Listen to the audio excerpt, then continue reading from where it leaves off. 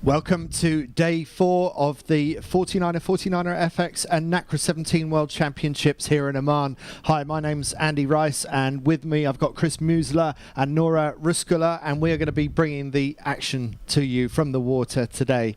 Now, there's been a short delay, but the 49er FX is going to get underway very soon, and we're going to take it to the start of their first race of the afternoon very shortly. Nora, you're a 49er FX sailor. I'm sure you were catching up with some of your rivals and friends in the boat park. What was the mood going into today? I guess maybe a bit nervous because they were waiting for the wind and just want to get on with the race, and it's 3 more days left, so the finals basically for the 49ers, but also for the FX girls. I think you can slowly see the tension going towards the final days.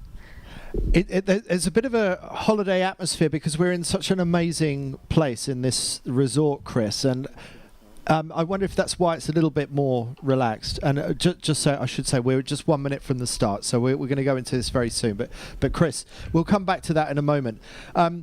So we're looking at about 10 knots of breeze at the moment. Boats just lining up into the final phase before the start of the first of 3 races this afternoon for the 49er FX. And currently in pole position, it's the Norwegian team of Helen Nice and Mary Ronigan, Norway 26. So watch out for them. They have a little bit of a lead, but only a points lead on Odile van Aanholt and Elise Reuter from the Netherlands. We'll bring you some of the other front runners in a moment. So Nora, how do you see the teams lining up here at the moment? And really hard question, have you any idea which way up the beat you think you would want to go for race 1 today? Well, looking at the fleet, they're about to start now. Most of them are still lining up more on the right side of the starting line. So I would assume there's more breeze coming from the right side of the course. There's only 2 boats down here at the pin end where the video is filming from. And it's hard to tell from that angle who that was, but we were just briefly on board with Odile van Aanholt and Elise Reuter just going into an early tack, so they look like they're going out to the right-hand side quite early on. Chris, can you identify any of these boats better than I can from this pin end of the line? Well, we have the team from Hong Kong who were, I think they had a medal in the Asian Games right before this, and that's Molly and Sandy. So those are the ones that are down at the pin. And Odile and her crew from the Netherlands, who are in second in the regatta right now, only 1 point out of first, they were the ones that had to clear out of that tight pack up near the boat. I'm trying to get my tracking going, so we'll let you get on with that. Nora, what do you think about this Hong Kong start? I quite fancy that pin end start that the Hong Kong sailors have made. Yeah, and it looks like it's actually pretty light winds, and during light winds you want to stay basically a bit away from the fleet because the wind goes around the fleet, so it's always better on the side. So even though, let's say, the fleet wanted to start more on the right side and they were basically alone in the pin end, I would say it's a really good start because they have free winds. It looks like they're going well. It really does, doesn't it? And why is it that the pin end of the line and getting out with no boat to leeward of you, why is that such a strong position in skiff racing? Well, you get the free winds, as I said, and especially being a leeward boat, you have more. You can kind of control the fleet. So if you do high mode for a while, the fleet above you has to do high mode as well, and you kind of ruin their winds. So you're controlling quite well. The only downside is you can't tack from there unless you're going to duck and go behind the boats. Especially the start was so, you say everyone is quite in the same lane still, even though the start has already been going on. The race has been going on for a while, like a few minutes. It does look a bit softer on the far side, doesn't it? On the right-hand side. I don't know how much that's camera perspective, but I quite like the side that we're on with the Hong Kong side and the Canadians just to windward of them. It does look like the fleet kind of has a split right now. So there's a lot of boats on the right-hand side are on port. And right now this group is just staying as long as they can on starboard, but now that's even starting to peel off. So now we have probably about 2/3 of the fleet on port. And earlier on in the week we saw that just like we talked about Long Beach in next upcoming Olympics after Paris, the breeze in these open seas starts to go right with these sea breezes. Everyone's been wanting that to work. It has worked earlier in the week and at the Asian Champs, and it looks like there's a good portion of the fleet that's thinking that's going to happen today. It was lighter than usual this morning, and the sea breeze is a little bit slower to fill. So maybe they're thinking as it fills, it's going to go right. So let's see how this corner ends up. But 2/3 of the fleet is on port now. Okay. And as you said earlier, Nora, the one disadvantage of doing the Hong Kong style of start is that you don't always get to dictate when you make the first tack. So I don't know if Hong Kong want to carry on this far, but to some extent they're dictated to by the Canadians. Yeah, and if I were Hong Kong or Canadians, I would just basically stick to the plan. They're already just continue there if they don't see anything huge coming on the right side. But I would say surely, even though most of the pictures are from the left side, the right side seems like the leaders are on the right. So I would assume they see something there. Here in the picture we can see the Dutch team, Odile van Aanholt and Elise Reuter. It looks a bit tricky. You see, the skipper has to go up and down all the time on the trapeze. This is something you kind of want to avoid. But I guess it's so tricky, she has to go up and down. But basically you would like to keep the trapeze maybe a bit lower and then do like squatting instead, basically going in and out the boat. It's just more smoother. She needs another rope to hold, surely. I mean, isn't that just nervous adjustment? It looks like nervous adjustment to me, but of course it might be her style. Well, here's another example. So, there's an adjustment, but let's see how often Helene helming the Norwegian boat is changing her adjuster. She's also holding the jib sheet. I don't think Odile was holding the jib sheet. I think she was completely hands-free except for the I couldn't see it. Normally the skipper would hold the jib sheet all the time, but of course if you place it somewhere on your foot, for example, you could always just like kick it up and take it quickly. But you want to be able to adjust it all the time, especially light winds and wavy, like choppy waves today. You would want to keep the jib maybe a bit open and adjust it more open every time there's a horrible chop coming up. You would think but she's not doing it now. So thing that we've seen here, we're seeing the top two boats currently in the rankings, but they were in that pack towards the majority of the boats towards the top right side of the course, and they've been getting what we call ping ponged. You know, they got bounced out onto port, and then they both of them had to come back onto starboard, whether or not they were looking for a little bit more breeze. Sorry about that. I didn't have my mic on. What we noticed about the Netherlands team and the Norwegian team that are top in the rankings is they were part of that big group to the right-hand side of the line and the right-hand side of the course. They got bounced out, squeezed out to the right, one of the first boats to do that, but too many boats ahead of them, and both of them got sent back, we saw on the camera footage, or onboard footage, back into the middle of the course. We don't know if they're doing that on purpose, but right now it's really light, and what I want to hear from Nora is in FX and 49ers, how important is keeping your bow down versus height? Do people just not even think about height? It's very light. Well, it depends on if the wind is, let's say there's no waves, then you want to maybe maintain more height in the lighter winds. But if it's like today, how it looks like here from the videos, from the footage, I would say maybe a bit lower angle would be maybe better. Let's keep in mind the boat is not going super fast. As you can see in the tracker here, 6 knots is actually pretty slow. Yeah, what's the normal speed in 12 knots? Maybe, I don't know, 12 knots, that's tricky. I normally sit in the boat, so I don't have a measure. New at this media thing here. Yeah, cool. But I would say you don't get huge gain of doing going low at the moment. Right. Just keeping the boat going through the waves, that's the most important part. Whatever Odile and her crew did from the Netherlands, on the tracker it shows them pop back up into third place, so they're probably like in the middle left-hand side of the course. And what do we have? We're looking at Canada right now. Well, they are the leaders in this race right now. So with the great benefit of hindsight, we can wonder why there weren't more boats at the pin end of the line, because it was the two boats that were furthest towards the pin, the Canadians and the Hong Kong team, that are in first and second in this race right now. So this has been a go-left racetrack. A lot of the other front runners seem to have been caught out by these lighter conditions. And who knows how much the lighter conditions mean that it's more of a go-left racetrack. back. I don't know if the two are tied together, but right now Canada and Hong Kong very much enjoying this race after a great start off the pin end. And one thing we did know from the Asian Championships, where Hong Kong, I think, was third, bronze medalist in that. I'm not 100% positive, third or second. That they're not a very large team. Molly, the skipper, is a radial sailor, and Sandy, the crew, is a RSX and a windsurfer. But we know that they were really fast in the Asian Champs, and they're really fast right here. Yeah, I think they're quick in lighter breeze, and that's what we see now today, especially. The Canadians, they're coming in first here now. They're actually quite a new team, sisters.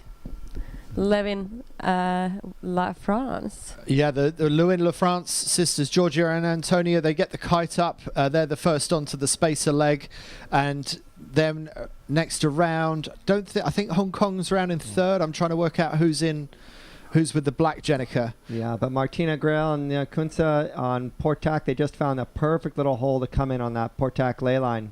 That's always the most challenging way to come into a weather mark. Yeah, it looks like the upwind mark. You could see it in the left corner there. It's quite light, and really, you want to have a speed when you go around that mark. Mm-hmm. Otherwise, it's going to be tricky. So what do we have here, Andy, in this order? Hong Kong kind of got stuck a little bit on that Portac ley line. They're not in second anymore. No, they didn't quite break through the way that the Canadians have managed to do. This is only the Canadians' second World Championship together. So, I mean, they should be really pleased to already be in sixth place overall going into today, and now leading a race as well. Yeah, I think they're super happy with it. And they've been training with the Canadian team that went to the Olympics. So I guess this is like the new generation coming up, maybe. Yes, the team that went to the games are coming back, apparently. Yes. Interesting to note that the Canadians did actually win the opening race yesterday as well. So they seem to be fast out of the blocks. In fact, if you look back at their scores, they were second in their opening race of the day before that. So it seems like the Canadians are a little bit more awake than everyone else at the start of these race days. We see the first boats jibing off onto port behind them, but no one seems to be able to attack the Canadians right now. They just go into their first jibe of the race, and looks like the boat parks up a little bit as it goes through. It looks like they wanted to do a quick jibe to avoid anyone jibing above them. It was quite a hurried jibe, but they managed. Did you see where the Italians above? Yeah, Italians 247 were above them and tried to cover them, but they didn't really manage. Seems like there's more wind coming from the right side. You see the Netherlands 65 coming in, Van Aanholt at Sieves coming in on the right side. They're looking really good. They're leading at the moment. Look at the boat speed difference. I mean, you look at the boat speed, they are 3 knots faster down the right-hand side of the race course. So the right-hand side really wasn't that good up the first beat. But it seems to have really kicked in on that side now. This kind of reminds me of yesterday, doesn't it? The randomness of it? Oh, yeah, the randomness. It's like just overall lighter, but still in terms of the puffiness and who gets advantage. Yeah, and the downwind tactics. Trash. Oh, is that trash in the water? Yeah, it looks like there's a little bit of trash in the water, but maybe some marks. Yeah. But going down this run, it seems to me that the delta and the speed difference when it's even lighter can be greater. So in 12 knots of breeze, if you get a 2 knot difference in puff, you're not going to have this big step. But here, if there's in 6 knots of breeze, if there's a 2 knot difference in puff, it makes a huge difference in the speed of the boats, doesn't it? Yeah, it does. And especially if someone hits the wind holes, it's critical because the whole fleet goes so much quicker and you lose so much. Here you see the girls from the Netherlands. They doing a huge climb up. They're ripping. Yeah, getting that gust or wind shift from the right side of the course going downwind. Yeah, it looks like they're even getting ready to double chop. Is there a situation where it's so light where you can get the boat running on apparent wind in 8 knots or less of breeze, and then if you fall off it, you can't get back into that? Yeah, it does happen. Mm-hmm. Yeah, I think that's happening to some of the boats on the left side of the course right now. It's tricky. And with the waves, there's still some waves going on, not as big as yesterday. Yesterday we had more swell kind of waves, good surfing waves. Today it's definitely less. So I don't know how much it's affecting. Can they be able to surf, or do they just have to adjust according to the wind? You see the skipper moves a lot. Odile, she's moving back and forth. Like this is like a full focus mode. You can see her face. It's like, you don't want to make a single move that's not perfect, because then you ruin the speed, as we talked. So you're just trying to do everything to get the boat going. It's just written on her face, isn't it? Is it? She wants this so badly. Yeah. And normally you would be looking back behind what's happening with the wind. Is there more coming? But this is the mode, I think, it's just so specific with the speed that she can't even look back. Like, she doesn't even have time to see what's happening in the back. She's just like 100% focusing on the speed. Downwind in the FX, the skipper has the most control of the balance and everything. So basically, you see the crew is sitting on the wing.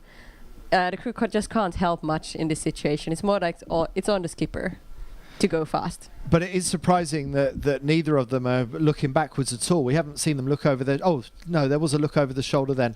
Yeah, you would hope to see that more often, but I know from experience that happens sometimes. But because there can be gusts coming in. We've seen that happening before. Now let's remember, when they were on port jibe just a minute or so ago, the Dutch were like showing in first now, but Canada is still holding their lead now around the leeward mark.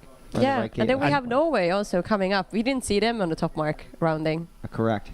And interesting, Nora, that Canada not going up the left-hand side of the course, which is what put them into the lead. They're actually going up the right-hand side of the course. So the Canadians are thinking differently. They've obviously noticed that the Dutch were attacking them successfully from the right-hand side of the course. It looks like the leaders believe that the right-hand side is now the way to go, and also that most of the boats are following them around that side of the gate mark as well. That's making life relatively easy for the Canadians to defend. But Hong Kong are choosing to go round the left-hand side. It worked well for Hong Kong the first beat. They're thinking that it's going to work well for them this time round as well, maybe. Maybe. They're going really slow at the moment. Maybe there's some bad winds from the kites. Yeah, and they might have had a little bit of a tough maneuver there. The one thing we talked about earlier in the week was how hard it was to read the breeze on the water. But the fact that every boat, now we have, which team is that tacking right now? The Belgian team tacking onto starboard from the group that rounded the right leeward mark facing upwind. But maybe they can see breeze on the water better today. You know, it made it obvious for them to choose that side to round. But then here we have Finland rounding the opposite mark. Finland, the young team from Finland, we talked to them this morning, Nora, your countrywomen. Yeah. And training partners. Training partners are sitting in third right now. Again, coming around that mark, they look a lot slower than the boats that went around the right mark. They do, but for them, they didn't really have many options. You see, there's more boats on the right side, and those lanes were already picked. So basically, the only option in the light winds, as I said, just trying to go away from the fleet, get your free winds, and avoid getting stuck.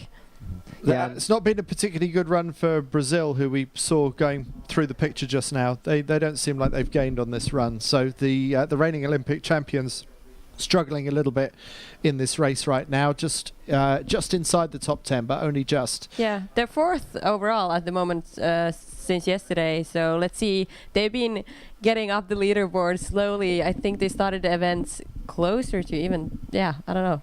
Yeah, I mean, +5. So I was surprised. I was waiting for them to climb up. I certainly wouldn't count them out. I mean, they're certainly in the running for winning a world title, but there's others they're going to have to get past, like Odile van Aanholt and Elise Reuter, now on the upwind leg again, and Odile is finally able to adjust her trapeze. She had her hands full with the main sheet going downwind, but yeah, but she's actually not holding the jib, as we talked about earlier. But it looks like it's now she got the jib. She was did you see it? She had the jib in the right hand. She had it on her foot, so it was easy to get to her hand. It looks really tricky. Yeah, but it looks like it's a little bit windier than the top of that last beat, because we saw on the top of that last beat the crews were on the hull of the boat, not on the wing, in front of the shrouds. And now, at least, for that last stretch, they were both fully out on the wire. So I think it seems like the sea breeze is very slowly building. Yes, and that could be why Canada is doing well on the right-hand side of the course. We can't see them in the photo at the moment. We're looking at the Finns, who are on the left-hand side of the course, and I don't think there's as much wind on the left-hand side of the course as there was. And you look at that there, and Canada seems to be sailing a perfect race in tactical terms. They picked the left when the left was winning, and now they seem to be picking the winning side, which appears to be the right on the second beat. But Yeah. Norway also on a really nice high heading there, actually climbing up towards the Canadians. So it seems like there's a really nice puff of breeze for Norway in second place right now. And Yeah, the Belgians and the Dutch are actually tacking on the left side, so maybe there is a shift. You can see most of the fleet, almost most of the fleet, more than 50% doing attack right now. Yeah, I have a feeling that Definitely. the breeze still in this course in the early stages of the sea breeze is, you're probably struggling between two breezes. The earlier left breeze and then the sea breeze coming in from the right. Yeah, if I would be sailing on this race course, God, that it would be tricky. Honestly, you can see it's like you just have to be like trying to be 2 steps ahead, looking at the wind. What will happen next? It feels like the wind is just drifting from right to the left, and you just can't be at the right place when you want to. Like, it is impossible. So it's tricky for the sailors to choose. Okay, I'm now on the right side of the fleet. Should I stay here or should I try to go to the left with the shift and then go back to the right? You don't want to cross the race course back and forth. Right here, we just saw in the last 30 seconds, Hong Kong, when all those 4 or 5 boats tacked on the port, Hong Kong was behind them all on the tracker, and we watched the breeze just started to either soften or just shift, and Hong Kong back up in a second. So before that, when they were sitting in 6th or 7th in that shift, I wanted to give a shout out to them just because they're keeping their fingernails into the top 5, and now just you saw how quickly that happened. That was very telling, the last 30 seconds, Andy. You're right. I mean, going round the left-hand gate mark, they were the first to choose that, and they were only about 6th or 7th place at the time. So Hong Kong made an amazing gain on that side of the racecourse. But we're looking at first and second. Canada just going out of picture in first. Norway on the attack. They're on port tack now. And they are the closest threat to Canada, but it still looks pretty comfortable in this race for the Canadian sisters to hold on to the overall lead. Let's see. Norway's not. Why? Just a really quick question. Why did we see Norway look like they had someone ahead of them? But Well, they do. So Okay. Canada is not appearing on the tracking at the there we go. moment. So we got a tracking glitch, Okay. but So let's let everyone know that Canada is on top of Norway, or at least Canada's heading left and Norway's heading right now. that's correct.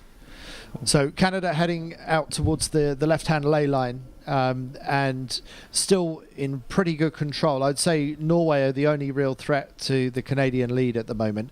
But Chris, as you rightly pointed out about Hong Kong, choosing the opposite gate mark, no one else had gone around that gate mark. They dropped back to 7th from second place, and now they find themselves back up in 3rd. And we see Canada push back into the tracking again and putting a loose cover, or maybe even a hard cover, you could say, on the Norwegians. Don't know how close they are in distance terms. Well, we see it there, 50 meters actually. 50 meters is the advantage, but Norway seeming happy enough to live in the slightly bad air of Canada. So Nora, I have a great question for you here. Yeah. So we talked early on to the girls from Hong Kong about gaining experience. They stumbled a little bit at the beginning of this Worlds. Now we're getting into the meat of the championship, and they're not only holding on, but they're playing the game at the top of the fleet right now. They have the nerve. You think the takeaway from the lessons that they can take away from this regatta and practice skills, is it just as much psychological as much as boat handling? Like just saying, I can do this. I'm with this top group. I can pass these people. Yeah, definitely. Like the psychological, like what they get out of this event, I can imagine like a lot of confidence because they've been playing the shifts and the game really well. Very what's the word? Patient. Patiently, yeah, and that's a really good skill. And you can see some of the sailors struggling with this in these winds and this condition here at this event. Now we have a big split here. We know how volatile this is. So we have 6th through 15th or 16th spread apart from a group on the left, basically out to the left ley line. Andy, what's going to happen here? Can you tell by looking at this screen? I wish I was out there. No, I can't tell you. So yeah, But I know anything can happen. I just feel like something big is going to happen. I feel like something big is happening for the Canadians. They're on their final approach to the windward mark for the last time, and then they should be able to successfully defend this lead against the Norwegians, because in fact, the Norwegians, they are under threat by Hong Kong and Belgium, who we might see come into picture fairly soon. So there's a 3-horse race for second place right now, which is going to make life even easier for the Canadians. Yeah, let's see if the upwind mark rounding. It will be interesting. Belgians coming in on the port ley line as well as Hong Kong, as you said. Will they make it in between, like in front of the Norwegians? Basically, they're not in the right. They don't have room to tack if they're too close to the Norwegians. Here it is. Yep, here's our view. Yeah, they Belgium made it just easily. crossed Norway, so that was a gain for them actually since the leeward mark. Hong Kong still keeping their hands in the game, and there's a nice little gap behind that group. I think, and tell me how this works. The Netherlands, Italy 46, Amari and Carrero, that whole group is so tight. This is what we really want to watch come up here. Who can navigate their fleet management coming to the pointy end of this race? I mean, Nora, is it actually not beneficial to round ahead of this group of 10 boats? Like, would you rather be like 5th so you can peel off? Well, it's tricky. It's maybe what you prefer. Sometimes it's just easier in light wind sometimes to be behind the boats, because you have just more options. You can cover and stuff. You don't want to be the first boat coming in and then you have a bunch of 5 or 10 boats behind you, because the wind is just horrible. Right. Well, that's what the Netherlands has.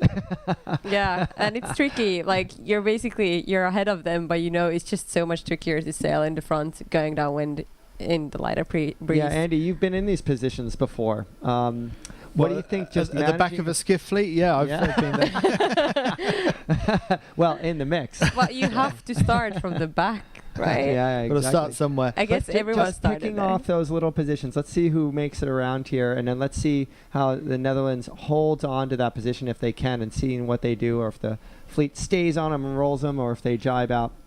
How come the Canadians, you can see here, am I saying Canadian? Yeah, in the picture, they have a pretty big lead. It looks like they're going fast as well. Look at the boat. Really, even without 2 people on the wire. Yeah. I mean, that's good form. Oh, they're doing about That's 11 super knots fast. of boat speed. So That's the fastest we've seen today. Before that, it was the Dutch, and they were doing like 10.5 knots.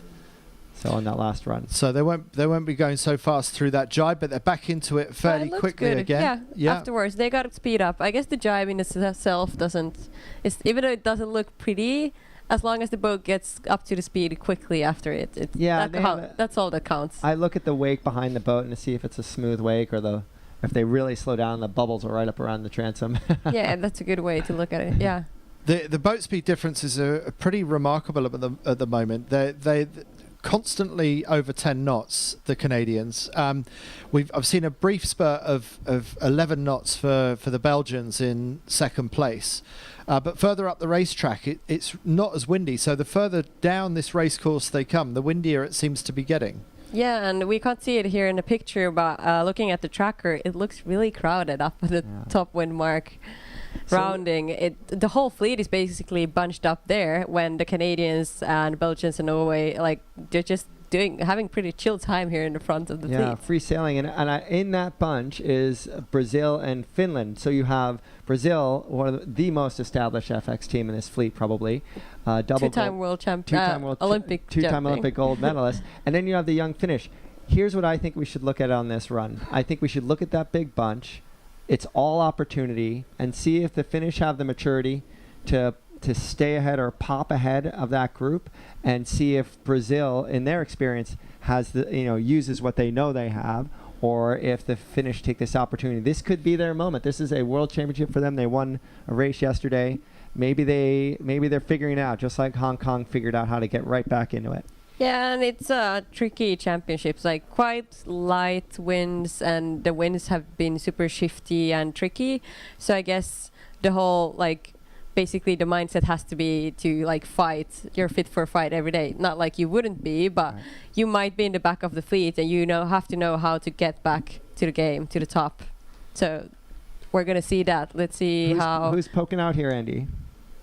Well, the Canadians hold the lead there on the right of picture. We're looking at Belgium on the left of picture there in second. That's 100 meters gap just between the top two. Then you go 60 meters further back behind the Belgians to Nason Ronigan. You can see their whitish Jenica there.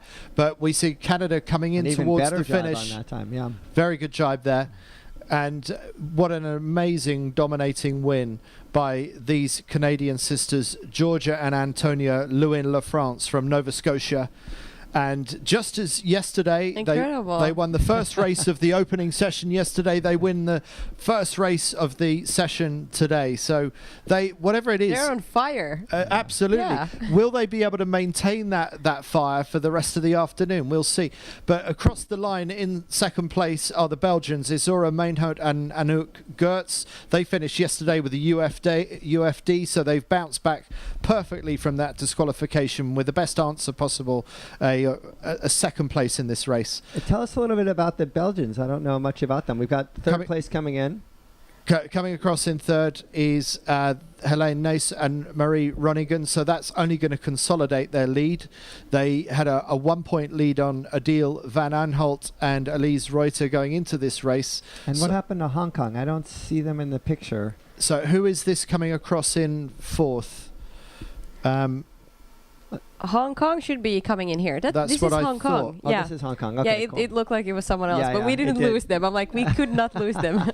No, they did well. It's a huge gap back to from the Hong Kong team, Highfield and Choi, that have just finished in fourth place. 300 meters. Huge gap. Yeah, let's get excited for Molly and Sandy here, because they were talking about just soaking it all in this regatta, figuring out all the pieces of the puzzle, how to put together a good race. It wasn't coming together for them early in the regatta. And they really proved they didn't flinch when the things were tight. And now look at the size of the gap that they left. They hung with Olympic champions. So crazy, and they got fourth in this. And his fifth race, place. so. This is Adil Van Aanholt and Suvers from the Netherlands. it looks like an inverted top batten, maybe. It does look like that. It's that light. Maybe they need to give it a pop. Maybe that's the new fast, thing. the new thing. Yeah, it gives a lift to the mast. You can see, yeah. When we saw her the previous downwind, she was super focused on. Yeah, she might not have even looked up. It might be she didn't see it.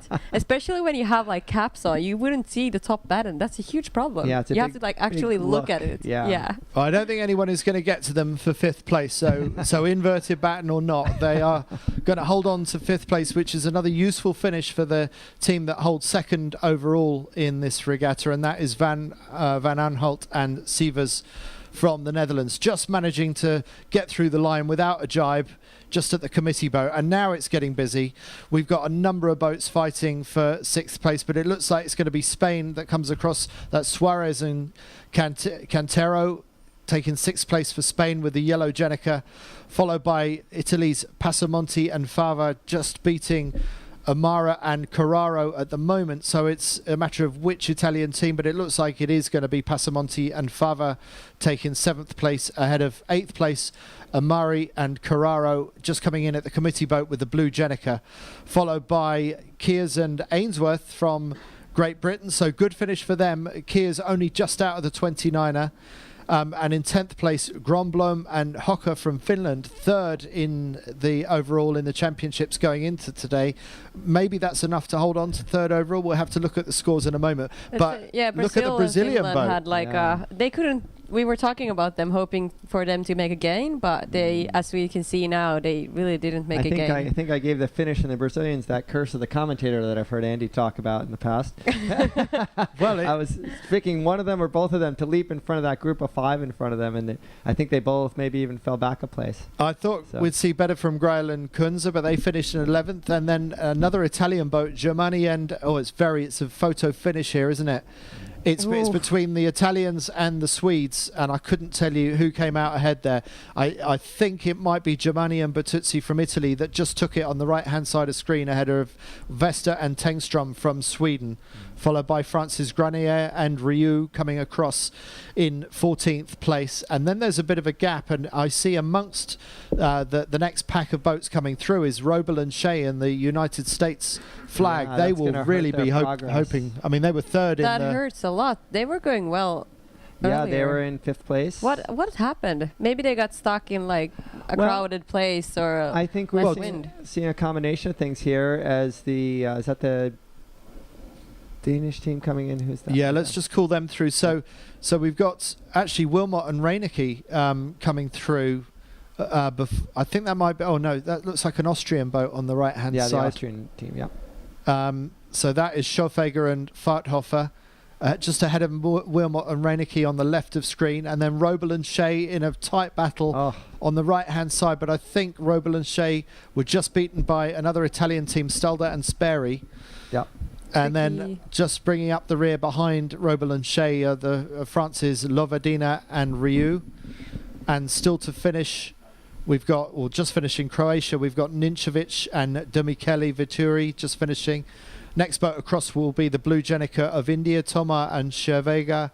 And bringing up the rear, the Czech sisters, the Zivna sisters, are going to be last across the finish line. And it wasn't so long ago that I was talking about Robel and Shea. I mean, there weren't many boats behind them in that race. I mean, they're such a class act. I can't imagine what went wrong for them in that one. Yeah, me either. Yeah, I was well, trying to look if I can find them somewhere. Yeah, we have Nora kind of going, and feel free to play with this at home. The tracker, you can move the time lapse around quite a bit, and you can get it at live.tracktrack.com. That's the place to find the tracking. But you can get all of this from 49er.org as well. Yep, on the top of the event page, it'll be there. So play with that, but let's take stock of that. It looks like US, they just struggled the whole race. They looked like they had a possibility to get out of the worst crowded places, but they just couldn't find fresh air, free winds, and that's how it seemed like. I think the team that kind of avoided that slip and slide in the, basically in the everything from 5th down, was Hong Kong. I think from 5th all the way to the bottom, I think it seemed like everyone had opportunities to do incremental passes, and a couple boats did, but most people just slipped. And Hong Kong was the only one where there was that moment where they could have just dropped 2 places and been in that horrible mix. And they were really patient, and they were the last ones out of the scrum.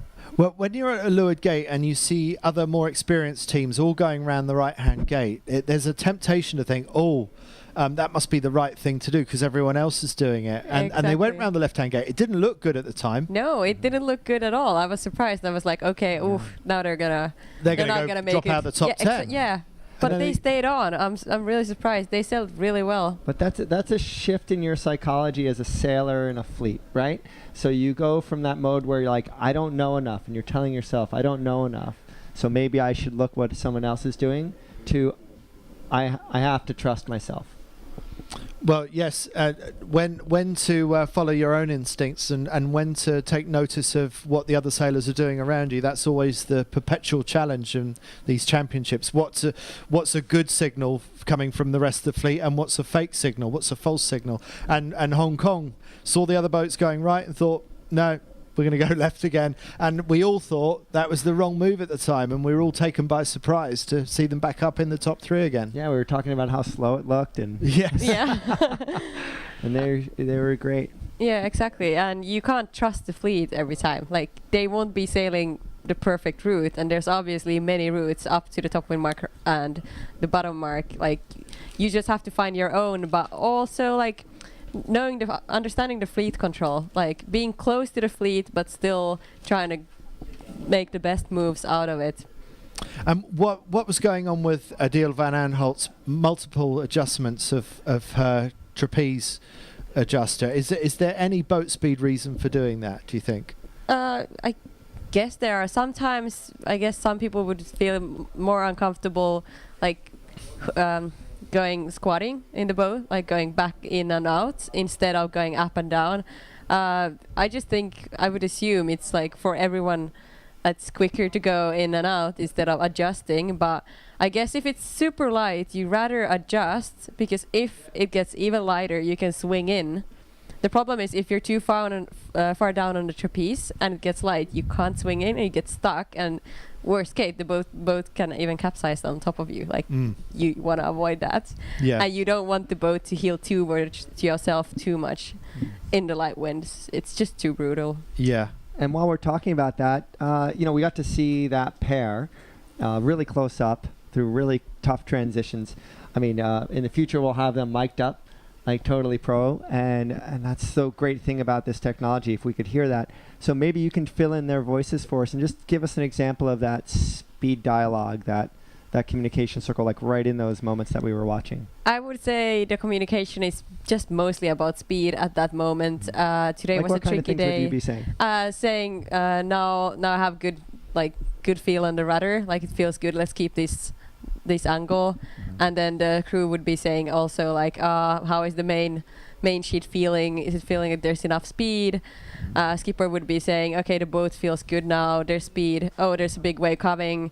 Then both maybe move a bit backwards, open a jib, and like speed up the boat. And then after that, just again checking, is the speed okay?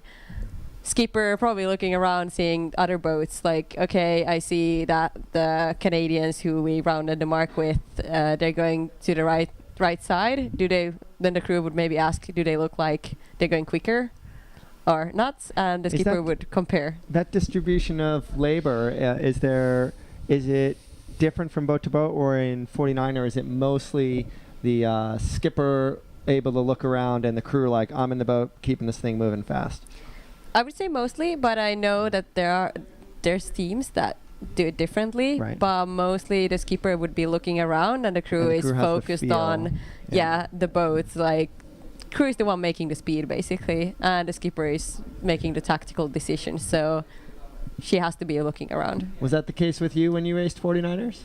Well, that was a really interesting dilemma for us early on, because you were going to say that was a really long time ago.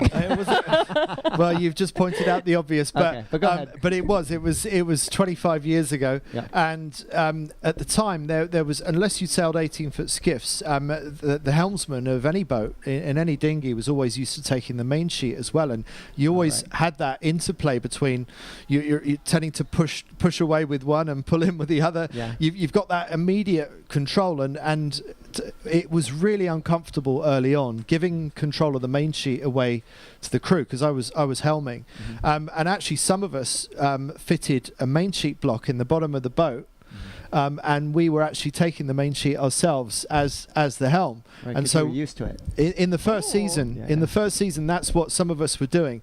Some of us old school British sailors were doing that. But as soon as the wind got up to a sort of flat wiring, easing sail, we would run the main sheet out through the end of that that cleat, and then it would be straight off the boom, just like everyone's been doing ever since. So we did a bit of both. In light winds, it was me taking the main sheet. In medium to strong, it was my crew taking the main sheet in the way that everyone is used to. But I heard a funny story about when Dylan Fletcher and Stu Bithell first started sailing together in the 49er, and Dylan Fletcher, gold medalists. They just won the gold medal just 3 months ago together. So there's a happy ending to this story. But Dylan and Stu were rivals going into Rio. It was a matter of they were sailing with different people, and Dylan ended up going to the games with Alan Syme. They didn't quite get to a medal. They weren't far off. Dylan is known for being super intense, so I'm not giving away any secrets here. He's known as a difficult guy to sail with. Let's remember that Stu Bithell had already won an Olympic silver medal in the 470 at London 2012. So he wasn't a rookie. Yeah, he wasn't a rookie. So about second or third time out, they're sailing together in Weymouth, just deciding whether they can work together as a team. And Dylan's going with the main sheet, in a bit, out a bit, in a bit, out a bit, and suddenly Stu just drops the main sheet, and they both capsize to windward. And And Dylan said, "What happened there?" And he said, "Oh, isn't that what you wanted? I thought you said let the main sheet out." So I did. And so Stu was basically laying down the law and saying, "You do your job, I'll do mine. You let me get on with trimming the main sheet." And the rest is history. They end up winning the Olympic gold medal.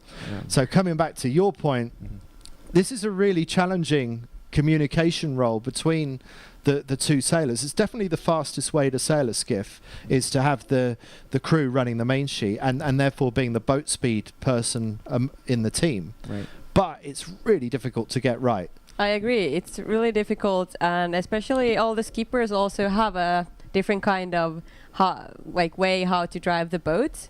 Some like to move the tiller more and some less. So then the crew has to also adjust with the sail to the skipper's movement. So we see a lot of teams that have they're basically new teams. They have sailed in different teams before the previous campaign, and now they're together and doing this Paris campaign together. And that's interesting. You have to always adjust in the new team, even though both are good FX sailors. Just adjusting to the skipper and the crew, being synchronized. I think it's really important today as well, with the body as well. It's not just sails as well, how you move with the body. We saw Adil, the Dutch skipper, going up and down in a trapeze. This is why there's so many moving parts around. You need to synchronize them. So we've got just over 3 minutes to the start of the next race, and we'll see how popular the pin end of the line is going to be this time, because it was the pin end that worked so well for Hong Kong and for Canada in the previous race. But as we've been talking about a lot this week, that there are no two races the same here. It's very difficult to establish if there's a real pattern here or if it's just the smoke and mirrors that we see on the sea just off Mussanah here. Indeed, and I think we saw Canadians and Hong Kong doing really well from the pin end. I guess it's also because they were alone, no one else was around. But if the whole pack of fleet would now go and start from the pin end, the storyline would be totally different, the outcome. So it's going to be interesting to see where the fleet will, where it will start from. I guess there is enough place for everyone to start perfectly, have their own space on the line. But it's kind of like in the parking lot finding the parking for your car. You always want to go next to the other car. Yeah. So here we are. We're probably coming up on 2 minutes, and we have our updated scores. The only in the top group, the only big change I see is a swap between Canada and USA. That really hurt the US team.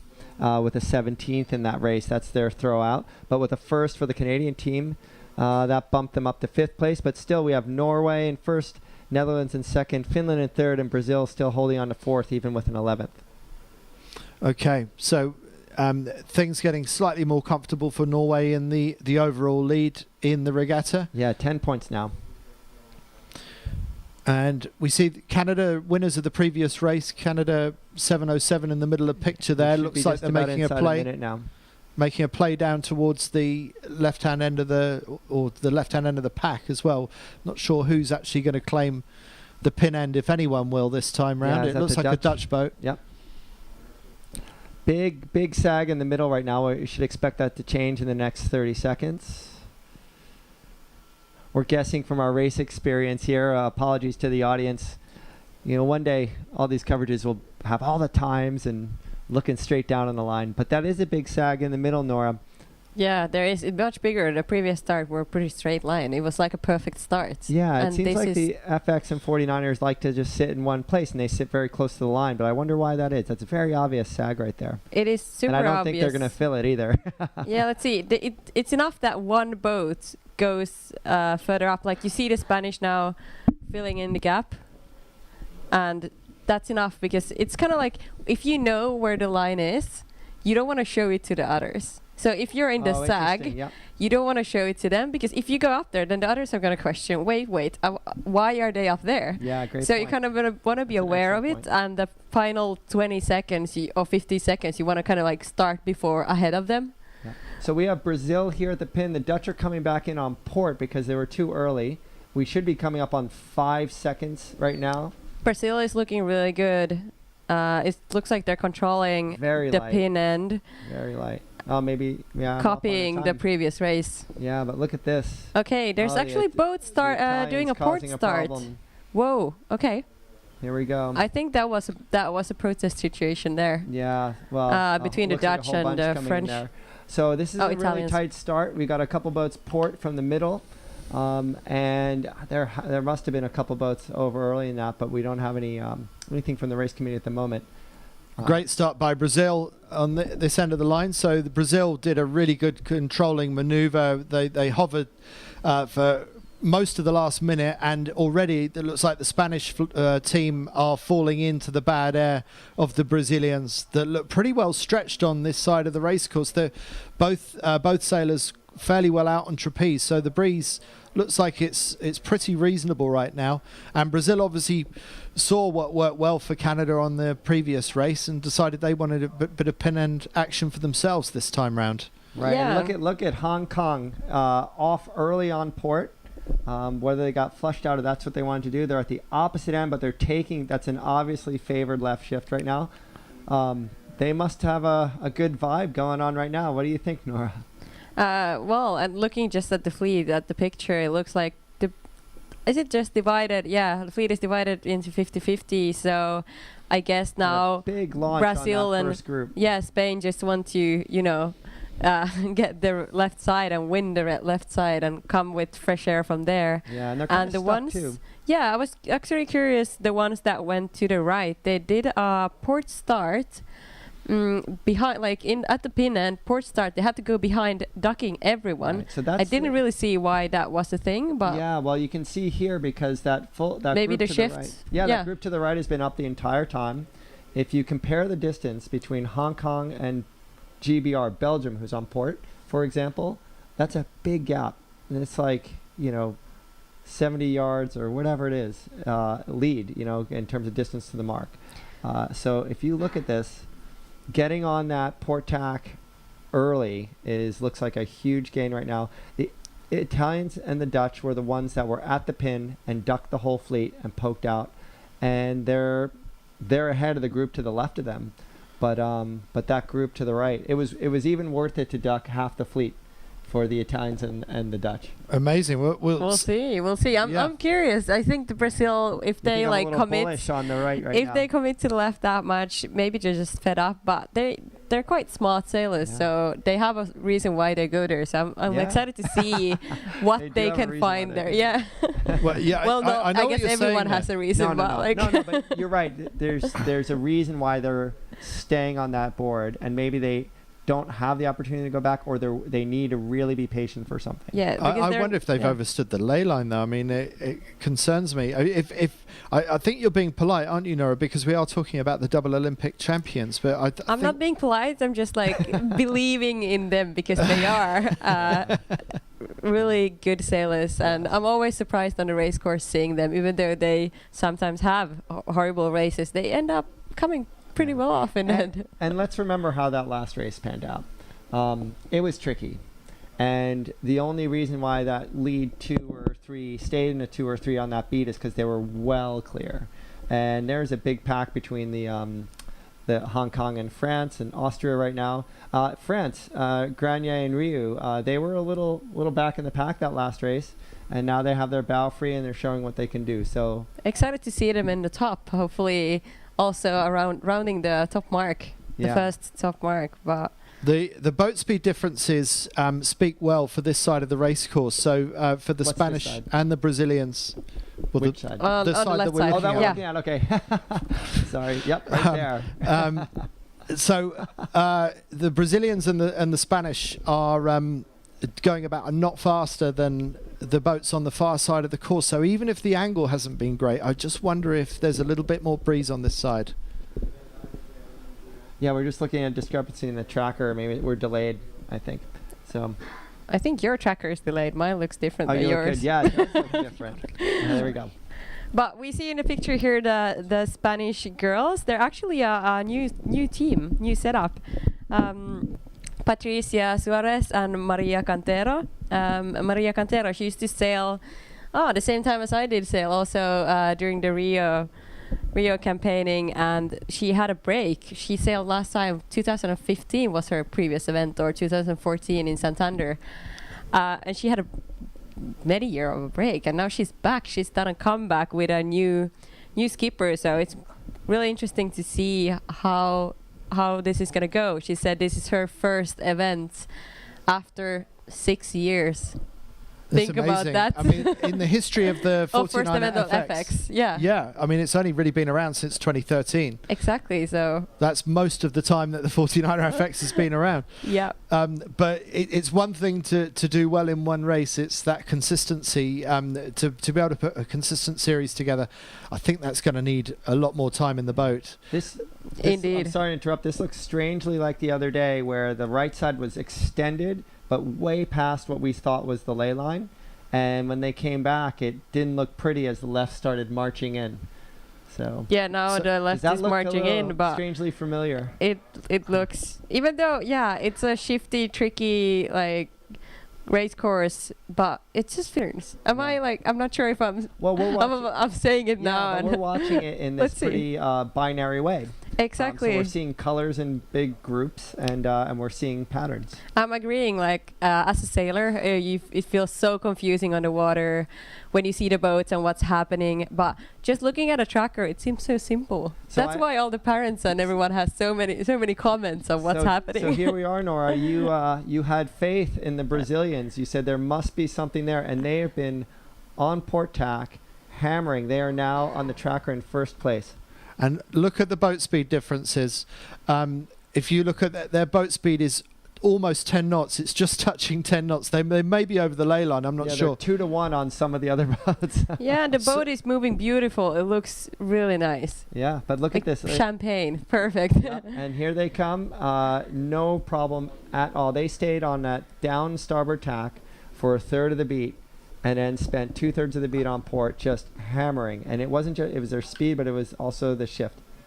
They must have seen better pressure. Yet again, the pin end has worked out as the winning place to start the race from. But I bet you the Brazilians were not feeling confident about that halfway up that leg. I think there was a bit of a wing and a prayer, even for the double Olympic champions. Yeah. Even for them, I agree. So here's this the Belgians team and the Spanish you were talking about with that huge gap in their career. Hong Kong they were probably the best ones to come out of that right pack. Yeah, so they're sailing incredibly well, as are the Belgians. Belgium and Hong Kong having a great day. Great Britain going round in 5th.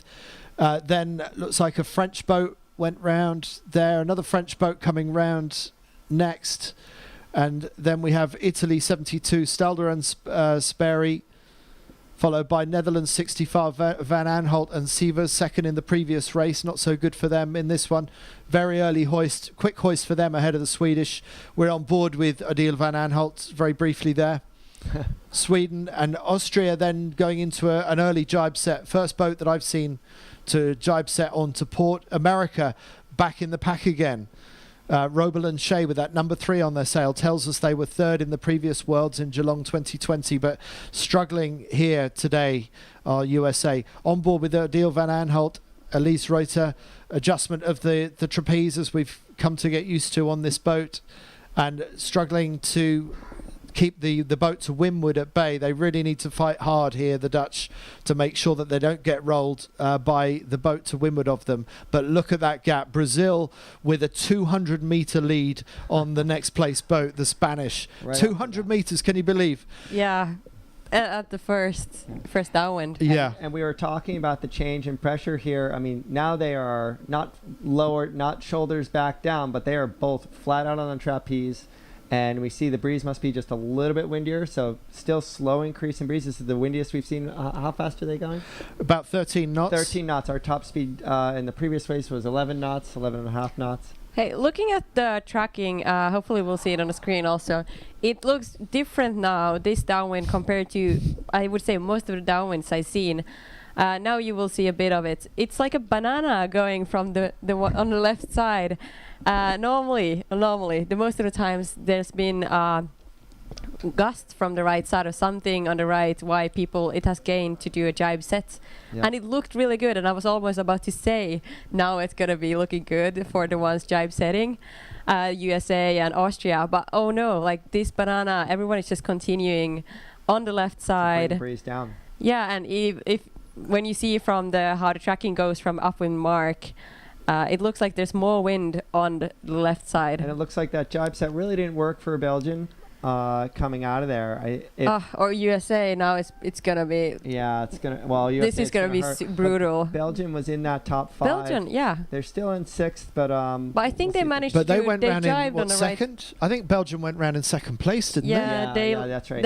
I think they're gonna lose even more here. Let's see how the tracker and how Brazil counts. came in. Let's see if they're able to bring any more breeze down. We'll be able to tell if Brazil gets to have a puff, and it's a big stretch now, but to lay down to that mark. I'm always curious to see how conservative they are on their lay lines. Yeah, looking at the angle, it's quite, let's say, interesting to see what's going to happen on the left side of the course. Everyone is jibing there now, but the angle, they're not jibing to the lay line necessarily. They want to do an early jibe maybe. Give themselves some options. Yes, so I guess the wind is really up and down, and because if you jibe at the end, at the lay line in the corner, you don't really have options anymore. That's like your final jibe, so maybe they want to jibe earlier. Now tell me about that, to do a quick double jibe because they want to just go. That's the mark they went. That was beautiful. They didn't lose much speed at all. They did it really well. They took it down in the jibe and rounded. They just did their home maneuver in their jibe. That's a tricky maneuver. Right. Yeah, sometimes. I'm sorry, everyone. No, but sometimes really you have to practice those awkward, we need to entries. Have that in slow-mo for the highlights reel. Yeah, that would be perfect. That was really nice. It does look like their top batten is inverted too, doesn't it? Okay, let's not make too many assumptions. I think that is a trick of the camera. I cannot believe. It looks like the back end of the batten. I've been away from the FX fleets maybe 6 months. Have I missed something? I was looking. Is this like for the new? something to critique that perfect round? Here we see Helena Ness and Marie Renninger, the Norwegian team coming in. And round in second place, it's the Spanish, Suarez and Cantero. And then the Belgians have managed to just hold on to third. So we were worried about the Belgians. Maybe they're given too much away with an early jibe. Right, but Hong Kong has really kind of pressed into that top 3 right there. This is super interesting. It looks totally different than the other races. And Norway, as we saw, they're like pretty much the last boat at the moment. So here's the difference here. No. Hong Kong did the same maneuver that Brazil did, and that shows you how hard that is. A newer pair doing the same exact maneuver, but it's way harder than they made it look. The Brazilians. Yes. Yeah, so let's see who we got. Looks like the British actually climbed back up here too. So they're having a good race, the British, because they are a new pairing. They're a one-time only pairing, actually. We got Netherlands 65, Adil van Aanholt and Sievers going around the left-hand mark. So they're the first boat. They're in 8th place, but they are the first boat, just like we saw Hong Kong do that in the previous race. We're on board with Van Aanholt and Reuter now. To pick the left side, yeah. It's the first boat to pick the left-hand side of the race course. So it's really not very popular, that left-hand side of the gate. No, and actually it looks like Brazil, they picked the right-hand gate, but continued a bit, and they tacked, so they're all like crossing the race course, going towards the left at the moment. And maybe they're going back to where they came from. Yes. In the first upwind. I was quite surprised that they went round the mark that they did, because I thought they'd done so well coming off the pin and going left. But I guess they had the lead was enough. They had a 200-meter lead. They could do what they wanted. So if you think about it, you go more right, where maybe most of the sailors will go, and then you consolidate. You tack away and try to keep the control of the fleets. Yes, yeah. So it looks like Brazil, just like we're looking at the Dutch here, they like the left-hand side. Adil van Aanholt just looking over her shoulder there just to check in on the fleet. You can see the Dutch bottom left of screen. They're in 9th place at the moment, Ned 65. But in the lead, clear ahead on the left hand of our screen is Brazil 12, the reigning Olympic champions, and absolutely showing a clean pair of heels to the fleet with a very good lead. It says 70 meters on the Belgians. I think it must be more than that.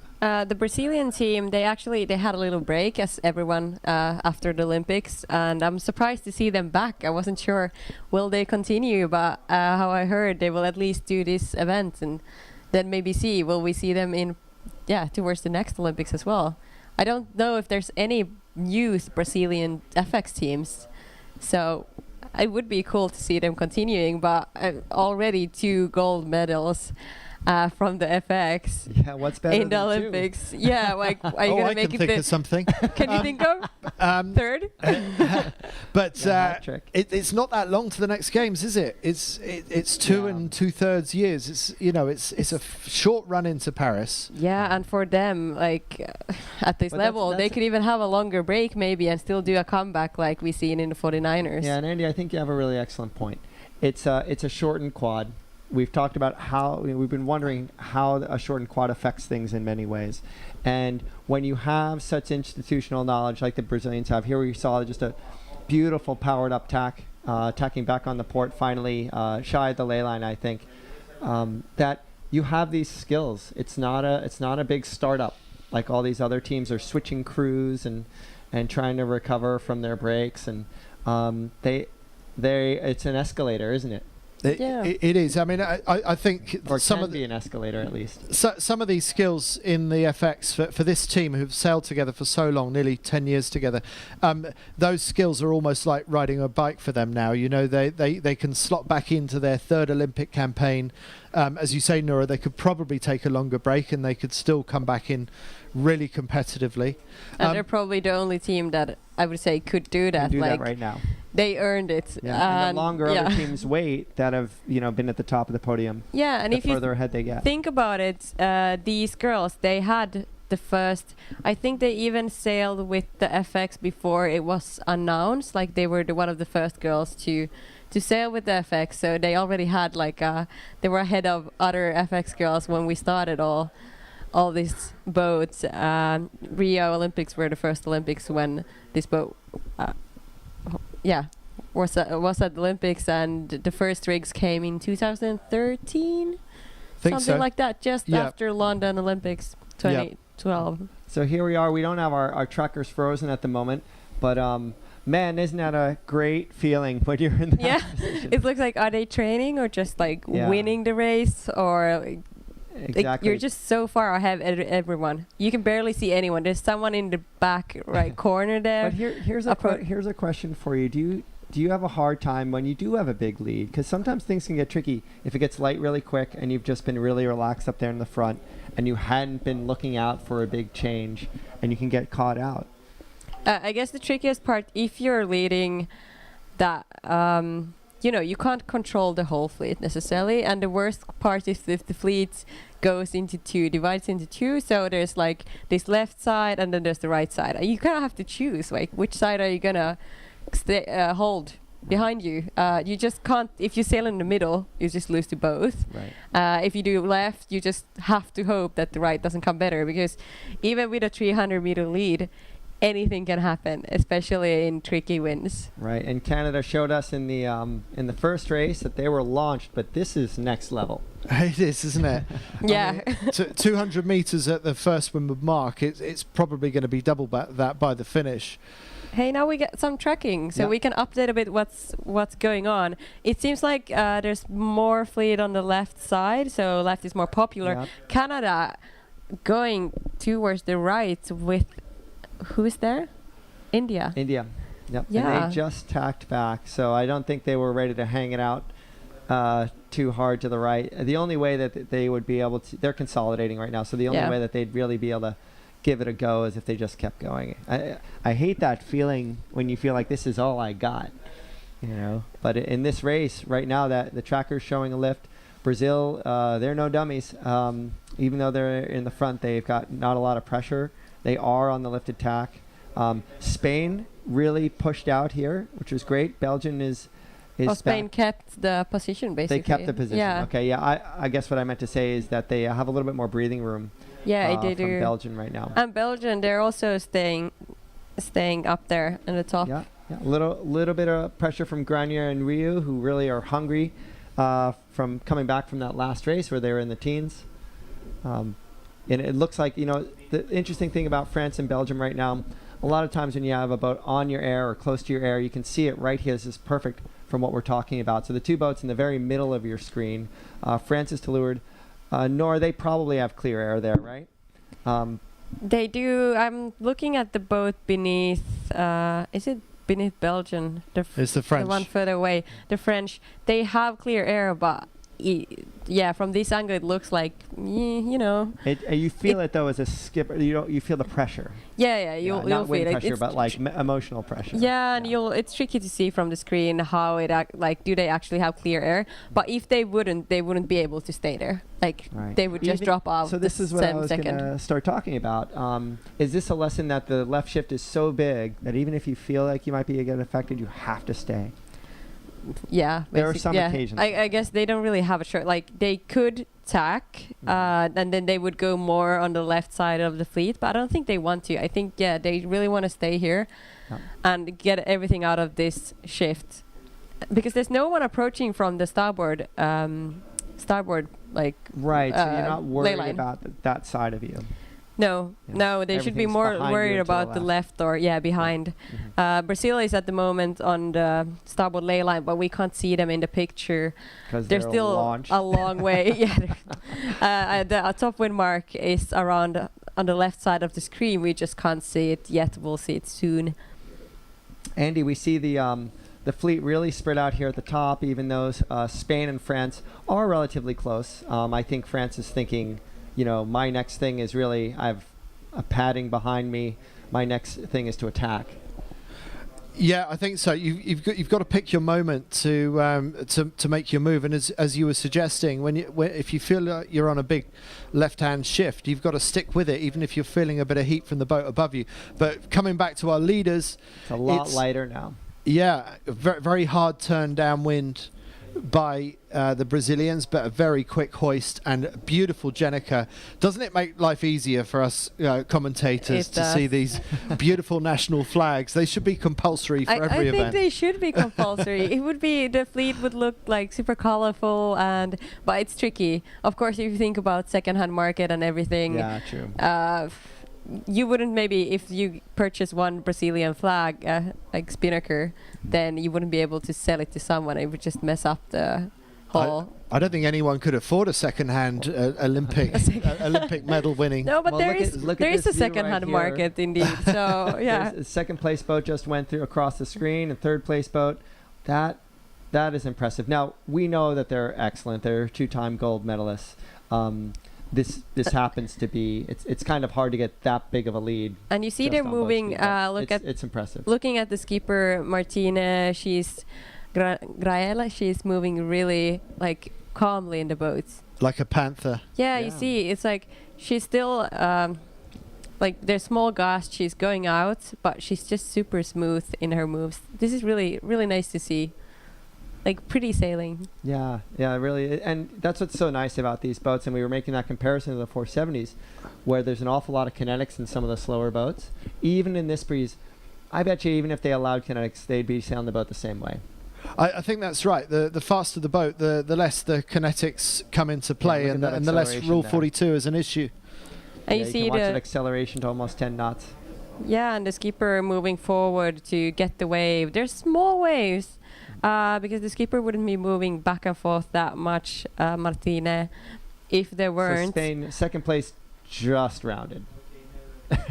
Yeah, yellow Spinnaker here. Yeah, so it's now a 345 meter gap to the leaders. Hong Kong. And then we see rounding the top mark is now Belgium and France. It shows France in third, but is it? But that's Belgium and then France. So. Yep, and it shows it now on the tracker as well. So Belgium, they're keeping France, their Netherlands, positions. and Hong Kong. Hong Kong lost a place or two. It shows Roble and Shea squeezing in there. Ooh, wow! Wait, where did they come from? It looked horrible. So that previous. would be that. Let's see. Well, that could be from the right, but they were back in about 18th. So how did they make back 11 places? We'd love to know about that. I will do some research here. But also, again, great footage now. So remember, when we started off on that run, Grail and Kunze were just the skipper was on the trapeze, and then the Spain now both are on trapeze. So the breeze is back up. So something must have happened in that transition of breeze. The British are rounding. They probably lost a couple places as well. Sweden just going round. That's Vesta and Tengstrom in 10th place. And then there's a little bit of a gap before we get to Croatia's tell us what Ninčević happened, and Micheli. What happened with And the US? then Passamonti and Fava. And then we got the Americans coming in after that. That's Wilmot and Reinecke, followed by the Canadians who won the previous race. Oh, yes. Oh, and this, yeah. What happened with them? I could just say now, the U.S. girls, Rubble and Shea, they went to the left in the second beat, second upwind. And there was so a big the left pack gained. lined up with everyone there. So they must have positioned themselves really well after that, at the beginning of that beat. And Canada has just been maybe stuck in the... maybe they couldn't find like lighter... Oh, Here's free the second breeze. French boat. And then the Finns Canada, coming round in 18th place. So these are the third place overall, wearing the number 3 on their jerseys, going into a jibe set, which sometimes is the move of desperation, isn't it? It is. I love that move though. when you're like, Just if you do had a something. horrible upwind and you have always the option to do jibe set, and you're just like, okay, I'm just gonna... But you know that you're Flip the rolling the coin. dice sometimes. It is a roll of the dice. It is a roll of a dice. That's what I'm saying.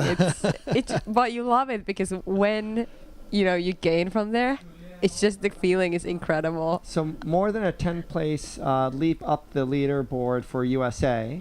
Now they've Going to the left side. and now they've jibed. The one thing I'd like to see is when someone's on a roll like that, they sometimes keep that going from leg to leg. They're on fire. They've got something going on with them. So let's watch USA going on through the year. Let's see if they can keep that rolling. Let's see. I think they've been climbing. looking at the fleet that did the jibe set. There's France, Italy, and Canada. Maybe it almost looks like they're going a bit quicker. So maybe they saw some potential wind breeze and they still wanna climb up. Team USA there, Rubble and Shea. Then talking about the Canadians who won the previous race. This is the second race today, 4th day. Don't say it. No, yeah, but I'm just gonna say they went to the right, the previous upwind, and that they died there. Remember, Right. they were dead in the corner, Yeah. and now they're going back there. Of course, the Back wind to has the changed, side of the so they're course. back at the right side. Interesting to see. It didn't work out for them. Yeah. Go ahead. Brazil not far from the finish now, so it's almost up to 400 meters, the advantage to Brazil over the second place Spanish. No one's going to take that away from Brazil, and they're going to be looking over their shoulder and just being thankful that they're not part of the mess that is about to ensue for the middle of the pack as they race across the finish line, because it's still looking very congested in the middle of this pack.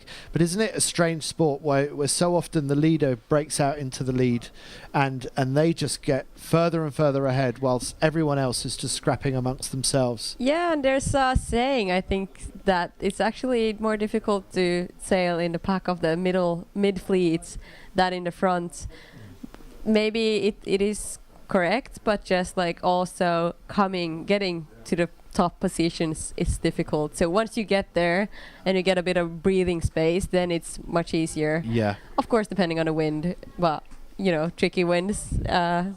We have a sea breeze today, so maybe the wind is not super tricky. It's not like offshore. Right. Well, the proof is in the pudding with USA. We talked to see if they can keep their march going, moving like 12 places. They finally jibed on the starboard. The 2nd through 5th is on port. And let's see, we've got Brazil coming in, so we'll have Andy So through Brazil, the line. that is the reigning Olympic champions, winning the race by a country mile by more than 400 meters. Incredible. Is that the longest distance of... I don't know lead about that. we We had? can look into that, but it's their first race win of this Like, regatta. technically, how long is a country mile? So It might be that it's- long. it is that long. And here are the Spanish in So this is second. the And group the on breeze port. is actually up a bit now. They're moving much more. It looks like there's, things happening. They're going around 12 knots at the moment. Wow, look at this. So this is exactly what we want to see. We see the group on port, and we want to see, is that Robles-Shea in the blue kite? They have the They USA have the kite. USA, USA flag. kite. So we haven't seen So them maybe yet. that's And there France. There they they are. are. Yes. Look at that. The French are the ones with the blue kite. USA in 3rd place at the moment on the tracker, jibing to consolidate. What an amazing comeback by Robel and Shea. We thought they Incredible. were dead and buried. And meanwhile, Reversal of fortunes.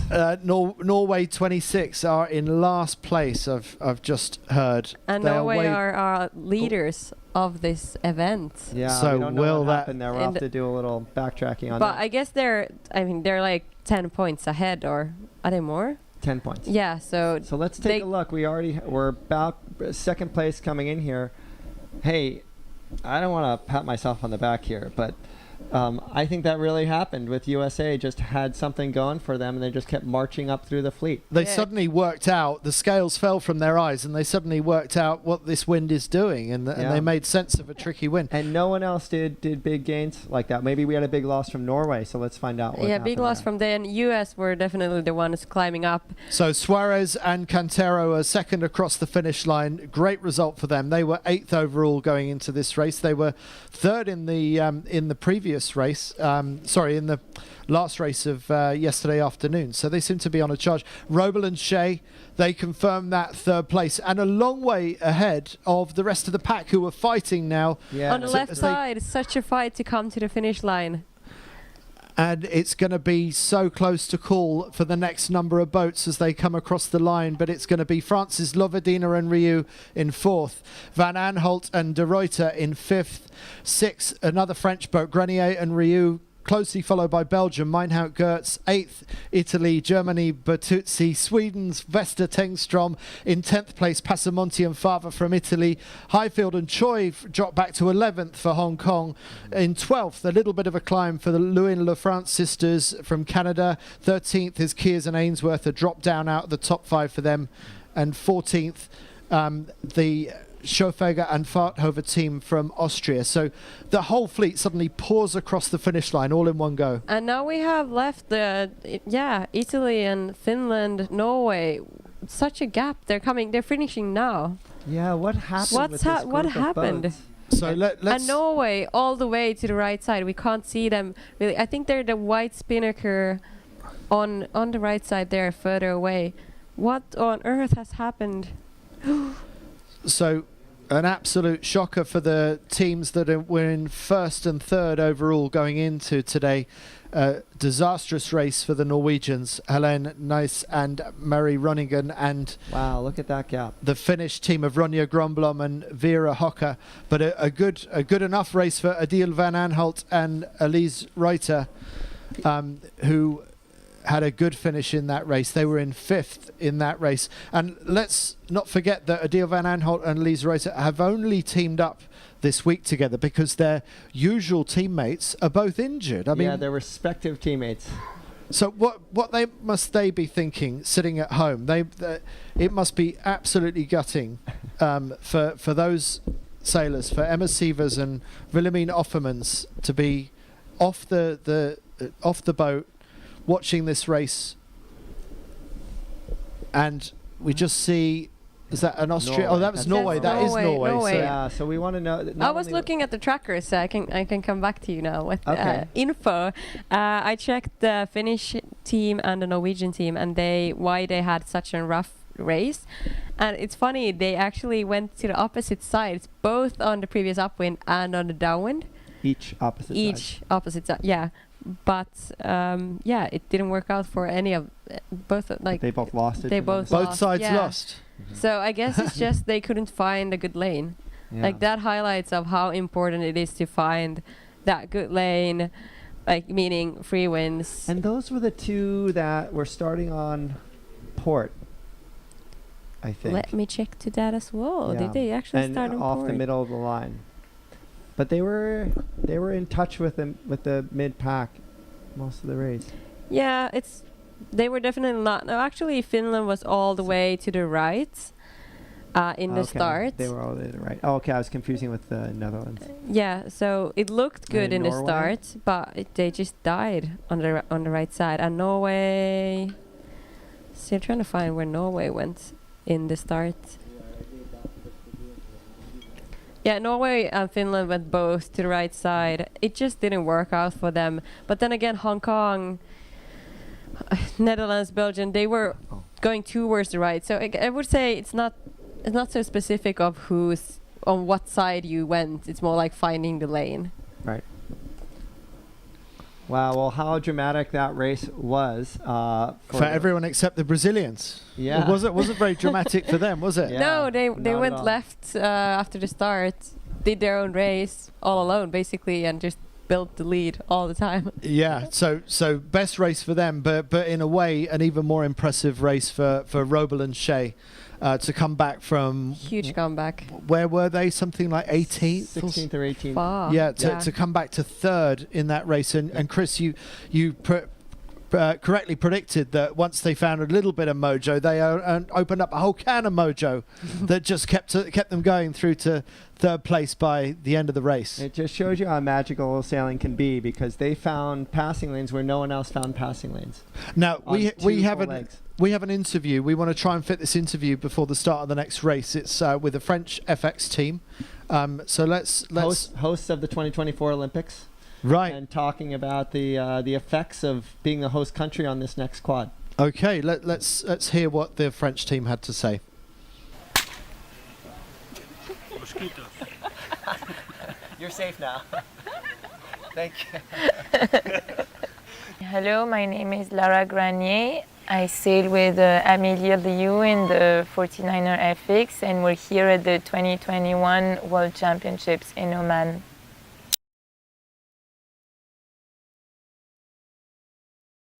Since Paris is hosting the 2024 Olympic Games, we have the region of Marseille that is helping us a lot with funding and building a new place for hosting the Olympics, so we're very lucky with this.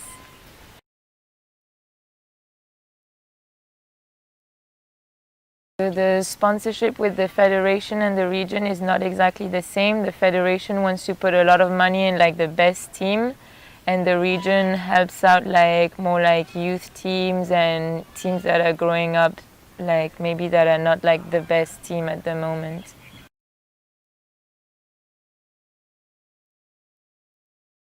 For the moment, we're 5 boats in the French squad, and it's difficult because we don't all have the same level, but we try to train as much as possible together, and we try to build up like some kind of a team, French squad team.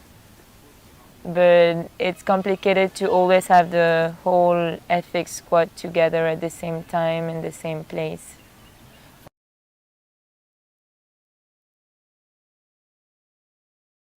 It's quite special to have the Olympics in our home country, but I guess the important is to work like as much as if it was in another country.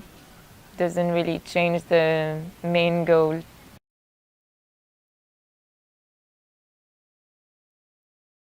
I know that definitely there's one of the French teams that started sailing again because the Olympics were in the home country, and they're happy to do it because of the Olympics in Marseille.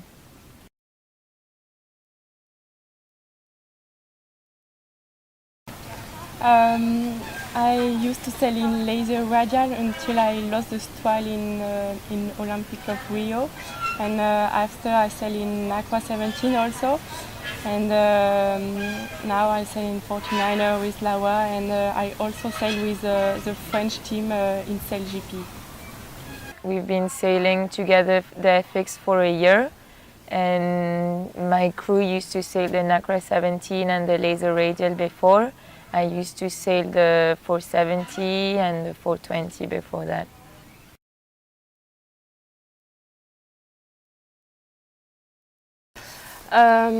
It means a lot of things, in fact. And the first thing is we are really lucky to host the Olympic Games, because it's easier, like about the financial and everything. But the most important thing that we have to be really focused on when we have to do on the water, because I think we can heard a lot of things about the Olympic venue and if everything is ready or not. But it's not, you know, our job, and we have to be really focused on what we have to do and our sailing.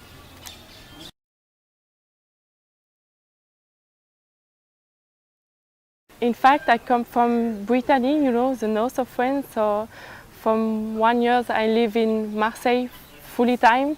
So not I lost, but now I live far from my family. So for me, sometimes it's a bit hard, but you know, it's it's my main goal today. So I really motivate to do everything to improve my sailing and to be competitive on 49er boat, and to maybe to win a medal for the next Olympic in Paris.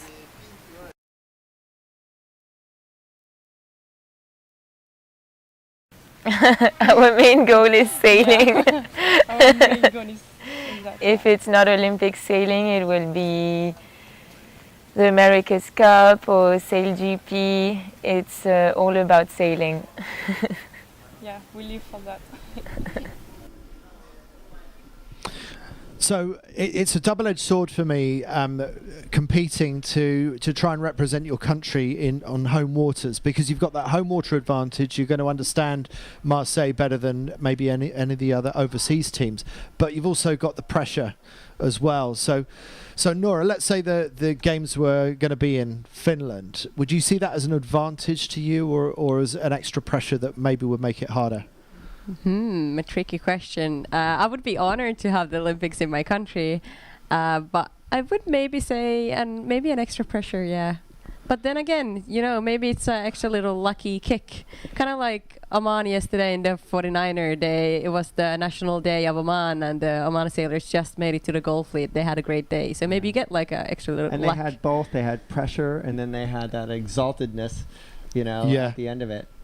Well, what a great way and a great day to come through into your first Gulf Fleet final, which we're going to be talking about Gulf Fleet in a little bit, but we've got one more FX race to go, and we've seen two very different winners so far. We're not seeing anyone dominate the day, and we're certainly not seeing the Norwegians dominate the day. I mean, we're still unpicking quite what went wrong for them, and Nuri, you did a bit of analysis on the tracking and hitting a corner, whichever corner, isn't necessarily the winning move. It was on the first leg for the Brazilians, but after that it seemed like it was a bit more playing the pressure. It was more playing the pressure and staying in your own free wins. But just hitting the corner, maybe it would have looked like that if you just made it simple. Oh yeah, they only went to the left. But we all know it's not that simple. Like, it wasn't just picking one corner and going there. That happened to some of the people, and it just didn't work out. You want to attack when there's a wind shift, and I think that's like the most important one. And like staying a bit fleet handling, like fleet control. I mean, staying close to the fleet, but still on the right side of the fleet, you know, the correct side. Yeah. Whichever it is. Chris, just coming back to that national element of what we were just talking about with the French FX team building up to sailing in home waters. After Paris 2024, it's Los Angeles 2028. Is this going to be the long-awaited revival of USA Olympic sailing? Because, well, hopefully we see a Robel and Shea moment, because USA sailing has been back where Robel and Shea were at the start of that race, and they charged through to come third. Are we going to see some kind of revival? Because in Los Angeles 84, golds and silvers across the board for USA. Haven't seen that for a while. Yeah, and we know it's just a long road for a country getting back to strength. And we know that was long for Britain to get to its really strong point right now, and other nations. We're seeing France start to slowly build that. So right now the USA is, you know, on probably like a 10 to 20 year building program, really focusing on the youth. The fact that we have committed sailors like Robel and Shea and our 470 teams, they're just trying to get there. So we have a couple highlights, but we have a very young team. So, but you know, the next Olympics is 7 years away. Yeah. So we've got a little bit of time. Yeah, and Paul Kayard, he has a leading role in US sailing now. He does. Obviously a great star sailor, world champion. Olympian himself. Yes. From Athens. That's right. And wasn't far out of the medals either, as I remember. No. Something like 5th or something like that. He wasn't at all, 4th or 5th. Yeah. 5th, probably. But yeah, here we go. Really close to the start. 1 minute 20, just over a minute anyway. And we've got French team lining up, trying to work out if that's the French that we were just seeing in the interview. 5:03. Granier and Rio.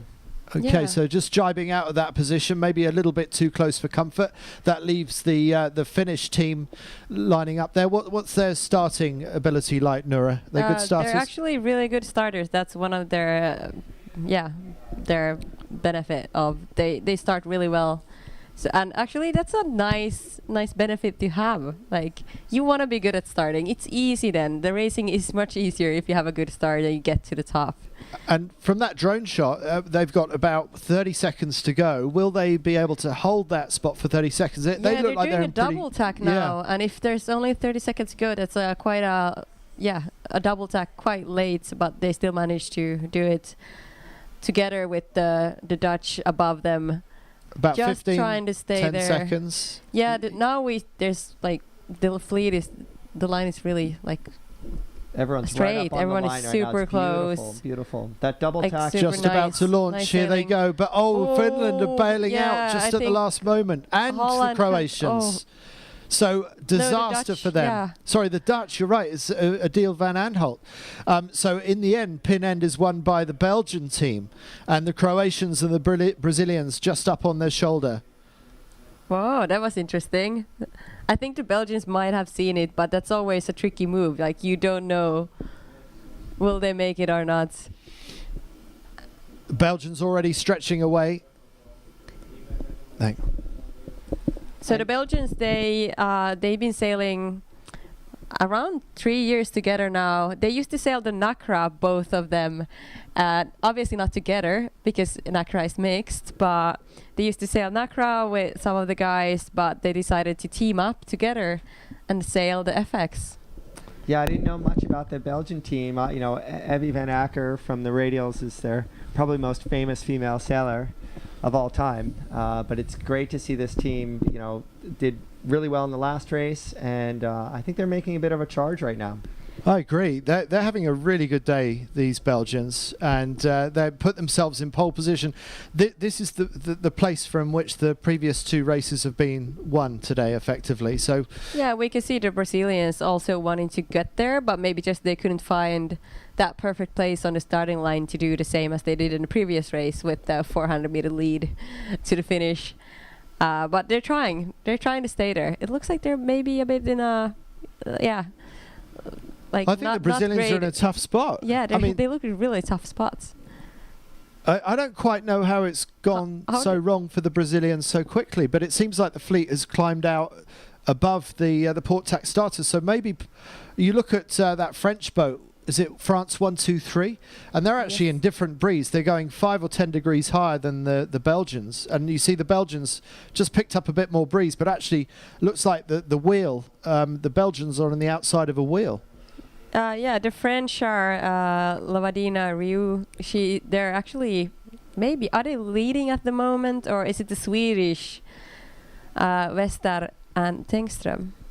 And the one thing that we noticed here that was different than the previous start. Now we know that this race course can have really big holes. We saw with the Finnish and Norwegian teams in that last race, really got flushed.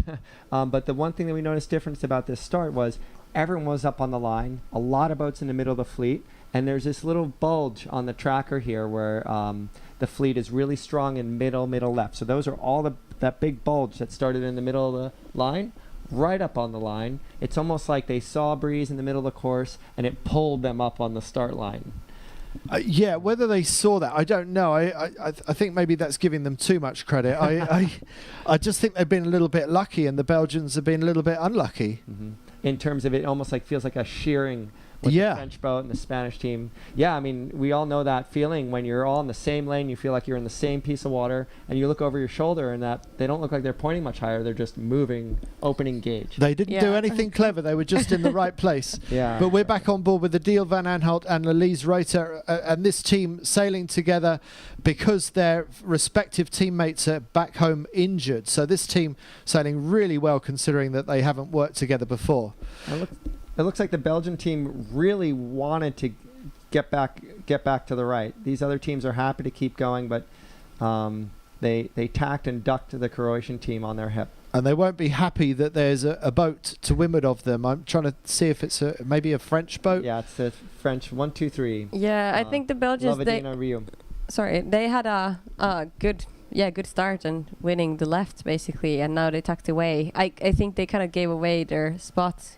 Like the tack just doesn't look too good going to the right, but I guess there's more wind coming from the right side. I don't know, is it just me seeing some gust on the right side there, or actually, does it always just look darker when you think it's darker? This is the first time that I've seen that a contrast difference. So if we can see it from here, gusts. it Ooh. might actually be, yeah. No. If we can see it from here, I think it actually might be something. So now we have motorboat waves here.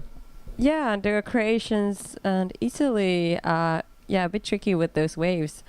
They're so close to each other. Why are they so close to each other? It's like the Italians are trying to make them uncomfortable. Their own personal match race that nobody else cares about. But if you remember, this is roughly where Brazil was when they tacked over and ended up surging into the lead. Will it work for Croatia this time round? Well, we'll have to see. The one thing I do know is that there are more boats in the middle of the fleet, right in the middle of the course right now, than we've seen it in any of these races. And so that means that even if you're to the right, with Norway to the right, not in it on the tracker, not having a great race, they're down almost a full ladder rung from the front row. It doesn't look like you can have a chance to come back unless the breeze dies very quickly. And I think a lot of changes happened in that last race on the top of the second beat when Brazil got there and it was really light. But the one thing I do see here is, man, this looks like almost like just right after the start here in this group in middle left. I see opportunity. Yeah, opportunity on the left, but look who's on the right. Norway 26, and it's not looking good for our series leaders at the moment, is it? As you say, Chris, they're a ladder rung further back on the leading pack. Yeah, what we mean by that is just these big gaps, at least on our tracker, are real. It shows where how far up the course these boats are. So we've got Brazil amongst the pack on the left-hand side, but the leading boats seem to be coming out in the middle with Vesta and Tengström from Sweden nominally holding the lead pretty much square bang in the middle of this race course, which you don't often see.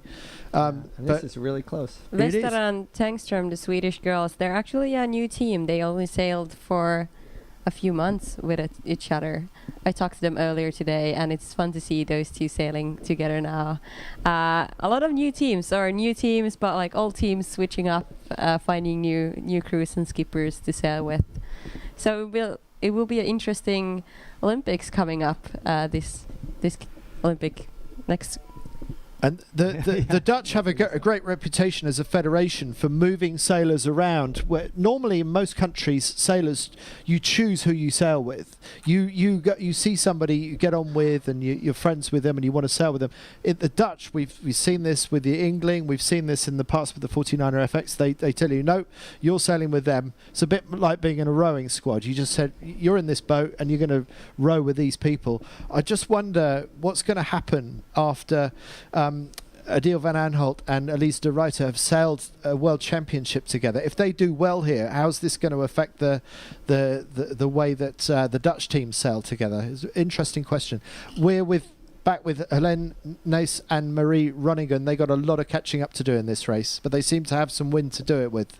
I think they need a little flow now after the previous race just went pretty horrible for them. They really need to get back into the groove. Yeah, what do you think? I guess every boat has a cheerleader, right? Yeah, is it then the skipper or the crew? Yeah, do you know this team well enough? I would think it's the crew. In this case, but I don't know. This is why we want to hear what they say, and it was super interesting to hear their communication. Also during the Olympics, when there were, you could hear the communication of the teams. There's a lot of like insights and like hearing how they talk to each other. Is it, as we talked earlier, is the skipper saying, "Hey crew, sheet in, sheet out, wait in, wait out," or do they kind of like mind their own business, trust each other, and focus on their own things? Yeah, I think it's very different, and culturally it's very different as well. I've heard that the Irish are working on removing their swear words from their language because they know that they're going to be wired for sound in future 49er World Championships. They know they're going to be wired for sound because they were at the last Olympic Games, and there were some sailors, in fact, come back to Dylan Fletcher, he was even concerned that they might be Rule 2'd or Rule 69 if the wrong language came out of their mouths live on global TV. Oh yeah, that's tricky because English language, if I everyone swear knows in our Finnish, words. Yeah. some people would only know it. But Well, here we go, coming into the weather mark. I've been watching this all along, and it's almost like it's been the same start. I think my tracker's broken. It looks like the start line all over again. Yeah. This is where very specific skills come in handy, not just with shifts, but how to pin and balance your fleet management as you come to this weather mark. And would you want to be Croatia, who are front of picture right now? They were just stuck out on their own on the far side with the Italians, but they look like they've got a sniff at the front of the fleet, but they're on port tack. They're going to have to nip through in front and behind a few bows and transoms of the starboard tackers that we see now. it looks like the top 10 of the fleet is within 70 meters of each other. It's so close. Awesome. Oh my God! Let's see what happens here. Will they make it? The Croatians, it actually looked like French. They're just at the moment we can see them in the picture, Both coming on the starboard. I think they will be indeed in the top. They will be leading this race. The Croatians are coming in from the port ley line. We will see them soon, but they're not there yet. So Lovedina and Ryu go round in first place for France, running in to start hoisting the Nacra, and it's going to be a France 1-2. So that video that we played about the Marseille squad seems to be bringing out the best of the French team, but it's messy for the Croatians as they go round. I wonder if there's going to be an incident. Will the umpires get involved? And look at the port tackers trying to break through. And a lot of early jibe sets there as well. Surprisingly large number of jibe sets, which surely is playing into the hands of the race leader, Lovedina and Ryu, stretching their legs and already now out to a 70-meter lead on the rest of the fleet. There's already someone, I think one of the Italians got stuck there. I'm pretty sure they touched the mark. They're doing the penalty turn. Actually, and they're doing the penalty turn in the worst place possible. You should never do the penalty turn beneath the mark. But you don't have a choice, right? You've got to take your turn when you've got to take your turn. You've got to take the turn, but you could, of course, if you can drive up towards where there's fresh wind, you want to do that. But yes, you're going to take the turn straight away. Or you should, at least. Oh, there's a story about that. I'll come back to that. But I'm really surprised to see that the second French team jibed away where they did. 5:03. They were second round the windward mark. They do a jibe set. And you never do a jibe set when you're leading the fleet the first time round the windward mark. Surely that's a schoolgirl error, isn't it, Nora? Where, I agree. I was thinking, and I'm like, no. Actually, I agree. To see Canada, sorry to talk over you guys. To see Canada in second, which is great to see them coming back. They had a 1:12 comeback yesterday in the beginning of the day. They had a 1:12 today in the beginning of the day, and now they're back in second, which is really great to see. I want to argue with you guys just for a second. It was the right side, even though it was late, that came in at the top of that beat. So in your head, you have this thought where if you're just thinking about breeze, I'm going to go take the rest of that shift. But they probably didn't take into consideration how many boats were up on that starboard tack. But you know what, Chris? It's not looking too bad for France 5:03 going down the other side of the course. They had to eat a lot of bad air to get through to where they did, but it doesn't look too bad once they popped through that bad air. But is it a price worth paying? We'll have to find out when they get to the leeward gate. Meanwhile, in the lead, we see, it's a bit of a slow up for France 1-2-3 through the jibe, but they get back up to speed again. And it's Canada with the aubergine kite just going out of picture to the left. And it looks a bit soft for the French. I think the Canadians are maybe looking across at the leaders and thinking, I don't really fancy that much. Maybe the Canadians are going to carry on a little bit further. Yeah, let's driving to the middle of the course. You would maybe normally not do too much. There's like a wind gap just beneath. There's so many boats coming in, like a normal, like straight hoist on the left side. So the French maybe have a bit less wind, unless you actually see that there's something new coming on the other side, on the right side of the course. We have the French 503, Granier and Rieu on the right side of the course, and it looks like they might like actually come quite well from there. What I'm really surprised about is that, actually I shouldn't be surprised about this, but this whole fleet rounded in one big pack, almost like the starting line. There was really not a big distance between the first and the last boat. But I am surprised that the group stayed together on the starboard board. Yes, I agree with what Andy said, don't peel off too early unless you have a massively awesome opportunity. But once you get down that leg, that group stayed together for a long time. That can't be fast. No, it's true. I mean, if you can find your way into clear air and have your own lane to sail in downwind, you definitely want it. But yes, not too sure what the reasons for that would be.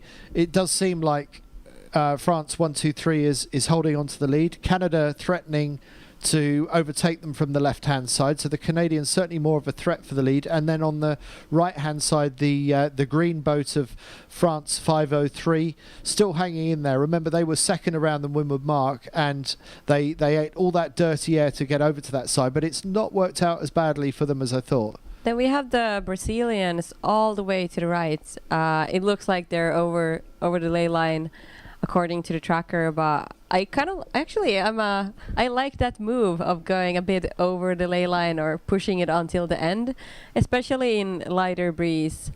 They're going 12 knots downwind. It's not super quick. But what's great is when you get to the leeward gate and you're still coming in with speed when everyone else is soaking in there. And especially we will see this lower mark, this gate, it will be crowded. Like, we will just see it will be super crowded, and you want to come in there with speed.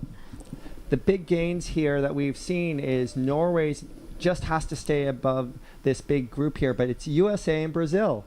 They were in the teens, and now they are really climbing through. They must have had really great speed.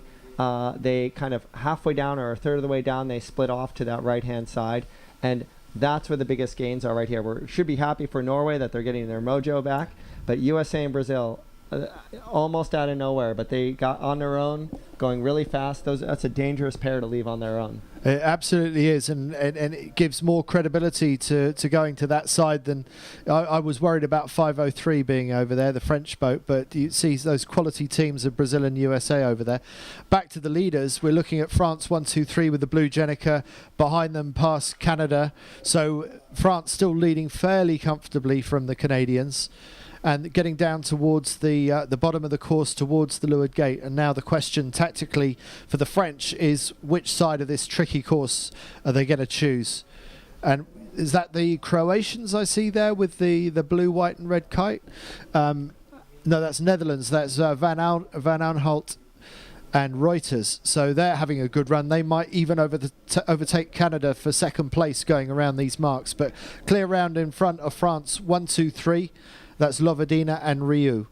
And around in second place, or second equal, it's now the Dutch, Ned 65, with Canada going out the far side, out of picture. Sweden 45, Vester and Tengstrom, the new pairing, sailing well in Sweden 45. And a bit of a gap back to the next boat, which I think will be the Belgians on the left of picture, just going into a jibe.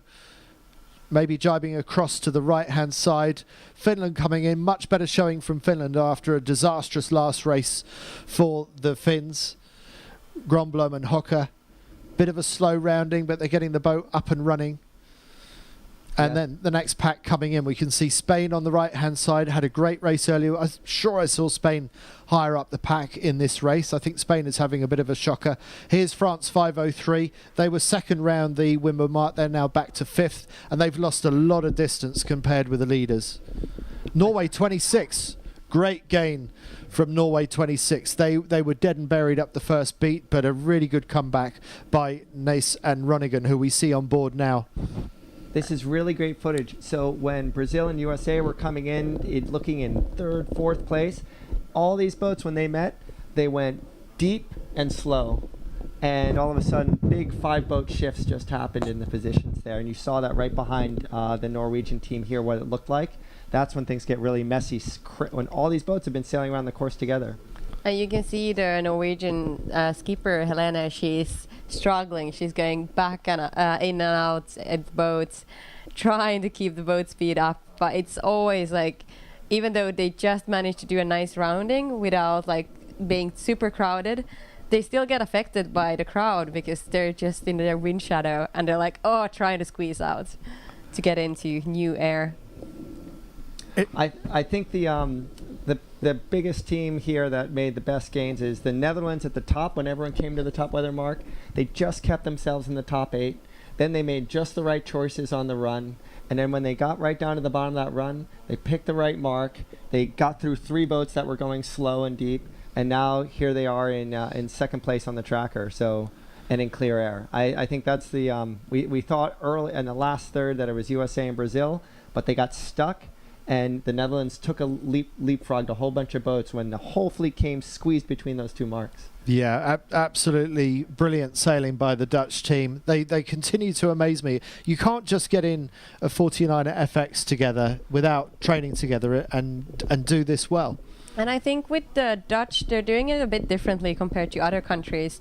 They're swapping a lot with the sailors. So they have the Dutch team has a lot of sailors and boats, and then they can just swap and like mix and match however, and that makes them also really good sailors. They're able to sail with whoever. So they can just adjust quickly to a new crew, a new skipper. I think that's just one of the benefits that country has, that they have this ability to switch, because in some other countries the country doesn't own the boats, it's the teams, they own their boat and make their own campaign, so you don't like mix, you don't sail with other crews, not like training partners, but yeah, I was raising that point as a disadvantage earlier, but I think it's a really interesting point, that being forced to sail with other sailors, you're going to learn faster because you see different ways of doing things. And then we see the team that we're talking about, the Dutch Ned 65, this crew sailing together in a World Championships for the first time, and currently in second place after some really good tactical calls down that run that you were talking about earlier, Chris. And we know with Odile, we were talking about how relaxed she was earlier in the week. I mean, she was singing when she was getting her boat ready. She's a smiley, happy person. Oh, so she's such a happy person. I see her in the morning at breakfast and she's so happy and always like, singing and smiling. Her parents are here. The other thing about her, and we had the French sailors in that interview before, just like Amélie Rieu sailing in the Sail GP, Odile sails in 69F. She's done a series with foiling triple-handed boats in Lake Garda. So getting those diverse skills in high-performance boats, I think gives you confidence. It says, I can do this in this boat, I can transfer my skills in other boats, and then I can bring back what I've learned. And exactly. I think those are like mini little superpowers, and it shows she's confident, and they're sailing really well. I totally agree with that diversity approach of sailing as many different types of boat as you can. I think that strengthens your main focus. And if the 49er FX for the next Olympics is your main focus, going off and doing other things outside of the FX is actually still a really valuable thing to do. Well, there's a big difference in this race course right now. It's definitely left side favored, and the majority of the first group got over there already, and they've tacked. And we see the French and the Dutch really strong. I think that reminiscent of the Brazilians in the last race, But again, we still have a really big peak here. And similarly to the first beat, where we saw the boat that won the pin, I think it was the Belgians. They got lifted out by other boats that just had a better breeze that was further to the right. Look at the tracks there. There are boats on the left-hand side like the Norwegians and the Croatians, and there are other boats to the right of them that are just on a much higher track. It just seems like the further right you are on this course, the more right the breeze is. It does, but the Norwegians, they have quite like free winds there, so it's interesting to see, will they stay in the top or will they lose to the pack on the right side? I think maybe there's more breeze on the left, so even though the direction isn't as good, it might be that you get out of jail on the left because there's better strength of wind over there. Yeah, no, what I like to watch here is, you know, we've been picking out boats that have been the ones making the right incremental decisions to get themselves up through the fleet, like the Dutch just did in this race, like the Brazilians and the USA tried to do this race in this race, and they got slapped down at the leeward mark. But there's this pack in the middle of the fleet, and if we look down, Sweden, we haven't seen Sweden in this group, so you know that's a boat right now that's on a march, and Netherlands was on a march, and I think they have a nice big gap. The French are still staying stuck, and Finland. So I think Sweden and Finland and Norway, all those boats were in the teens in the in the middle of that first beat. Right. Yeah, I think the second upwind was for them, or it looks like it's been a gain, indeed. But they're not these big leaps into fifth place. It's two boats, leverage. Two boats, leverage from the other side. I guess it's the weather today, like really shifty, and like you just have to take every boat that you can get. Like sometimes on the water you feel like, I just want to, you know, get ahead of everyone, but actually the right way to do it maybe in a day like this is just taking the shift a bit better than the others near you, gaining one boat at a time.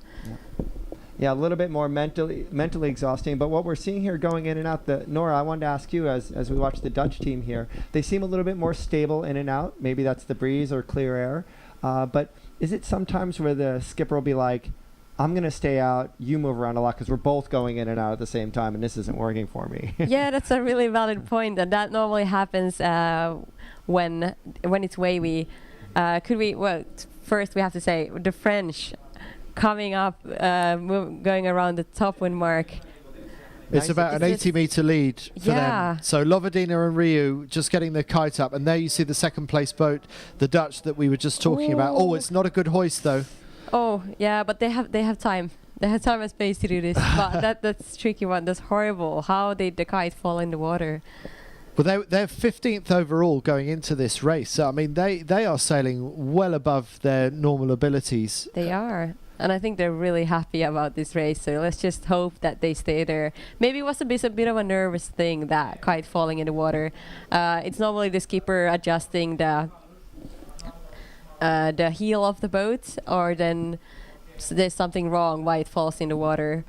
I don't know, or just something got jammed. Too slow to pull up the spinnaker, but that shouldn't be the case. They're up and running now, so not too much harm done. We see the Finnish boat going upwind, and they're actually pretty far up there. So that gives you a sense of just how big the gaps have become now between the leaders.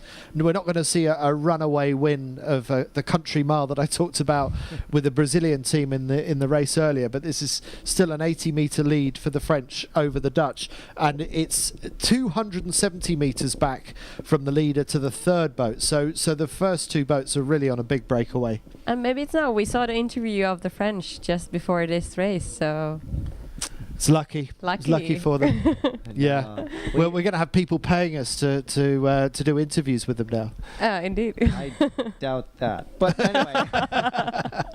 But looking at this, I think if all things stay the same, I think we know that Sweden and Finland made a really great incremental march, and now there are these big gaps where, it doesn't always happen when you make these gains and then you have this breathing room. You make these gains so that you relax and then you get past again. So I think this group, Netherlands, Sweden, Finland, and particularly Norway, they should be really, do you know how hard that is mentally to be on top of this fleet, be really relaxed, and then have a total sinker of a race to shake your nerve and to come back through such a hard race course. I think that shows an awful lot of maturity on the part of the Norwegian team. Absolutely. And then round in fifth place is Grumblum and Hocker, so they're having a good race. The Norwegians hanging in there in sixth, are overall series leaders. Now round goes another French boat. They were up there earlier. Then the Belgians, they were also up there earlier. So they're still in the top 10. The Belgians, the last boat we saw, is in 7th place. And then it's another 70-metre gap to the Canadians, who are likely going to be the next team round. And just for another bit of perspective, Grail and Kunze are in 10th. And just looking for where Robel and Shea are, they're back in 17th. So it's all caved in for the USA team, unfortunately. Round go Canada are race winners in the previous race. Sorry, in the first race of the day.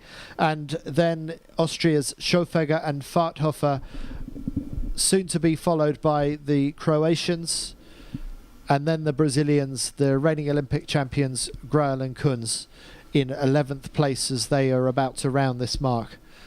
And then Suarez and Cantero, the Spanish team that was second in the previous race, followed by one of the many Italian teams, Germani and Bertuzzi. Look at the lead for France, 1, 2, 3 on the left of picture, and Netherlands 65, the first two on a total breakout from the rest of the fleet. I see a downwind leg just like the last one. Big group, not separating, and we know what happened there. We know boats took a lot of opportunities. And if all things shape up just like that last run, which they very well could, it's not just grabbing that opportunity like Brazil did, separating at the right time and coming back in with speed.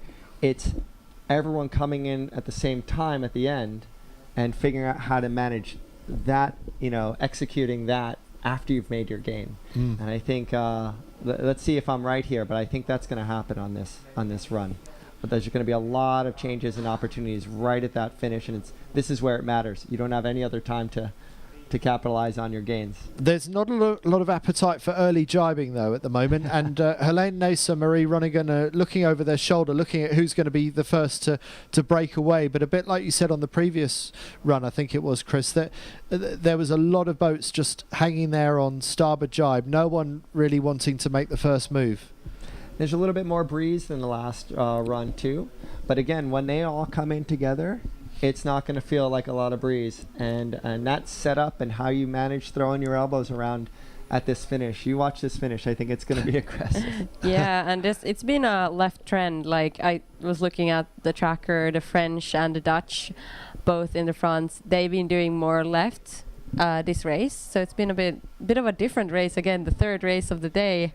Every race has been super different from each other. But you say USA, Robel and Shea, they're doing the early jibe again. Yeah. They do like the early jibe, don't they? Yeah, I am actually, personally also, I prefer the early jibe. It's quite nice. You feel like you can gain. If you're in the back like they are now, like, you have all the potential to gain. You have nothing to lose. That's when you're just going to be like, okay, jibe early, hope for the best. And it looked like it was going so well for them, having made that move on the previous run. And then the cameras moved to something else. And when we saw them next time, they were just nowhere. It disappeared for them. Got stuck somewhere. Yeah. But now we see the corner on the left have jibes in and coming also towards the middle.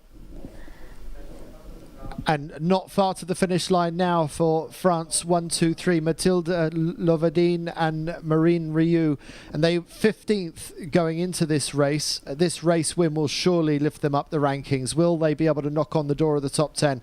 Congratulations to the French team. Absolutely amazing. And they're going to be so happy about that. By far and away their best score so far this week. And will that launch them to another level of confidence? We see the Dutch, Ned 65, they are similarly just as comfortable in second place. No one can touch them. And Adil van Aanholt and Elise Reiters sailing fantastically together for a team that have only just been thrown together in the last few days. So really impressive performance for the Dutch. Then a long way back to Sweden 45. It's going to be Vesta and Tengstrom who are going to take third place in this race for Sweden. I think big picture wise on the overall leaderboard is you'll see the Dutch getting a lot closer to the Norwegians in this exchange of last races. They are, and they had a two fifth places today.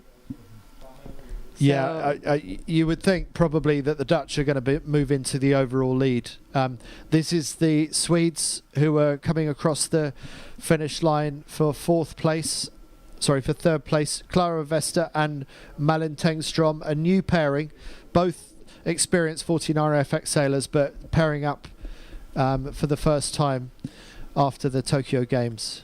Talking about the Dutch, it looks like they're actually leading the regatta at the moment. Okay. So it's interesting to see now after this race, but for sure, if finished second, they will indeed be winning.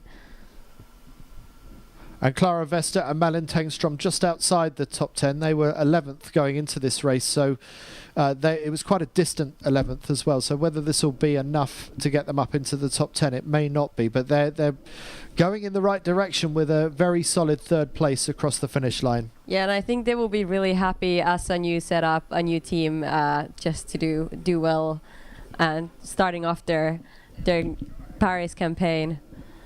And Ronja Gromblom and Vera Hocker, they were fourth going into this race. They're fourth across the finish line. Very solid finish for them after a poor 19th place in the previous race. A good comeback for them. They were, third overall coming into this day, but looks like the results might have switched a bit, but still in the top.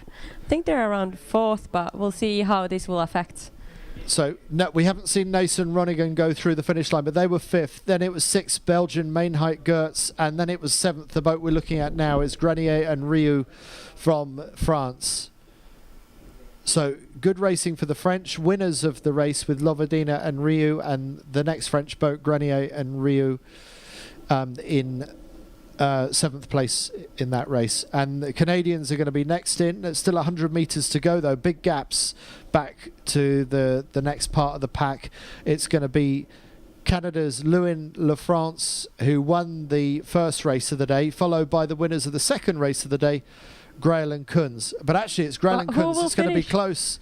It's going to be a close one with the Canadians just jibing in. Is it going to be enough? So Canada just gets ahead of Brazil by the length of a spinnaker pole. That was a really close finish and a good move from the Canadians to jibe there.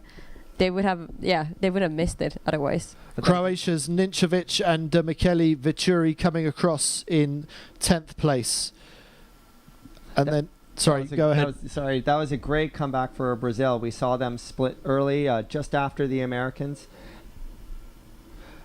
And then the next boat's going to be Spain. They're a little bit soaky. They're coming in slowly here with both sailors stood in the boat, but it's enough to get them across the finish line in 11th, ahead of Austria, ahead of Italy on the far side, and then Robel and Shea with USA 3 coming across in 14th place. So a bit of a disappointing finish for the Americans. Giovanni and Bertuzzi from Italy, followed by the other American team, Wilmot and Reinecke, who at one point were last in that race. So a good gain and a comeback to 17th place for Wilmot and Reinecke. It gets really, it didn't come in like I exactly had planned, but there was a big pack coming there. When they do come down slow together in those groups, it's shocking that you have to, sometimes commit to going hot even though you look like you're losing a bunch of boats. So we haven't got long to round up what we've just seen with the FXs, but the outcome of all of that is that Odile van Aanholt and Elise Reiter, a new team, the Netherlands 65, now take the lead in the World Championship. An incredible performance by them. A lot more mixed behind them, and I haven't seen how the scores stack up if once we've slot in the race that we've just seen, which was won by the French team of Mathilde Lovadina and Marine Riou, who started the day with a 19th, then got a 4th place, and then won that race just then. So they are eating their way up the leaderboards. They've climbed up to 13th at the moment. Will they be able to get up into the top 10 before the medal race? Quite possibly they will. We've got a long interview that we want to go into, and then when we come back to you, we're going to be doing the 49er Gold Fleet. But if that interview is ready to run, it's a really interesting one with a 49er sailor that is about to hang up his boots and retire from a long and successful career in the 49er, and is a 49er FX sailor that's just getting on her road to the Olympics. So let's have a look at that video now. I am Chris Museler. We are at the 2021 Nacra 17 49er FX and 49er World Championships. And I'm with two pretty awesome crews, or actually totally awesome crews here from the regatta. We have... Hi, I'm Shweta Shervekar from India. And... Hey, I'm Paweł Kołodziński. I'm from Poland. Great. And the reason why we brought these two here today, we always try to learn a little bit about the people that are sailing in the event. Everyone comes from fantastic backgrounds. They're all highly intelligent and hardworking athletes from their countries. But we want to learn a little bit about their backgrounds and then get some people together that can learn from each other. The reason why we have Shweta and Paweł is because Shweta is not only is she an emerging nations coach and a doctor, but she is relatively new. She did FX about 2 or 3 years ago. And I left sailing and again was completely into coaching, and we did some 470 mixed class. And just recently, a month ago, I found a committed partner towards the new campaigning of 24 Olympics. So yeah, full-time sailing now. Awesome. And so that's pretty new at least in the FX with this partner. And Paweł, you've been in the FX since before the 2012 Olympics in London, right? Yes, maybe I was not an FX, but an 49er. Yeah. Sorry, 49er. Yeah, we started sailing with Lucas on, I think, August 2010. Now, the important part of this conversation right now is that Paweł, this is his last World Championship in the 49er since you started sailing. You've been sailing full-time. You have a family, and you probably have other things in your life you want to accomplish. Tell me just a little bit about, what weight that put on you for the past 11 years, traveling a lot but still starting a family. I think everyone has to be concentrated on and focused on the sport program, but in the middle you can fit family life, but you have to have partnership with your wife and grounds around. So it was, for me, 11 years of great training program, and I could make a happy family, and now I changed the priorities. I quit sailing, I quit Olympic sailing, because in sailing I want to be till the end, and I want to focus more on my family and 2 boys. And how old are your children? And, it must not have been easy, though, in the last bunch of years. You must miss them. Yeah, I miss them much, because we spent a lot of time around the world, and not that much at home. And boys are, the older one is almost 6, and the younger is almost 2, and they are Olympic years boys. So in 2016 was born Christopher, and 2020 was born Gregor. Awesome. And just flashing back a little bit, Shweta is just getting started with her FX campaign, very new. What was the very first part of your 49er campaign? For the beginning, it was great that our coach made a group, 49er Team Polska. There were 3 crews training together, similar level, but maybe Marcin Czajkowski, best greetings, was experienced guy. So he was the leader, and there was 5 young guys around making big progress step by step. So I think great value is to have a strong training group and working together and have great open cooperation. And that's the point, I think, to fight against the world.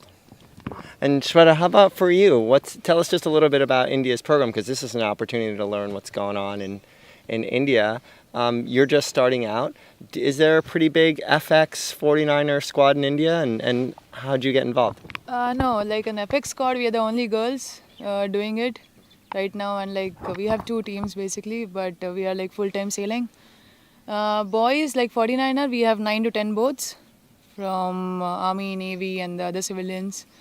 Recently, I think in the Tokyo Olympics, one of our 49ers from India represented in the Olympics. So that was a biggest achievement for us.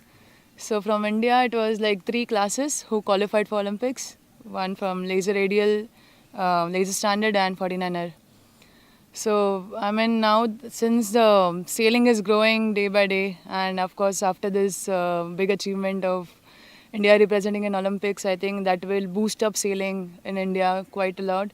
Yeah, the new generation is coming up in sailing quite well. I mean, they're just picking up and they're putting more interest. And yeah, hoping to see more upcoming Olympics and an Asian Games. Like for us, next year is Asian Games, so that's the main biggest focus. And then, of course, the Olympics to qualify and then represent and get medals. So looking forward to that. Now, Pavel was saying, it was number one focus to, as an athlete to really get to the games and to achieve those goals. It sounds like you definitely want to take the path that he just is finishing right now at this regatta, and you're just starting at this regatta. You're a doctor, you're a coach for the emerging nations, but where does your passion come from? Like when you look at your next couple years leading up to 2024, how hungry are you right now? Of course, to go to the Olympics and stand on the podium is my childhood dream. I mean, that's like, yeah, being a doctor, I am not that much focused into practicing medicine, at least for now. I'm like full-time sailing. So yeah, I do, especially in the COVID period, I did whenever I was off training, I completely gave my time and dedication towards my patients. But yeah, now back to sailing. So those days I was because the COVID was such a big disaster for the whole country. So I was almost seeing 300 patients a day that time. And now I think, yeah, whatever my part or as my duty towards as a doctor, I had given it back. But now I will come back to my dreams and hope to qualify for 24 Olympics and be somewhere in the top. Awesome. And like we were saying, I guess the other main thing to bring you guys together is, Pavel, we talked about that idea of what advice would you give to your 18 or 20-year-old self when you were starting out your career, knowing what you know now, going into retirement. But can you answer that or ask that question or give that information to Shweta and other crews and teams just starting out careers? Is there something that you know now that you didn't know when you started your career that could really help people like Shweta just starting out this path? I think Shweta has got big dreams, so it's a really important thing. But on the way, on the path, you have to be patient. You have to get your experience race by race, regatta after regatta, make good thoughts about what happened, what we can change for the future, and just make slowly progress, and then it blow up. So just be patient and do good things with proper teammates.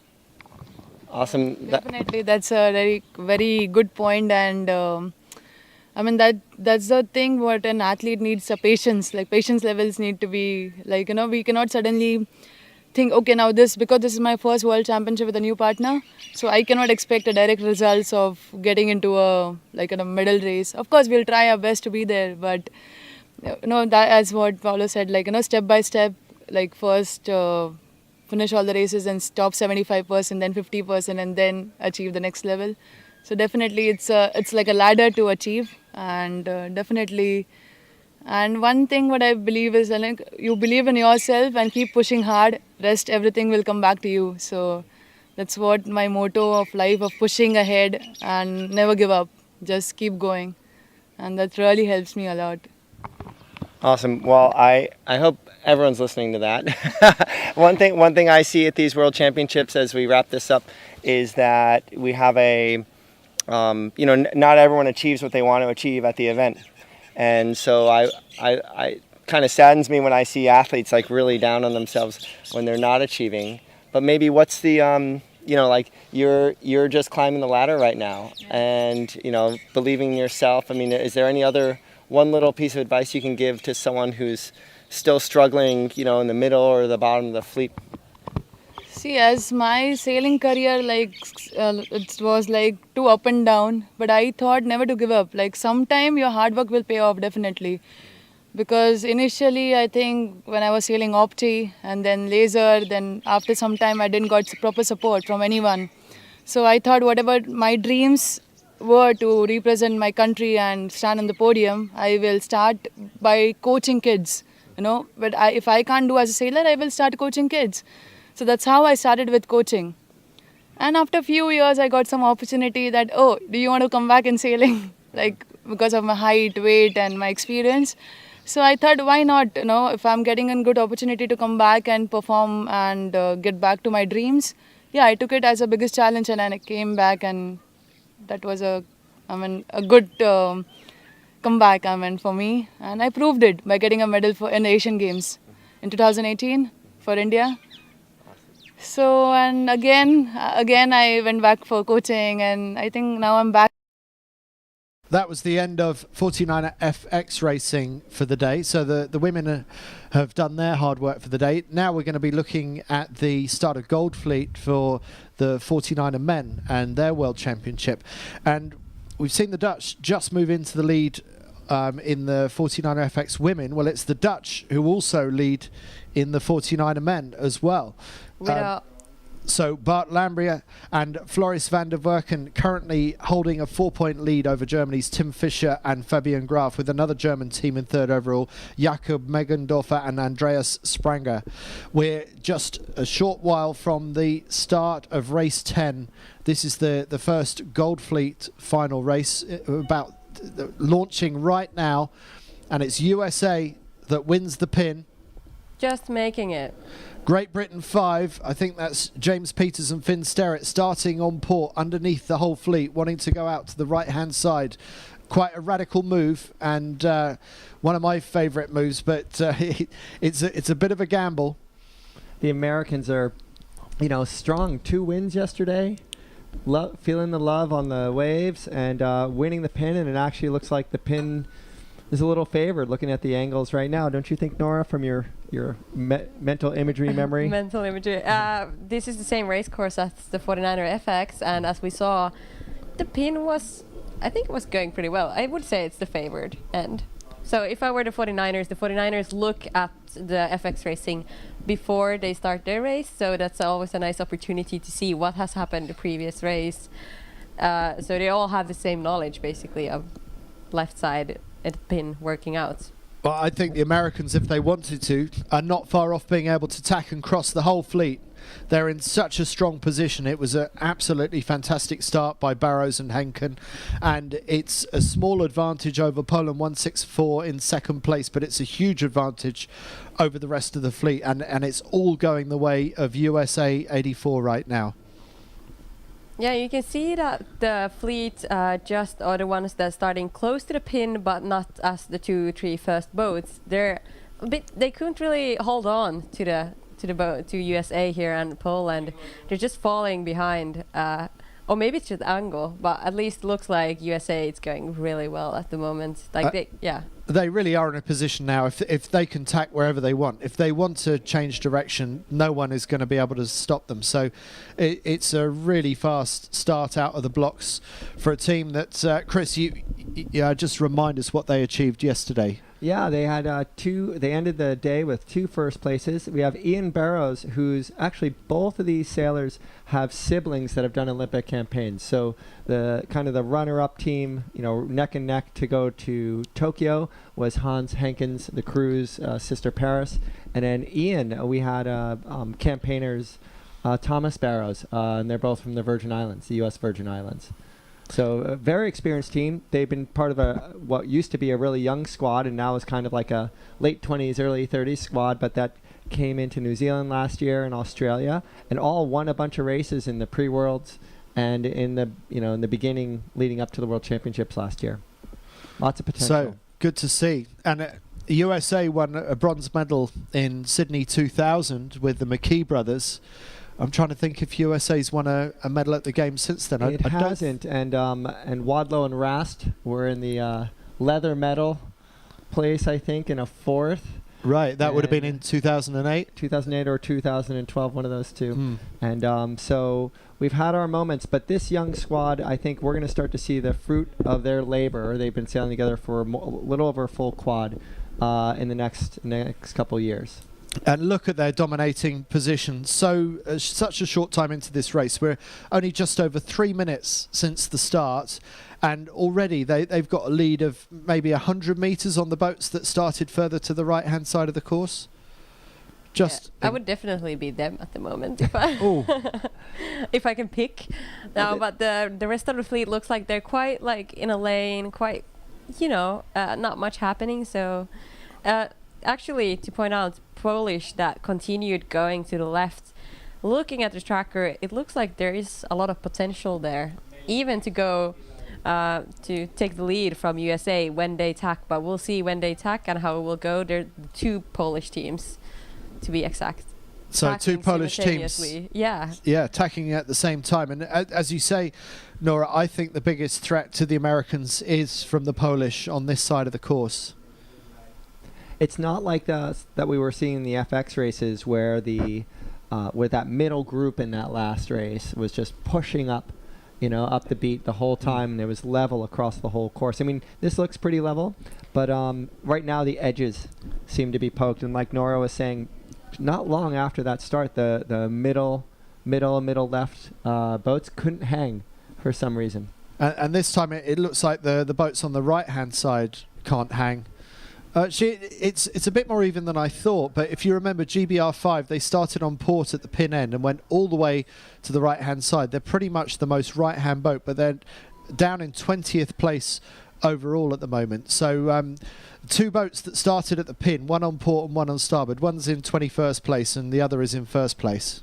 As we saw in the final downwind of the FX, everyone it looks a bit more simple. People didn't drive too much, weren't too much in the middle. It was more like a simple race, continued to the left of the corner. Maybe we can see that the wind is more stable today, or getting more stable than in the beginning of the day when the FXs were racing. At least to me, it looks like that. Looking at the tracker, it looks a bit like the racing looks easier. But I mean, the funny part is when racing is easier, it's easier for everyone. So then it's more about maybe boat speed, who gets there first. So what you're saying is it's more likely to be an even race through the fleet because everyone's got the skills to sail in a steadier breeze. Yeah.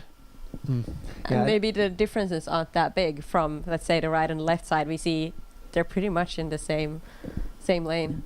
Yeah, and I think big picture, Nora, we are later in the day. This is a Seabreeze location. So, you're 100% right in this generality. I think the breeze is steadier. I think the sea state the breeze has been able to just get that into a regular cadence. And as we look here at the USA, who had picked a really great time to consolidate their lead, to tack on that shift and cover the fleet. Their only people that they have to worry about is Poland, like what Andy was talking about on the left. Really, like they're just dead even. But when you look at this race course, if you were on this race course right now and you had this view, you'd be like, everyone's really close. It's just everyone's one shift away right now. Indeed. It's going to be tight at the top wind mark. It probably is still like that, but at the moment, I should think Staniel and Storch from Poland are feeling pretty good on the left-hand side. And that's who we're seeing now. Poland 164, the furthest left boat of the front bunch, and they look like they've got good speed on that side of the course. They're doing just over 8 knots, which is about a knot more boat speed than the Americans, who have now tacked onto starboard. So now it's the moment of truth. It's going to be the cross between USA, who we see on starboard. Will the Poland 164, be able to get across the front of USA 84? Yeah, it's like USA is leading the pack on the right side, and the Polish the pack of the left. Nora, I have a question for you. Oh, go ahead. So I think we have just seen Poland cross USA fairly comfortably there, actually. So that has been a lead change, and that consolidating move by Barrows and Henkin seems like the right thing to do. It was the more conservative approach, but Poland banging the corner. We've seen banging the corner and on first beats with the FX work, and it seems to be working again. But now when we're looking at the USA here in the picture, they're coming towards the mark, but they're still looking at the tracker quite in the middle of the fleet, and the rest of the fleet they're really close. They're probably just like 30 meters behind them. That's not much. Do we think, will it be tricky for them to still come second? Or I think almost looks like the Polish would be, we can't see them in the picture on the right side behind USA. They were quite close. I think I really like what the USA did. They did the right thing to cover the fleet. People that got leverage to them, Poland led that, but they saw that the left side was coming in, so they used whatever opportunity they could to get in touch with them and get underneath them instead of just holding with that pack. They would have lost probably 5 or 6 boats if they just hung with that right pack. As it is, the Americans are about to go round in second behind the red Jenica of Poland 164, Mikolaj Staniul and Jakub Storch, who have already gone round in first place. And now it's the turn of USA to go around in second place, just ahead of another Polish boat. It's Poland 19. That's Dominik Buksak and Simon Wysbicki. And now it gets busy, and yet another Polish boat. So it's Poles in 1, 3 and 4 going around the windward mark. There is something special in the air today for Poland. Great Britain 17. Jack Hawkins and Chris Thomas going round in 5th place, followed by the Danes, Denmark 7, that's Frederik Rask and Jakob Precht Jensen. Then the Germans, Germany 22, France 44, Germany 13, that's Tim Fischer and Fabian Graf, second overall. France 16, Italy 99 with a bit of a messy hoist there. Trying to the Irish, Dixon and Wadlove. Oh dear. Can we mention about the angles? It's like 180 degree. The ones that, at least one of the pole coming straight towards the camera. I wonder why they needed to go take such a high angle out of the hoist. And the jibe set looks, oh my god, it's horrible, but I think they will get wind soon. It shouldn't be that bad, should it, when you're close to the back of the fleet? But it really looked like it was hurting for quite a long time. I think the breeze is really lightened up at the top of this course, and it gets, like you were saying, Nora, it had everyone pointing at each other right when there were a whole bunch of boats at the same time, and then they block each other's winds. So it just got really, really messy up at the top, and whoever can break free of that first is launched, as we can see here. Staniul and Storch so far ahead of the rest of the pack. They've stretched out to 120 meter lead over USA 84, who are caught in a Polish sandwich, aren't they? I mean, it's Poland 134, and they are the Americans are the meat in the sandwich right now. Yes, they're not the kielbasa's on either side of them, I guess. So the pierogi. You're showing off now. Yeah, I know. I have a couple more. So I suppose actually, yeah, you're part American, part Polish, aren't you? Yes, so I have. Polish American. I am Polish American, actually. We talked to Pavel about that. But you know, the one thing that's exciting about this group is, you know, they have a coach. Who are they coaching? They have a coach for the Finnish team too, right? Oh, some of the Polish sailors, ex-sailors from the 49er, they're coaching the Finnish team. So the Team Finland is getting some Polish skills here. Yeah. Awesome. But it's nice to see that lead. We saw that. Now we're seeing something not so unusual regardless of the breeze today. The leader's extending. And then let's get back into our mode to see who's gonna make the biggest gains or who's going to hold on to their top 5 spot. Yeah, looking at the tracker, the Polish, they went to the left just half the downwind and now jibed off with the rest of the pack just behind them. You can see in the picture a lot of colorful spinnakers just behind them on the left side. But what we can't see on the picture is the Austrians and Netherlands coming in the jibe set. So there's still, I think, I see potential. Here we can see the tracker. They're the pink and the green boat on the right side. I think they're doing a gain there. Right, so it's worth that early pain of doing the jibe set, possibly. We'll keep an eye out for that. I seem to remember saying something similar about the Brazilian and the American FX teams when they were in this position, and then by the time they got to the bottom mark, it didn't work out for them. but at least they got clear air. Look how congested it is on the left-hand side of the racetrack for pretty much everybody except the leaders, Poland 164, that are just stretching away to more than a 200-meter lead now. Maybe there's just like one gust and everyone has to be in the same gust. Since no one wanted to continue, or maybe just the shift also. I guess it's the shift mostly changing, like making the fleet being really close to each other, because everyone kind of have to jibe. Like it wouldn't make sense to continue. It makes me think that this is a different time of the day. The breeze is coming from roughly the same direction, but we're looking at our visual memory when we look at this tracker, and it's setting up very similar to the way it was with the FX. So do you think there are some environmental, meaning the pack sailing around together, situations here? Oh, that's beyond my pay grade, I think. Meaning regardless of the breeze, if it's a big pack, it stays together on starboard, the majority. A couple people flip out, and then depending on the breeze, whether or not they make out okay or not. Because it's the same picture. I should have taken some pictures. Yeah, well, maybe. But then there's a lot of, especially downwind, because you can be behind a boat without getting too much shitty air. Okay, gotcha. Compared to the upwind, so maybe that's why. Disturbed air. Disturbed air. Yep. Yeah. Look at that lead. I mean, it's just crazy how far ahead Poland 164 has managed to get now. They're more than 200 meters ahead. They've got the choice of where they want to go up this next leg, and what a wonderful feeling that must be for them.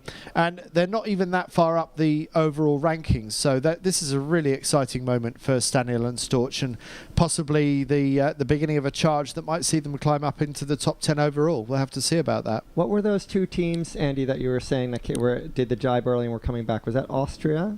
I think Netherlands was one, and was it Ireland the other one? It was green and pink, no? I think it was Netherlands. Yeah, green and pink. Yeah, so Austria and Netherlands. Austria and Netherlands. Yeah, so not bad.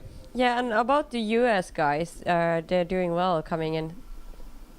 They're in third at the moment. Third at the moment, yeah. So it's about to get busy around this mark. We can see the yellow Jenica of the American boat just here, just to the right of picture. Looks like they're going to be next round, going out to the left. 11th overall at the moment, so this would be a nice little gain for them. Yes, absolutely. Should get them up into the top 10 if they can hold their position in this race. So it's USA 84 going around the mark ahead of Austria 29.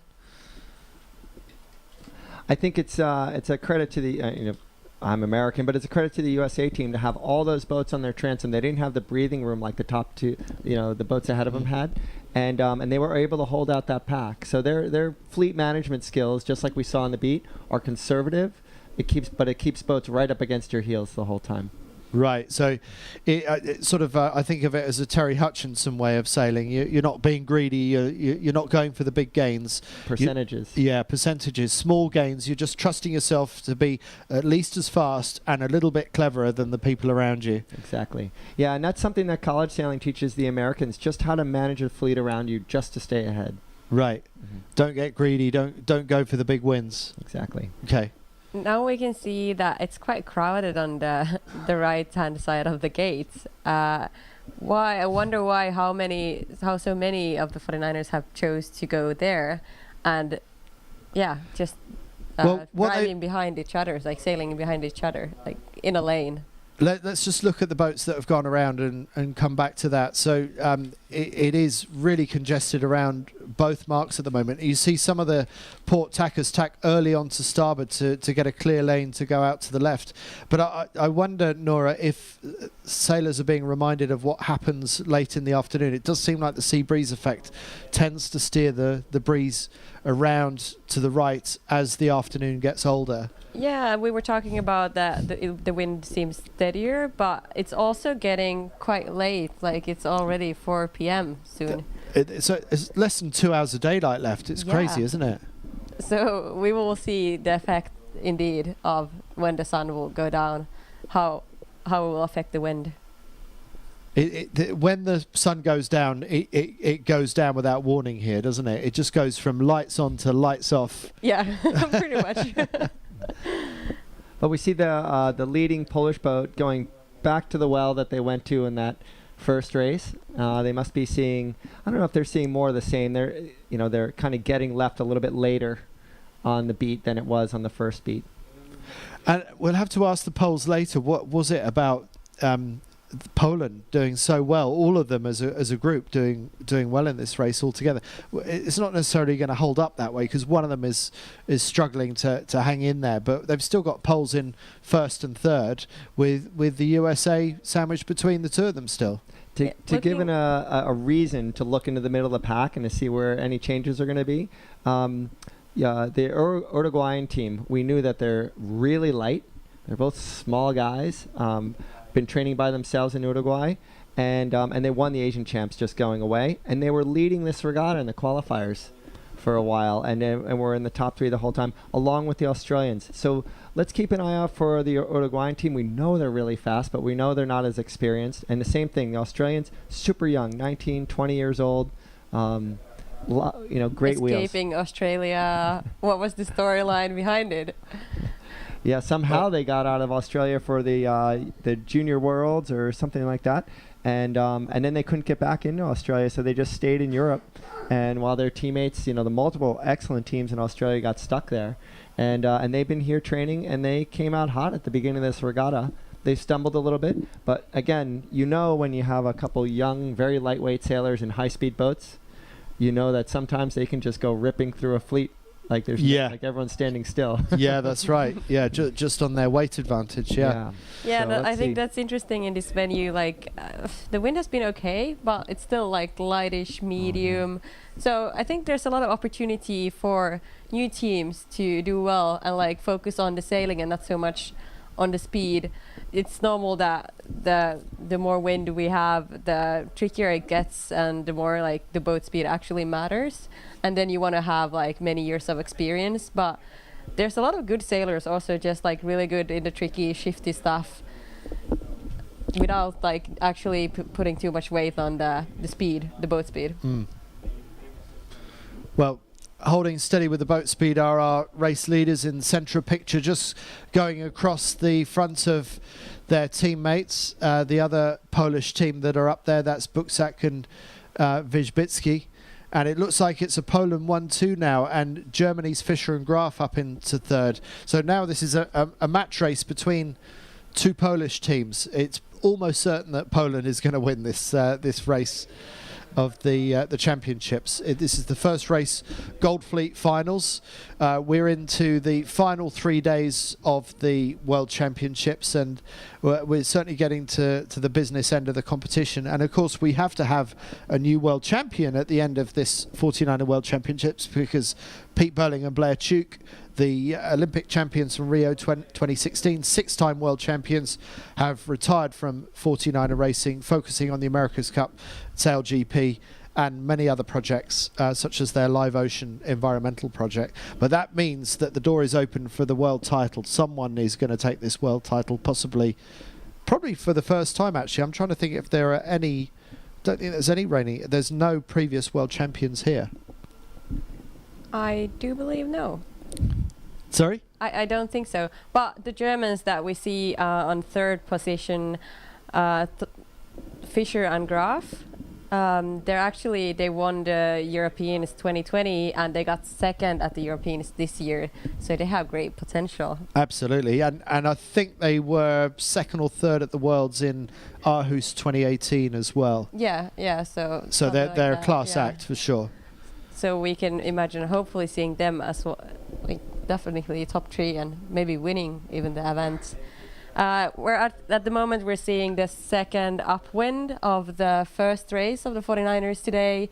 This is day number 4, so the qualifiers are done and this is the first day of finals.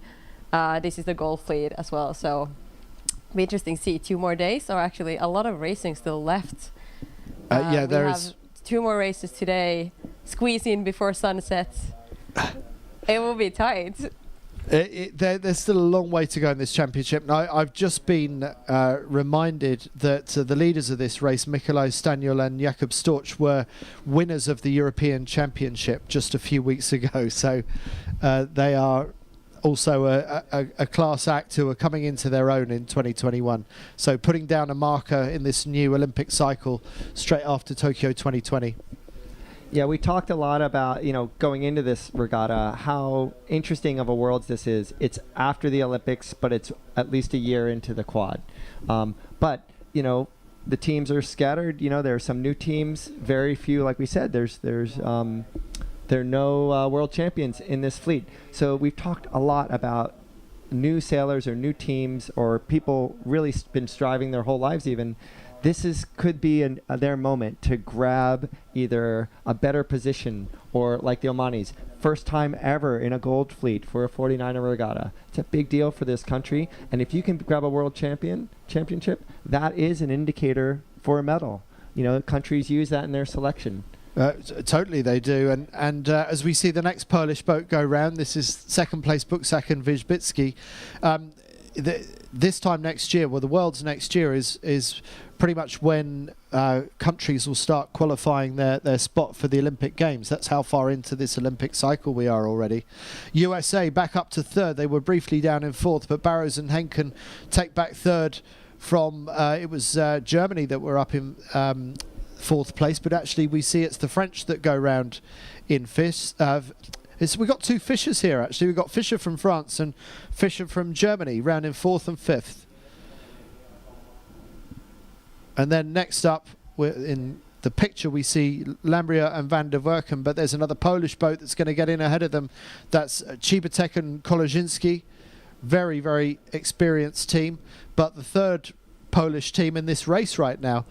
Round go the current series leaders, Lambria and Floris van der Werken from the Netherlands, followed by Great Britain's Hawkins and Thomas, who were leaders after day one of this competition. Bildstein and Hussel, some really good performers from Austria, went to the games recently, followed by Jakobrecht Jensen, now skippered by Frederik Rask from Denmark. Now we remember the last World Championships were 2 in a row, basically, in December and February, and Bildstein and Hussel were top 5 at both those, like real contenders. So I think maybe like a lot of these teams getting back into it. I think that team probably just reminding me is one that you should really keep an eye on as this series goes on. I agree, and I remember seeing them. They trained a lot. Not saying that other sailors don't train, but it was funny to see them. They were always going out on the water when most of the people were having a day off or something. And I wondered, how are they training again? Really? And they were, I think we were saying about also promoting it, we're always training. And yeah, it's a they're image. a work hard, play hard team. I always dread the moment when they get on the podium. I'm really happy for them, but I know afterwards they're going to offer people, including me, some of that undrinkable grappa or vodka or whatever it is. It's just it's like pure firewater, and I don't know what part that role plays in their Olympic campaign, but every time they get on the podium, they force everyone to drink. Some but of this. I hope we'll see them though. Yes, I'm prepared to do that. But the Polish 164 team, they're still a long way ahead. They've pretty much made their final jibe towards the finish, and they are almost uncatchable. The only other team that has a chance of catching them is the second place boat of Poland 19, Buksaken Wijbicki, but they're 140 meters behind the leaders. It's funny to see this perfect lane of boats that have continued after the mark, kind of going like a small banana, but not much. Then we have the ones that jibe sets, but no one in the middle. So that wasn't a thing now. This is maybe corners more today.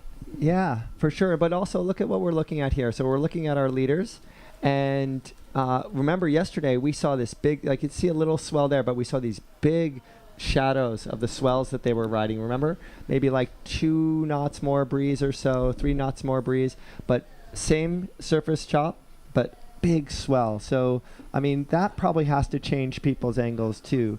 If you can ride swell in the same amount of breeze, maybe it's okay to split off. Yeah, it's unfortunate we can't see that beautiful swell we had yesterday. Yeah, it was amazing. The sailors had a lot of fun. I heard a lot of people were talking about it was so cool to ride that downwind with all the swell and get those cool surfs. Talking about the Polish boats, I was looking at the tracker, and they actually, why they did so well, or how they managed to get in the top is they stayed more on the left side. They took a good start closer to the pin and went more to the left, and they basically stayed, all three of the Polish, the whole race on the left side of the course. Yeah. So I wonder what conversation they had with the coach. Well, whatever conversation it was, it's a winning one, because we just see Poland 164 do their final jibe across the finish line, and it's congratulations to Mikołaj Staniul and Jakub Storch, winners of the European Championship just a few weeks ago.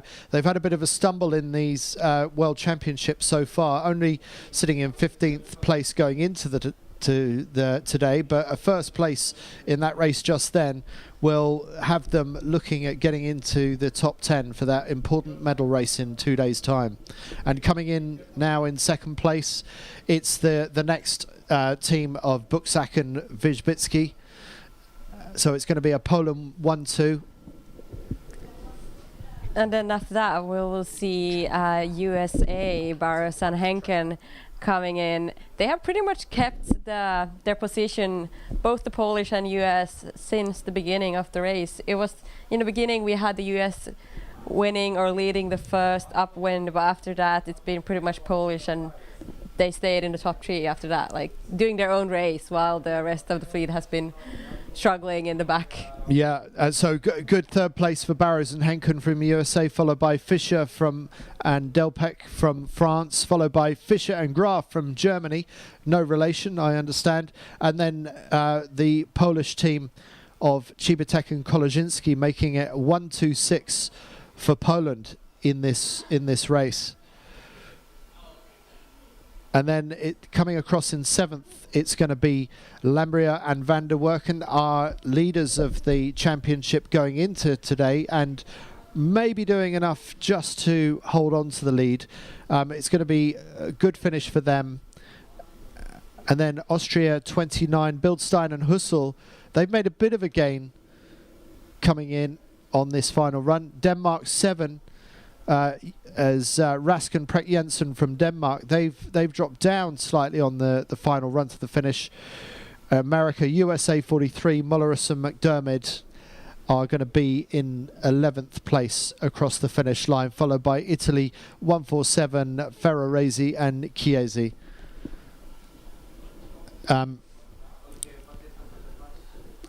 And then let's have a look further down the rankings. Still to finish, the Irish, Guilfoyle and Durkin. Just pick out some others. Peters and Sterrett in 18th. That port tack start underneath the fleet has not worked out well for them. And Henry and Davy from Australia doing so well earlier in the series in 23rd in that race. So not good for the Australians. Korhonen and Bremer across the line for Finland in 14th place. They did actually yesterday. They did the bullets. Amazing. So yeah, it's great for the guys. This is the first time for them in the Gold Fleet actually, so they're really happy and have a good flow going on. But we'll hope to see them more in the front then in the future. Uruguayans 15th, Umpierre and Dietz. Germany's in 16th place. Germany, Stingerly and Schiel. Ireland's Dixon and Wadilov in 17th. The disappointment for that high-performing team. Germany, Meggendorfer and Spranger, they were third going into this race just now, but they were 18th in this. Just firing across the line now, Hong Kong, Sakai and Aylesworth. Peters and Sterrett in 20th for Great Britain. Austria, Pretner, Flackberger. Australia, Henry Davey. France, Fischer and Pekin. And then it's going to be India, Kelapanda and Dakar. And bringing up the rear is Al Hadi from Oman, from Home Waters. So that is the whole fleet. We have got a brief gap between race 10 and race 11 coming up shortly. So we are going to do an interview. In fact, Nora, you're going to do the interview with class manager Ben Ramoka, because there's some interesting technical news coming down the line. Yeah, Ben, I heard some rumors. There's a lot changing in the 49er and FX fleet from now on. We sailors, as I've been a sailor a while, I've been waiting for this change a while now. The sails need improvements and the mast. Would you tell us more about it?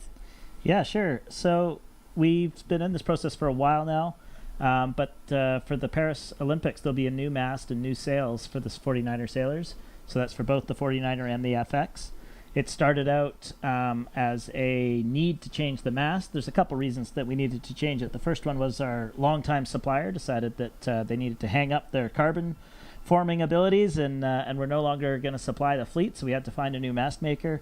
And then the second reason to look for new mast makers, we need to provide an opportunity for the global mast making industries to have a chance to bid on our contract. So we started that in 2018 and then awarded the contract to CST Composites in 2019, and they've been working with us to design a new mast, and it's been a long process. You can imagine with COVID, some of the finer details took a long time to work out, and then of course people are aware of the supply chain issues that the world is having too, so lots of new parts, lots of custom parts.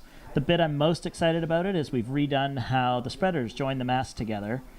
So that join between each section of the mast. The mast is built in 3 sections with 2 spreaders in the middle. There's now an aluminum collar in there. So we previously, if a spreader would break, the trapeze harness, the trapeze lines that are holding the sailors up might go away with it and people could get injured. So now there's going to be, the lines are going to go through a solid piece of aluminum there. So that will not happen anymore. Nice improvements. And yeah, that's a good improvement. There's a lot of really detailed, neat improvements that the mast has been done. Julian Bethwaite, our copyright holder, and is the lead designer on that. He loves designing cool parts. He's worked on every detail of this mast to the nth degree, and they're starting to arrive in sailors' garages as we speak. Bit of a slow rollout. It was tough across the Tasmanian Sea, working between New Zealand and Australia on the build there, and they kept having to ship back and forth as they would go into quarantine and lockdown, but we got it done, and they're starting to get built now. So next year events, we will see these new masts? Yeah, now they're designed in outward geometry and performance design to be the same as the old mast. So we're not ruling out the old masts, except for the Olympics, but so people will see a mix of new masts and old masts for the next seasons. And they're half a kilo lighter. Inevitably these types of sailors are going to find some difference. We're not sure what it is yet, but they're not perfect. I'm sure they won't be perfectly aligned, but they are meant to be the same. So we've tried not to obsolete all the old equipment. Okay, and how about the sails? I heard rumors that the sails going to look different. The sails are going to look very different. You have been watching our transparent sails that we've had since the initiation of the class back in 95, 96. And with the new mast, we also put the sails up for tender and had a global supply race for those. We got almost 30 applicants to build the sails, and then 5 of those were selected for trialing. And in the end, we selected North 3DI, primarily because the 3DI process is a mold. The laminate is placed over a fixed rigid mold, and we hope, along with the sailors' primary desire, is for those sails to be as consistent as possible so that they don't have to go and shop around for the fast one of the group. They'll all be the same. Of course, time will tell if that is the case, but it certainly technically lines up that it could be. And then the second piece they wanted, from a sustainability point of view, was to have them be more durable than they have been in the past. The 3DI process allows us to put a lot of reinforcement where it needs to be, keep it light enough where it doesn't need to be. And again, we'll see if that holds true, but the plan is that teams can use far fewer sails than they had to in the past. Okay, and when will that roll in? Maybe next year at some point, or? The first sails are being built right now, so okay. Probably next week they'll start shipping. I've got to go check my emails. It's been a busy week, but the first batches of sails are coming off the line. It's a really neat process. They get glued together essentially, and then 10 can be done in a day on this mold, and then they have to get sit for a week, like a boat would have to sit and cure. Okay. And then they go to a third spot where they get finished. The battens added, the clews, the tack, all the different fasteners, and the what have you, the graphics and all the rest get put on, and then they're ready to go. So altogether, it's a pretty high-speed process, and we hope it produces consistent results. But back to your original question of how will it look, they are basically black. They're black, they're like you see in all those Grand Prix boats. It's going to be a very different look from how the 49er class has been. We've of course installed big windows so that people can still see through the sails. These boats are We need approaching windows. each other at a quick pace, and we wouldn't want any crashes. But especially, the 49er boom is relatively high, so that wasn't as hard. But with the jib, we had to put in quite big windows. Certainly in the original. Sorry, in the original 49er sails that I used to jump through, they were very easy to jump through. What's it going to be like jumping into a 3D I sail? Who's going to come off best out of the sail and the sailor? Trampoline. Yeah, that's a good question. I mean, we've all seen the pictures of the hole in the sail as the sailor's clearly gone through it. I would assume that the sail will win in this case, but to be honest, mostly the sailors get better at jumping out the back now than we ever used to be. We used to try and fight the boat, and if I just fight a little longer, I can get it back up. Whereas I think the sailors today know the point it's going, and the skipper jumps out the back, the crew climbs down the wing, and we do have fewer collisions sailor on sail than we used to. Yeah, Yes. you guys been sailing a totally different era than I have, but we all have the background in the 49er FX. Yeah. But it's a nice improvement and incredible to see the class like going forward, and the sails, it will look different, but I think it will look like quick, like the boat will go actually super fast with the black sails. Well, they're meant to be very rigid, so how they perform in light, will depend on how good the design is. But how they perform in breeze, there should be some good improvement. Like should flap less, they should stretch less. The team should be able to apply more Cunningham, and hopefully, if going to a place like Marseille, it should make things more controllable. They are essentially the exact same size as the old ones were. So again, next year you're going to see a mix of both before we. Obviously, you go through sail quicker than you go through masts, so you will see the new ones emerge more quickly than with the masts. Okay. Ben, thank you very much. We've got start coming up for the next race, so we should be getting back into that soon. We've got about a minute and a half to go. And so make the most of these sails, because this is going to look like a piece of history in a year's time. We're going to be looking at a line of black sails instead, Nora. Yeah, actually, so all the pictures and everything from now, it would just look like Asian compared to next year. It will make these images look very dated quite quickly, I think. Yeah, but I kind of like these sails, but it's fun to see it different, and it will change the sailing as well, like not seeing through the sail, maybe having to look at it a bit different, and also it will make a change. Indeed. Yeah, we'll see, and we'll maybe talk about that a little bit more during the race. We're about less than a minute into the start. Sorry, into the before the start. They're just getting going now. Looks like Ireland just trying to claim the spot. James Peters and Finn Sterrett in fifth place. With number 5 on the sail, also trying to fight for the pin. The Polish in the middle of the line looking really close to the line. It looks like they're still behind and not doing UFD, but let's see how they accelerate. Actually, the whole fleet is really close to the line. The Irish are looking good down here at the pin end. Not saying that's the only good place to start, but it's been popular. And they just managed to get off the starting line. Yeah. Just managed to scoot round the front of that. It looks like they're carrying on. It looks like they got away with it. So good start by the Irish, just getting away with it. Whereas Peters and Sterrett was spat out. The British boat forced to tack onto port and look for its luck on the right-hand side of the course. But a good start also for USA 84 again. They won the pin on the previous start, and they're looking great right now. And maybe it looks like it's more left favored when we see the angle, the video is from the left side of the course. But actually the left side has been more popular and a bit better throughout this previous race. So I think we're looking at the leaders the Irish starting from the left side, Ireland 99, but it will be interesting to see, will the left still pay off or will it change, because we have almost half of the fleet on the right side. Chris, you're analysing the tracking. What do you see across the course on the tracking? One of the first things we want to know off the starting line is which tack is taking you up the course the fastest, and it was starboard, but also the left side of the track was moving up the course quicker. What we're seeing on the tracker right now is a very immediate dive for the boats that are furthest left. Ireland, Netherlands, USA 84, France 5, Germany. As they get further left, there's this huge header happening right now, while the middle of the fleet, India, Hong Kong, staying up. And so I think this is something where the left looked really good, but that breeze was middle left, and it didn't quite get to that big pack that started at the pin right now. So right now, the leaders right now, and it's really obvious, are moving quickly up the track in the middle left side of the course. So that's India, GBR, Hong Kong, and France 44, Fischer and Delpech. Very strong. And how amazing would it be if Kelapanda and Thakkar can hold on to their lead? Not often, Indians. Not often you see India leading a skiff race, but great to see on this occasion.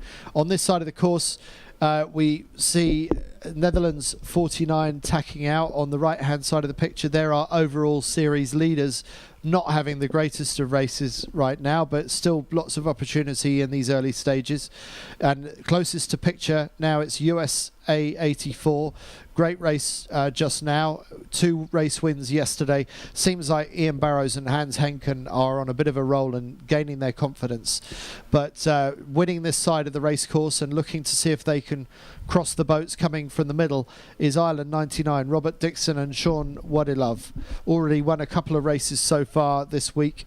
A real class act who have put their marker down during 2021. They'd hardly been heard of a year ago, and they've had such an amazing season in 2021, including a very good showing at the Olympic Games as well. What a very close fleet here. Now, anyone who sailed a decent-sized fleet with competitive fleet, you can look at this race course and you say the point is flattened. So the boats are even all the way across the course. And it makes you feel anxious, but it also makes you feel like you're right into it. Someone's capsized. Let's try and find out who's capsized and how could that happen. How was that? What's happened? It might have, like, the wind it's not so strong. You should Austria. have Austria. Oh no, probably maybe this crew or skipper fell in the water. It looks like one of them were at least in the water pulling the boat up, but that could broken be, trapeze line. Yeah, that's like quite common to happen. Like huge mistakes of capsizing doesn't normally happen. It's more like huge mistakes. I mean, like falling off the trapeze. That's quite common. Like missing it. Yeah, that's Pretner and Flockberger. They're back up and going now. But it looks like Ireland 99 have done just enough to get across everybody's bow. It was pretty close just then, but they're getting away with it. And Ireland 99 now up into the overall lead, which that's what the tracking is telling us. And it looks by eye, when you look at the drone shot as well, it looks like Ireland's in a very good position at the moment. Yeah, it's pretty crowded on the left side. Looking at the tracker, you can see they've been just tacking back and forth on the left side, and the racing looks great. It looks like so much fun, especially when there's a lot happening. You know, you have to duck boats and trying to find your lane. Out on the far side, on the right-hand side, we got Poland 42 and GBR 5 all the way out to the right. And remember, GBR 5 was bounced out of a pin end start. It wanted the pin end, but GBR 5 didn't manage to hold their lane. They had to duck the whole fleet and were bounced out to the right-hand side. But it doesn't look too bad for them out there at the moment. To our audience that's not super tacky on sailing, but maybe just knows enough to be dangerous or doesn't know much at all, when the course is really level like this, you're looking for shifts, but someone's right next to you all the time. So Nora, tell us, like, when it's really level like this, it's really, you can't look around. It's boat speed, right? It is. I agree. Boat speed is the biggest thing at the moment, and it's level like this because maybe there's not much happening with the wind. It's pretty stable, and that's where boat speed kicks in. That's where it's the most important. So here, if you're in someone's bad air, it's just brutal. Like, you will just drop to the last places right away. You really have to stay in the groove. So here we are up on the port ley line. This is great footage right now, with Ireland right up on top with a couple what we call blockers to leeward, because they're on port tack, and starboard tack would be in control when they get to the top mark. And those boats to leeward of Ireland are ones that kind of, signal that starboard tackers are coming. But what a pack marching across on port. Let's look across the fleet. There aren't too many boats to the right of them, so No, and it's looking at, for example, Austria, like GBR here on the right side of the screen. They have okay wins. Austria is struggling. They couldn't find a lane going back to the right side or with the fleet, so they're just falling back all the time. They're just in poor air.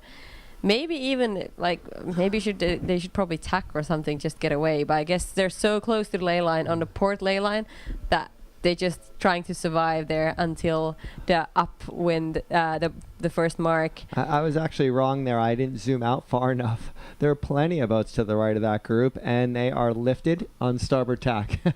Yeah, this will be an interesting top mark rounding because there's so many coming on the port side. And as we know, when you come on the port side, you don't really have any You're right. rights if you think about the rules. So the ones coming from the right side on starboard are more safe in this case.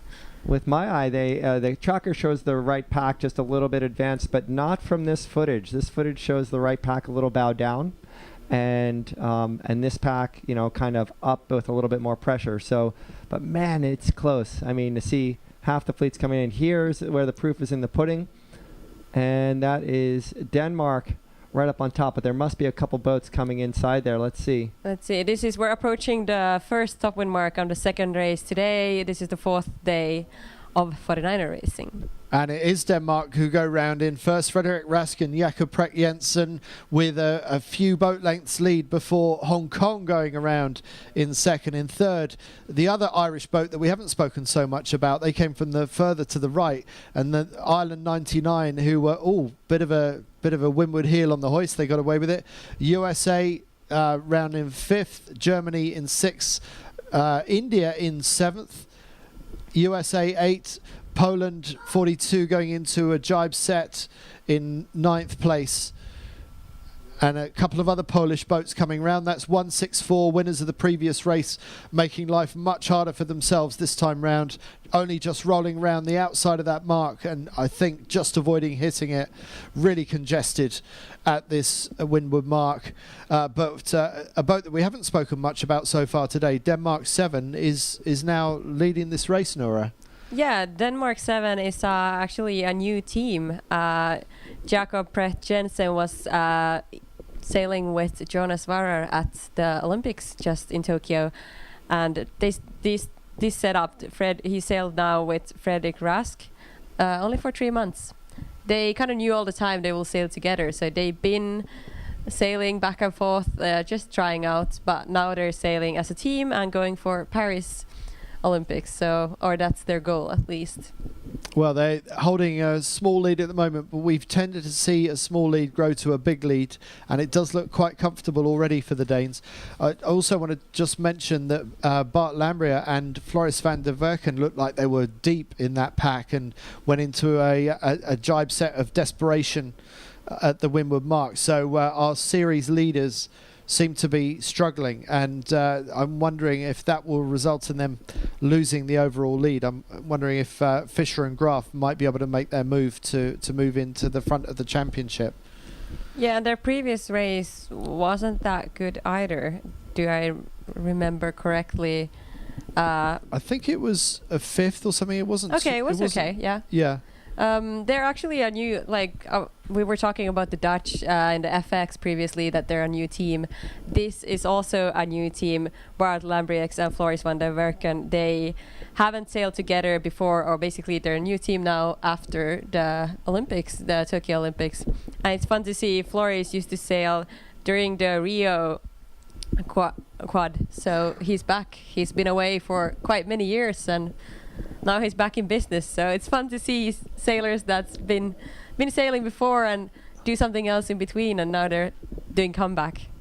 Well, we see the fleet actually more than we've seen before, actually now, a little bit more evenly split on the downwind leg. A lot more early jibes. Everyone came in such a tight pack around the weather mark, one after another, overlap, that they actually had nowhere to go. But I'm sure, these are the best sailors in the world, a lot of them, and I'm sure they had a reason to go earlier than before. Well, we'll maybe ask them a little bit later on what their reasons were for that move.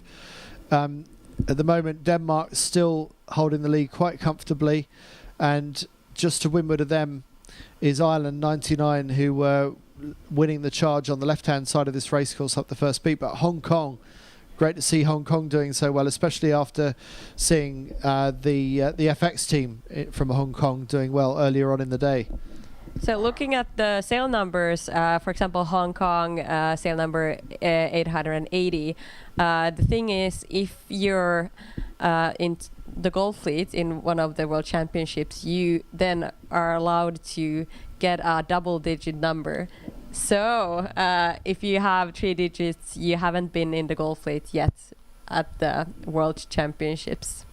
Are you forced to take the new sail number? No, are you forced? I should have asked Ben because he knows. No. But the thing is also with sail numbers, for example, the Danish having the number 7. So if you're at the previous Olympics, the 7th boat, so the top 10 will, I think they're forced to have the sail numbers. Or they are forced to have the sail numbers. They ended up the previous World Championships. So the Danish, I think they might keep their 7th. Let's see, hopefully get it a bit better. Maybe like a 5th place or something like that. But I like that. I like that kind of cultural thing, just like with a gold or a silver star, on your sail, like the symbol of your class. I think that's nice, something to strive for, a little badge. It is, and it's not always just winning the event and who's top 3. Like, you have different goals, like, being in the Gold Fleet, and you can see it from the sail numbers. So both Irish teams rounding together. Right, yes, split Irish, but backing both sides of the racecourse. Poland 42 going round next. Hong Kong were round in second just a moment ago, and USA 43. Andrew Molleris and Ian McDermott going round the left-hand gate mark, and then Poland 19 rounding. So the Poles having another good day.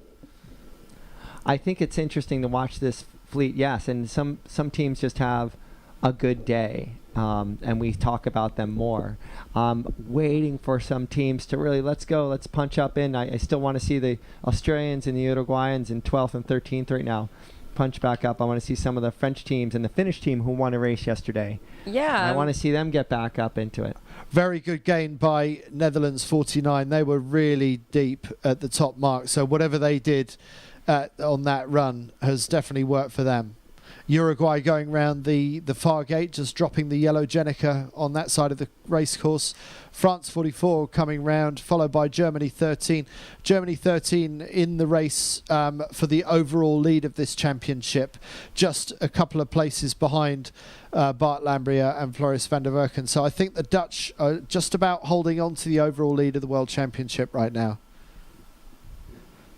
Should point out that Ian Barrows and Hans Henken, they climbed up to 3rd overall before this race. So their 3rd place in the previous race puts them in the top 3.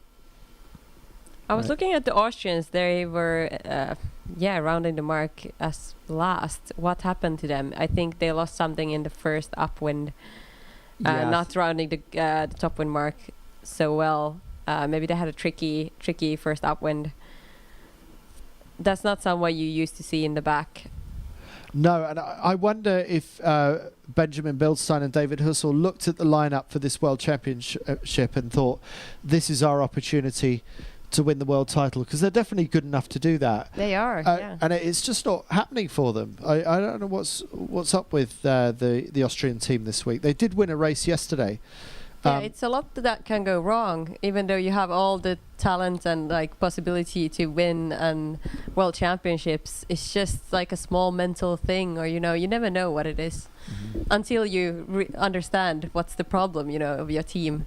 I love that conversation. I think a lot of sailors, you can talk to them and they're saying, yes, I'm sitting here watching this happen and not being able to grab my opportunity. And some can get really frustrated for it, and some can just be patient, still stick with their process and see how it shakes out. Whose opportunity is it here between Hong Kong and Denmark? Because it looks like Hong Kong has managed to find a bit of useful leverage on the left-hand side of the racecourse, and it looks like a close cross between Hong Kong. Will they be able to get across the bow of Denmark 7, or will they have to tack to leeward? Very, very close between those two boats right now. This is where we go right to the drone shot. Yeah, but it's interesting to see now when they cross. Oh, Oh, they're doing attack? Yeah, Li Bao. Okay. So they didn't want to go for the duck. They probably think that. I think a smart move. Yeah, definitely. Could be. Yeah. If they believe that left side is gaining. Yeah, it seems like the group to the left of them. Certainly, Ireland and USA are closer to them.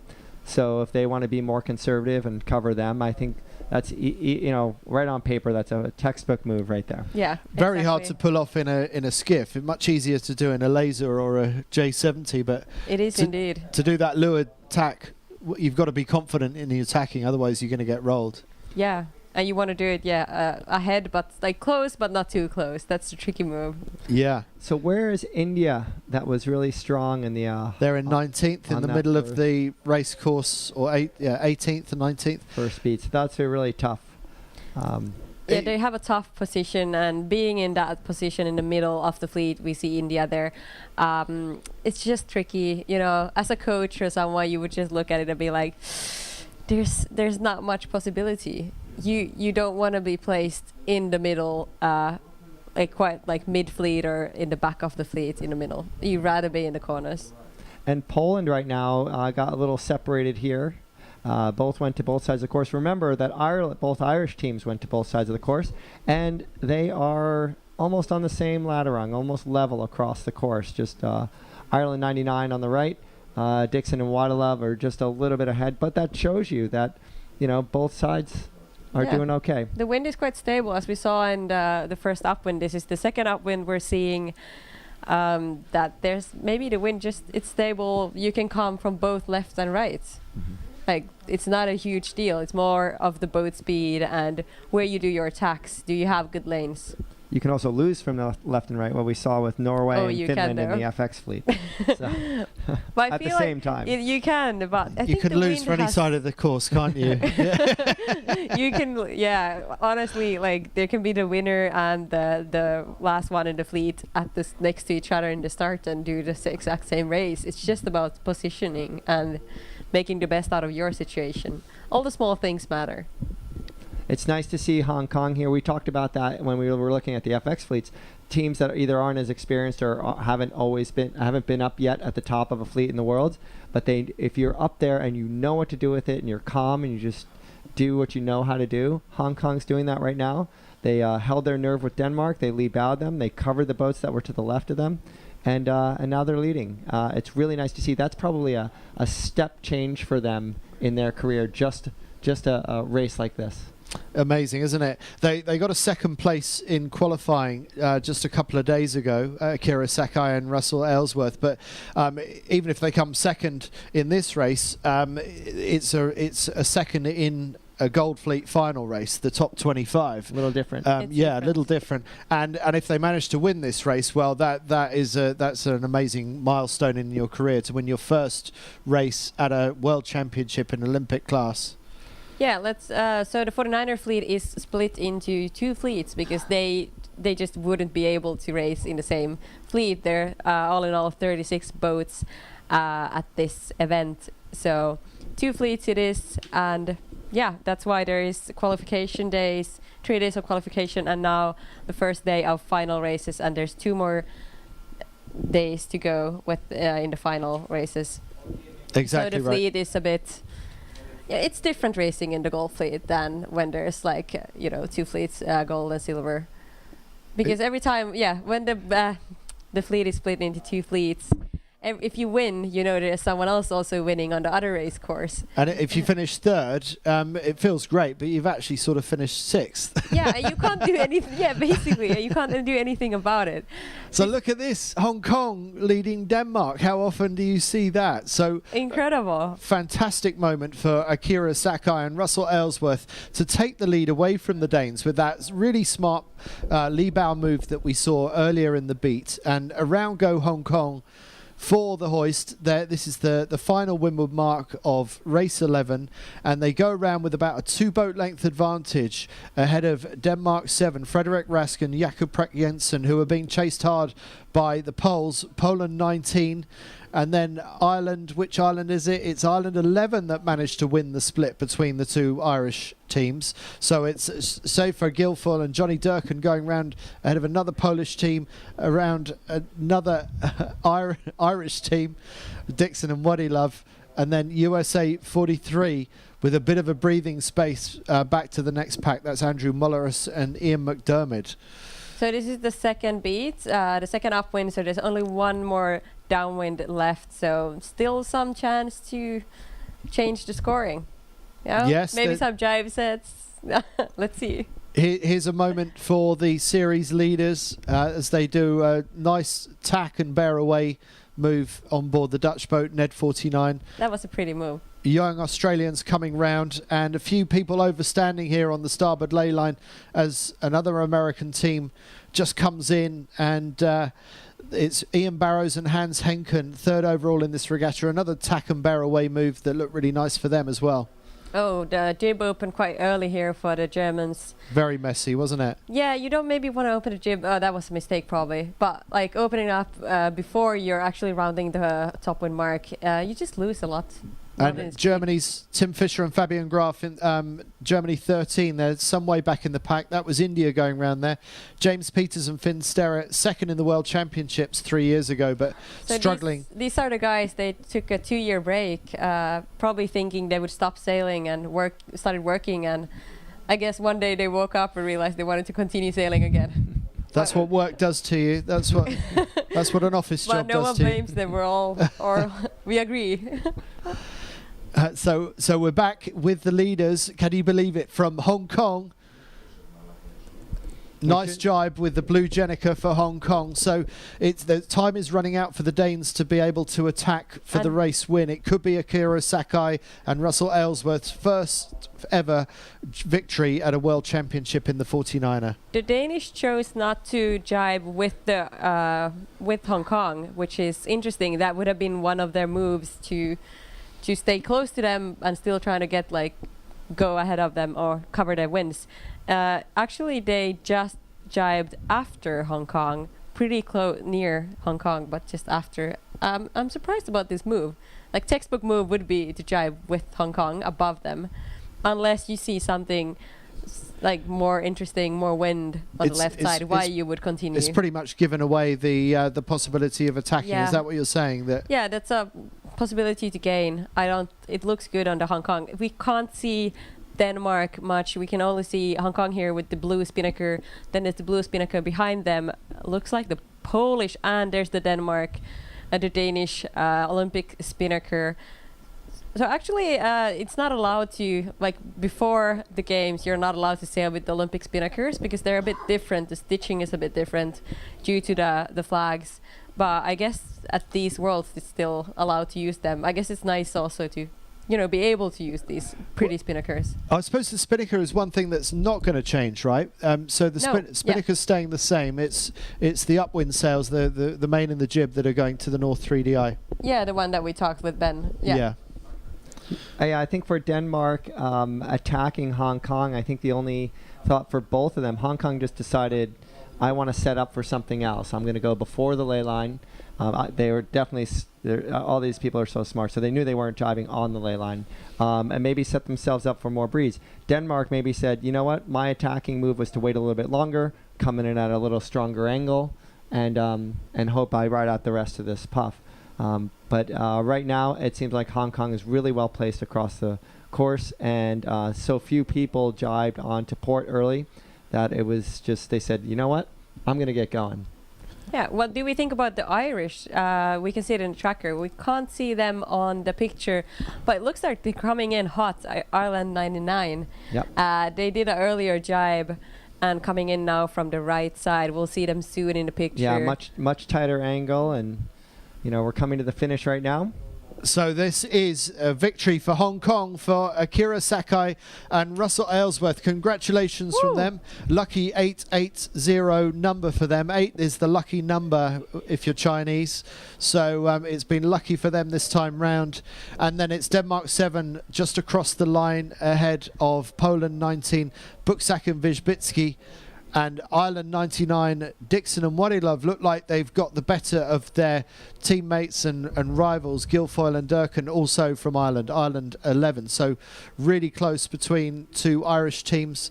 And then Poland 42, Chipatek and Kolozinski in 6th place.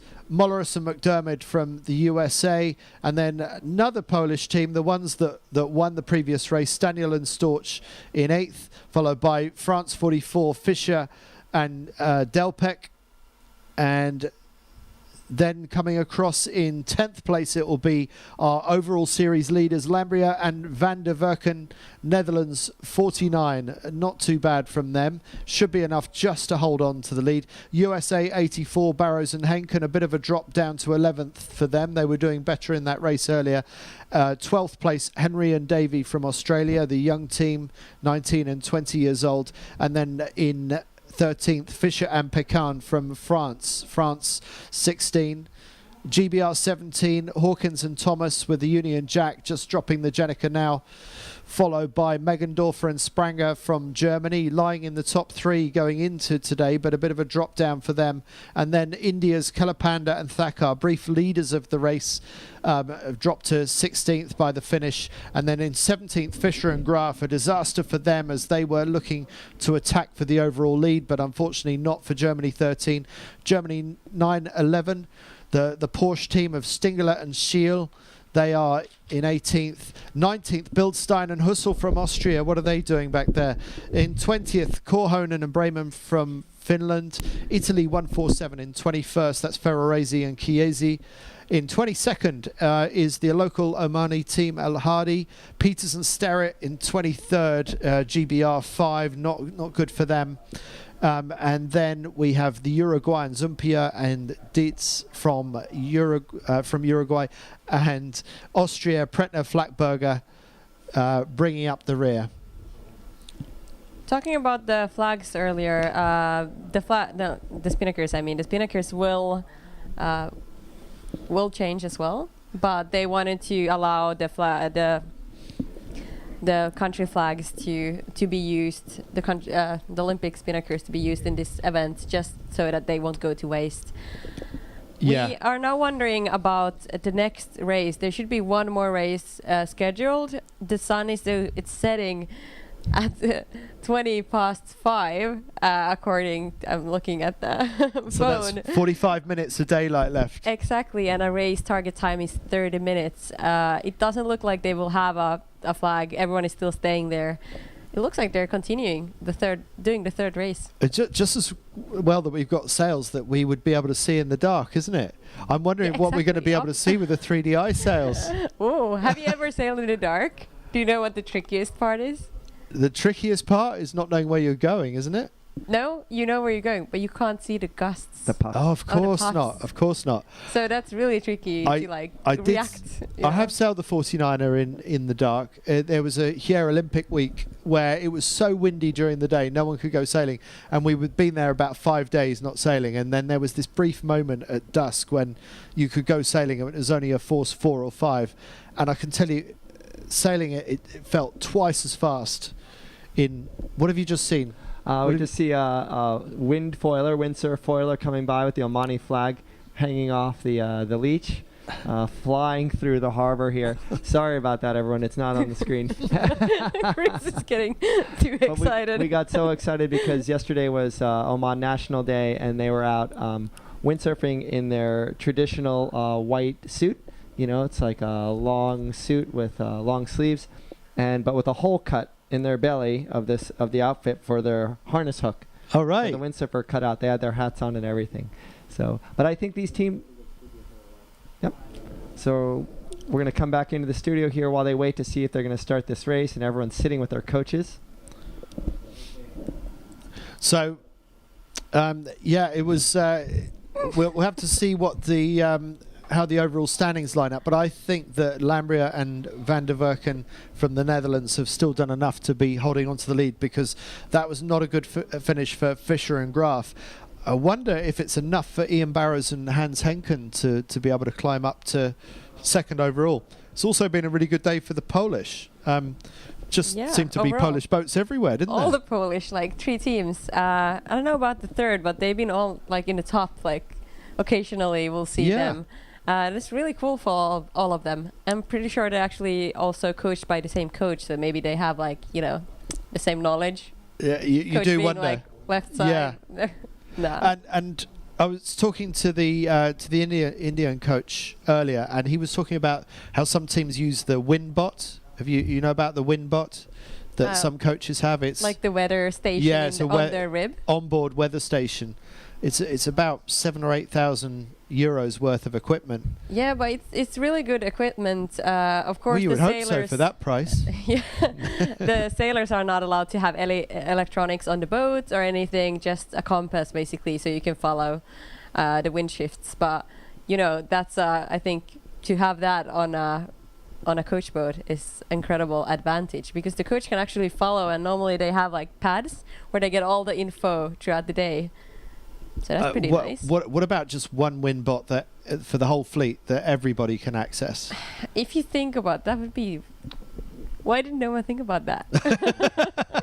Genius. I'm not doing well for sales of wind bots, though, am I? If we just have one wind bot for everyone. Should we talk with Ben? Yeah. We'll bring in see Ben. see if Ben can buy us a wind bot. But you bring up a really excellent point, and when we talk about regattas and reducing our imprint, reducing the cost of regattas, whether it be boat equipment, coaching, motorized, digital motor mark bots. Yeah. And I think sharing resources as much as we can, if we can figure that out, like you said, two $8,000 mark bots instead of compulsory competitive advantage for every coach. That kind of thing. Well, this is the point that the Indian coach was making. I think his name's Sandeep, and he was saying, are these wind bots going to be allowed at future World Championships, in brackets, because we can't afford one? Right. And I think that's a terrible shame that if there is a competitive advantage that the wealthier nations can afford and the poorer nations can't afford. I don't think that being given that outside knowledge is necessarily a necessary part of sailing. I think it's a nice to have. It's to take the wind bots off the course, like the teams were told to do with only a few weeks to go before Tokyo 2020. It's quite a controversial decision by World Sailing to say you're not having them, but I think that was a really good move. It was really tough on those. Fair move. A fair move. Yeah. Probably should have been said a little bit earlier. A bit earlier, indeed. Yeah. But for example, the Bermuda race, an offshore race, the race itself decided to invest in weather routing, hire one of the best weather routers to provide that information to the competitors, as opposed to only the teams that can afford the several $100s, sometimes several $100s a day leading up to the regatta to have these analysis, just to say, you know what, this is for the whole fleet to take advantage of this, we will hire the weather router and to give you all that data to share and let it all come out on the race course so you can decide. And interestingly, that's what just came out in the protocol for the new America's Cup, that there is going to be shared weather data. And there was something similar for the America's Cup in 2007 in Valencia. So it's not the first time that this has been done, this sort of democratic way of sharing wind data. So seems to me that's what we should be talking about here in a class where we're trying to make things as affordable as possible for the emerging nations. Indeed, I think we'll tap into this later and talk with the class manager. Okay. That'll be the next interview. Or maybe we'll have been removed from the headphones by then. I don't know. Might be. We're into the starting sequence for race 12, and we've got, I think, just about 3 minutes to go. So let's just, if you bring up the tracking, you can see for yourself the starting sequence with track.dk, and we'll see what's the best way to get up this beat. We've seen the power of the pin end start so many times today. Generally, I would say, well, I'm going to ask you guys first before I give you my answer. If you had to choose a side of the race course today, Nora, and it had to be the same side every time, which side of the race course would you choose today based on what you've seen? Well, I'd be looking at the tracker, and to make it simple, I would choose left. And what would you have chosen, Chris? For myself, I'm a middle of the line kind of guy. Okay. So I like my options. Yeah. But so if I had to pick, I'd pick middle left. You know, Okay. just a little bit, 2 boats down from the middle. Well, I would have gone for left, like Nura as well. So Like hard left. yes, I think yeah, so. yeah. Because my tacking's not very good. I can't afford to tack very And often. you don't want to be in the middle of the fleet. You'd rather be like outside, you know, Yeah. kind of gambling. I think that Gamble. Yeah. how long have we got? We got 1 minute 40 before the start, and for us, Nora and I talking about how much we want the left. Well, the left is up for grabs right now, isn't it? It is, but looking at the screen, can we even see some puffs on the water? Maybe on the right side? No, Is that looks that what about we're the same seeing? as we saw before with that kind Okay, of light in the that's middle. just So I think that's more of our view. Hoping. Yeah. Yeah. Okay. In another half hour, no one will see any puffs because this light is suddenly going to disappear. But we see Hong Kong on the pin end. Oh, just left at the pin end. Quite alone. Oh, and with the Greek. Uruguay, sorry. But definitely the top of the fleet and the most of the fleet want to start from the right side. It just looks like maybe there's a right shift. Even looking at the flag, there might be a right shift, so that's probably why you would go there to the committee boat. So And- it's first and second fighting for the pin. Hong Kong and Denmark, exactly the 2 boats that were first and second last time round. Believing in the left side. Yeah. Going with us, Nora. So With who's your boat in sort of middle left? Who are you looking at there, Chris? Tricky. Yeah, good call. I think we have France 16, and then looking for a GBR to give up. And USA 84, And I wonder. USA. Yeah. Yeah, I just see where they're going to end up. And then we have Australia, middle left. That's Chris, where you wanted to. Oh, with the US guys. yeah. Where you wanted to go. We got 10 Yeah, seconds here we to the go. start. Let's find out. We're into launch time. Will Denmark be able to hold the pin? Bowden, it looks like they're starting quite early. Maybe a UFD there. They've hooked up on the anchor line on the Danish boat. Absolute disaster for them. They're going to have to do a penalty turn, maybe, Maybe, or just flip on maybe they support. didn't touch. Yeah, maybe they just hooked up the anchor But line. that's brutal. Doing a slow start and then having to tack straight away. They're far behind the fleet now. So this is interesting. We wound up having kind of a reverse of a midline sag. Do we think there's a general? Oh, a general. recall? Yeah. I thought for a moment you'd won there with your middle left Well, start I there. was looking pretty good right now. They're in first, but they were probably over. So The boats are continuing because they don't know there's a general, right? or they just want to just test. That's their little quick test. Yeah. You know it's over. But if someone else is lined up, that's your moment just to feel out where I stand. How'd my positioning on the line work out? What does the breeze look like coming down now? I get a little closer to it. It looked like the general recall was because especially the right side of the end where the most boats, they were quite early. Yeah, so they together they kind of inch each other up a lot closer, and I said it was the reverse of a midline sag. Everyone kind of dragged each other up. Yeah, Yes. then you can't Up over see the the midline bulge. Your midline exactly. bulge. So that Battle of the Bulge is exactly what the race officer David Campbell James didn't want, because he's running out of daylight to be able to run this race, and at night the sharks and the sea snakes come out. Literally. From what I've heard. Literally, Yeah. sea snakes. We've seen some on the. leopard sharks and sea snakes. Yeah. Yeah, what have you seen from the sailors? Snakes in the Nacra? Well, they dragged a sea snake all the way ashore Yeah, the one other of the day, Finnish didn't they? teams. Yeah. And there are leopard sharks out there apparently, and so they So need stay to on the boats. stay on the boat. Don't capsize like we saw with that. Was it Austrian team? Yeah. Do you think that David Campbell James, our race officer, just one of the top officers in the world, do you think he's thinking about this daylight deadline and saying, you know what, black flag or whatever the term is for some kind of deterrent? Yeah, I would say probably at least U flag. If they, I'm surprised they weren't already on the U flag. But Can you explain the U flag? It's like a black flag with a reprieve. So with a black flag with a general recall, doesn't matter. You can't restart the race. With a U flag, if you are one of the naughty ones that cross the start line too early, if there's a general recall on a U flag, you can restart. You can get back in on the restart. Whereas black flag, you're home for the day. Yeah, so there's probably a black flag after this. I'm guessing that. Normally. Yeah. But I like the race committee. They've been like the face, how quickly they've been doing the races after each other. That's quite a good pace. Yeah. Yeah. But that is the value of David Campbell James. He's been the class race officer for, I'm thinking, probably almost a decade.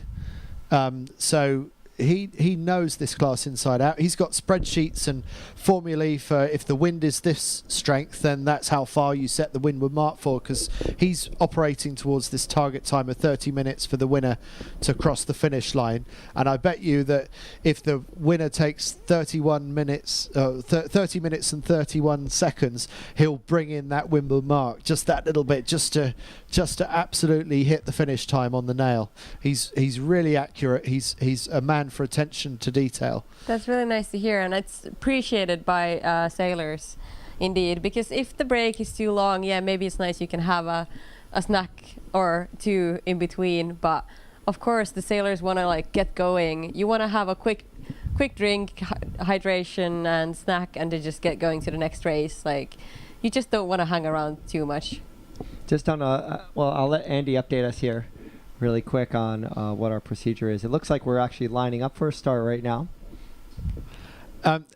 Yes, I think we are in. There's definitely another attempt to get this start in, and I think you were just showing me when the hard dark, as it's described, is 5:51. So that's.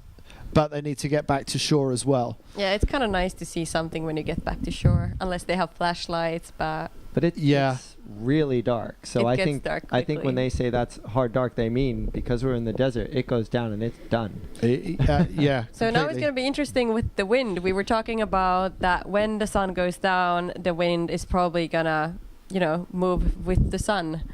So we'll see. Will we have some huge turns in the wind direction during this race? Especially, it's been like a pretty typical sea breeze here today. Yeah, exactly. We could have a really quick fade as that lower light and everything cools down very quickly.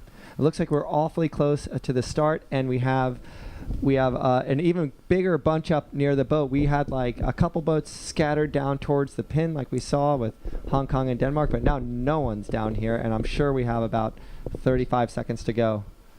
So they really want that right-hand side, don't they? And I wonder how biased it is. And I'd be surprised if things have changed that much, but the behaviour of the fleet has changed enormously. But things are changing quickly with the time of day. So I think they might be seeing something on the water that we don't see. We only see this little blurb, and we don't have our light correct. No, unfortunately we can't see much, but we can only see how the sailors react, like what they do, and get into their heads and see, okay, the right side looks like there's definitely something they want to go for there. Yeah. So I was off on my time, but maybe we're at a minute or something, who knows.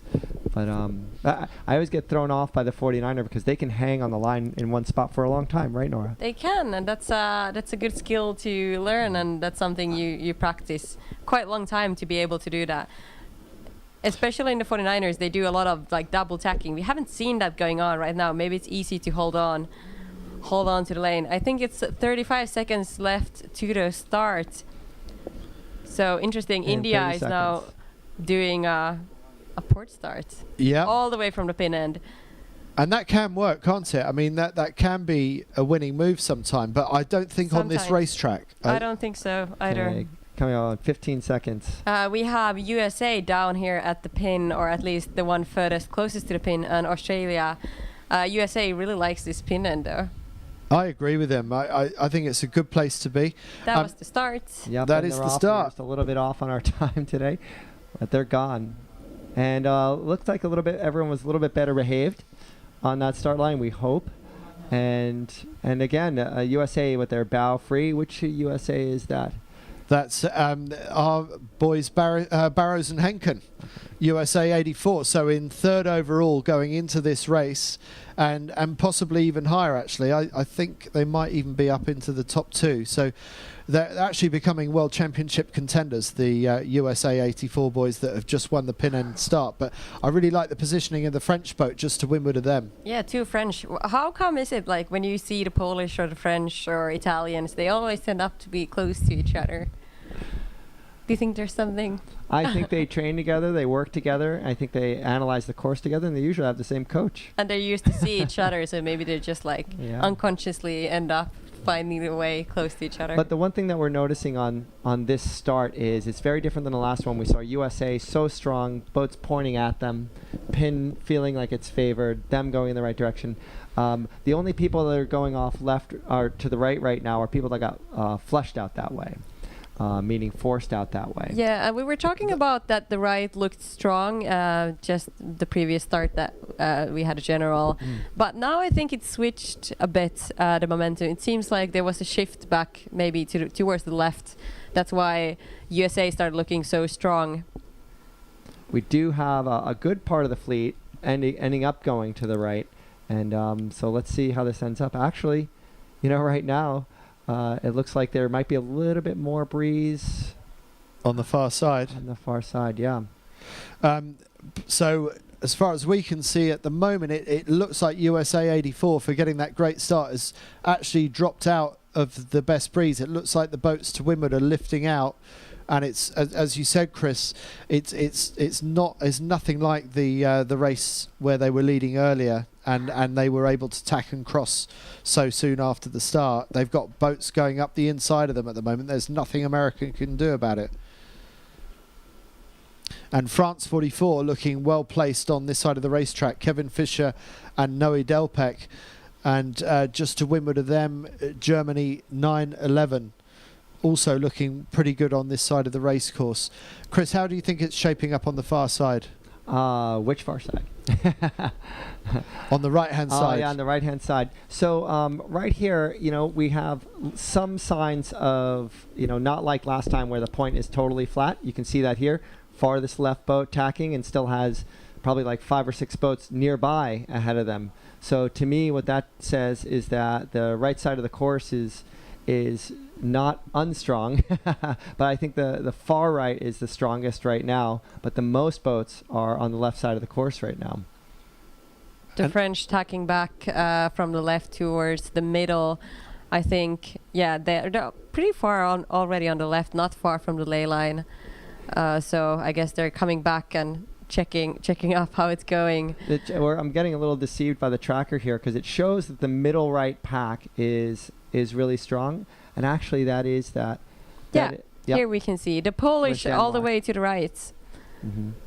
So the Polish that won a race a couple of races ago are actually, and they won from the left side of the course that time. They're actually leading the charge on the right-hand side of the course this time round. Yeah, the first race of the day. I think this is a little deceiving because I think most of the boats are on the right are boats that really kind of had a hard time of it right after the start. And the boats that are on the left were the ones that had clear lanes and were able to keep going. And sometimes that's just all you need to extend. Yeah, exactly. But I think sometimes it's quite funny that the boats that have gotten a good start and have a good race, and then suddenly, for example, if the right side gains a lot, it's like, but they had a horrible lane and they just had to go to the right because they haven't had choice. But then they end up doing really well. They got dealt a lucky hand by somebody else. Yeah, and that feels so unfair if you're the one on the left and you had a great start and doing well and it looks great. Well, you were just saying earlier how much you loved that lucky jibe set. No, I only like. So you don't like the lucky hand, the upwind, but you like it downwind. Yeah, especially downwind if you're in the back. That's just the only card you can take. There's not many paths going downwind. I feel like upwind there's more to work on. Downwind is pretty simple. Well, maybe it's just how I think about it. But downwind you go either right or left and then you jibe in the middle if you can. Yeah. the one thing I'm not seeing, like what we saw earlier in the day with the FX, is areas of the course just caving in like a pothole. Right now, the fleet is still moving up generally together. And if there's a difference, we can fine tune like, whoa, France is ahead, and then now Poland's ahead. That's just little variations going along. It still tells me, by looking at this, it's still relatively steady. And you can't see them that clearly, but the most left-hand boat in the screen, in the middle distance, I think that's France 44. And I really like where they are. The furthest left on our screen? Yeah. I think we should also highlight the level of this fleet. Like, it's really tight racing in between these. We see a lot of the good sailors all the way in the back and the other way around. Like sailors that not used to be in the front, starring and being in the front and be like, winning the race almost. So that's, I think, super cool and tells a lot about the racing. Yeah, and these boats, they've been training a lot, maybe just by themselves, or a lot of times with just one other boat for the last year and a half. And racing like this, where it's level, when I was talking about that flattening of the point where they're level all the way across and right next to each other, that's exactly like tuning. So you're going as fast as you think you can go, and then someone goes a little faster and you're like, I gotta keep trying stuff, and keep trying, this works, this doesn't work. And that's what everyone's doing right now. They're shifting gears. They're saying this feels good or good enough, or this doesn't feel good, let's keep trying something. And they've been doing that all year long. They just haven't been doing a lot of course racing. Yeah, it's unfortunate due to COVID. Like, many had to stay home, or for example, the Australians or New Kiwis that just their countries, and they can't sail with the international level or training partners. So it's interesting. People are used to train with, together, have like 8 events a year, or like many events a year. You see them all the time. Like, every month you're in a different country sailing together, and now it's like, you see people doing a lot of progress without actually knowing they're doing progress. Yeah, just suddenly seeing them at events and be like, hey, wait, what have you been doing the previous half a year? So many different ways to train, aren't there? And this is a big experiment to see whose method of training has worked the best. At the moment, it looks like whatever France 44 have been drinking is working for them. Champagne. We've actually got 2 fishers, both from France. France 44, Fischer and Delpech, just about to go round, followed by France 16, Fischer and Pecan. So a good day for the fishermen. Okay, I'll stop. Getting late here at the studio as well. We'll let you recover from that while we follow the rest of the teams around the mark. Hong Kong, right back up in there. That's really fantastic to see. And the Australians finally getting their legs today. They've really had a tough day, the young Australians. And let's see what they can do with some open race course in front of them. And just tacking around in 4th place is our series leaders, Bart Lambria and Floris van der Werken. So doing enough to maintain their lead in the championship. And there is the Hong Kong team going round, looking like they're going to do an early jibe set. I guess they didn't have much choice when they got so many boats further to windward of them. What do you think, Nora? Sorry, I didn't see the situation. No problem. We should probably keep on calling the boats around. So Ireland 99, a little bit further back in this one. Not sure if I saw Germany 13 go through yet, but we're looking for Germany 13 as the. This is Germany 22 that just went around. Yeah. Yep. And then Ferrarese. Let's see. And this is fun when the commentators have to catch up like this. Germany 13. Yeah, they were around in 11th. Yeah, okay. So they're not doing too badly. Uruguay coming round now. One of the smaller teams in the fleet. And then one of the new teams, the Finnish, they're struggling a bit today. Despite their bullet yesterday, they still have a lot to go. But they're really happy to be in their first time in the Gulf fleet, as well as the Oman guys and Uruguay, I expect. And in last place was James Peters and Finn Sterrett, and bearing in mind they were second in the worlds just 3 years ago. That 2-year break that they've taken doing office work, it's given them a bit of work to do back on the race course, hasn't it? Yeah, they're getting back into the groove, I guess. So look at this, much different run than before. First race, the races before that. heavy people staying on starboard after that. Then this race, just before this, things changing a little bit. We saw people starting near the boat, a couple more, jibe sets. And then now the fleet's not quite split 50-50, but really strong, and the leaders are coming out of the right side downwind at the moment.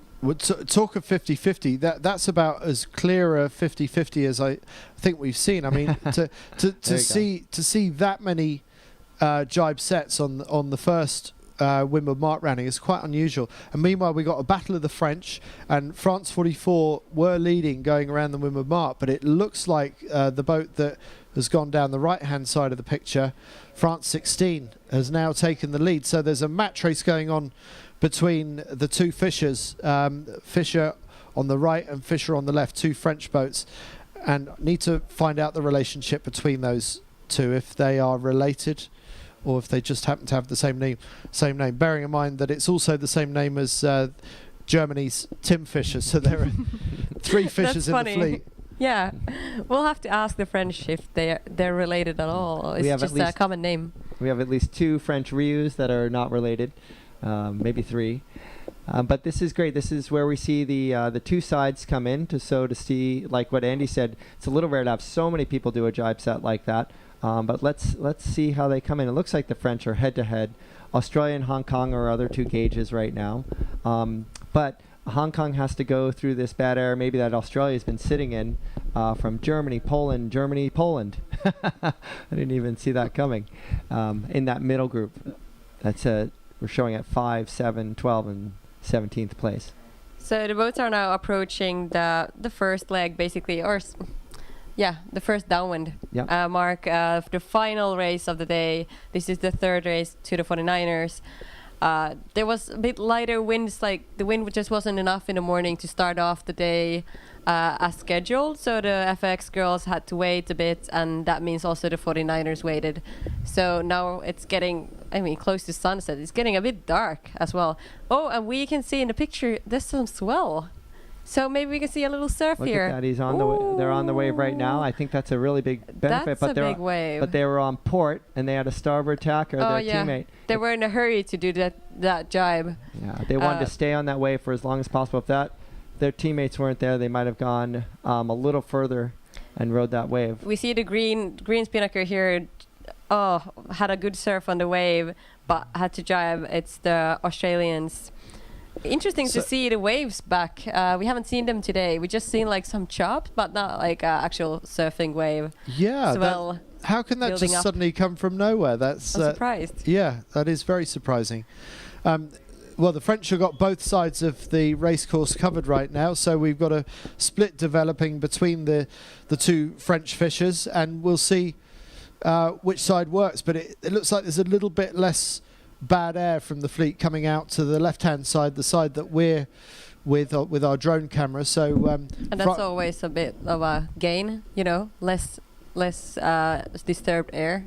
You just want to get away from it quickly. And look how disturbed it is now, down at the bottom of the course now. The boat's so much slower coming out of the leeward gate. You can see how the rich can get richer on these race courses because they're just drifting round with all the bad air that they've carried down with them with their spinnakers. Yeah, rounding, you see the Germans and Polish teams rounding. It's super slow, like there's not much wind here. You just rather want to go around the mark as quickly as possible, and this is kind of like, the sailors are just waiting, like kind of like queuing for the mark rounding. Yeah, it's painful stuff, isn't it? Yeah. And Poland straight onto attack, and not a very well executed attack there. Oman coming round number 145, just squeezed into qualification in 25th place yesterday on National Day. That was Musab Al-Hadi. I think they did a little gain from the previous upwind mark. They were quite far in the back, so it looks like the downwind has been good for them. Excellent. Then we have both of the Irish teams quite far in the back as well. Unfortunate to see them there.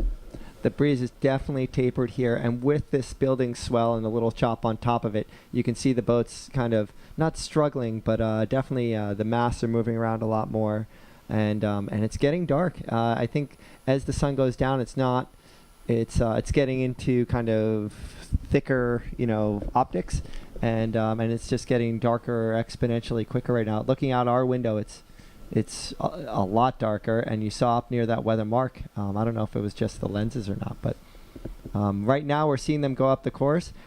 Again, when we immediately come out of the leeward mark or a start, we're on the second beat right now.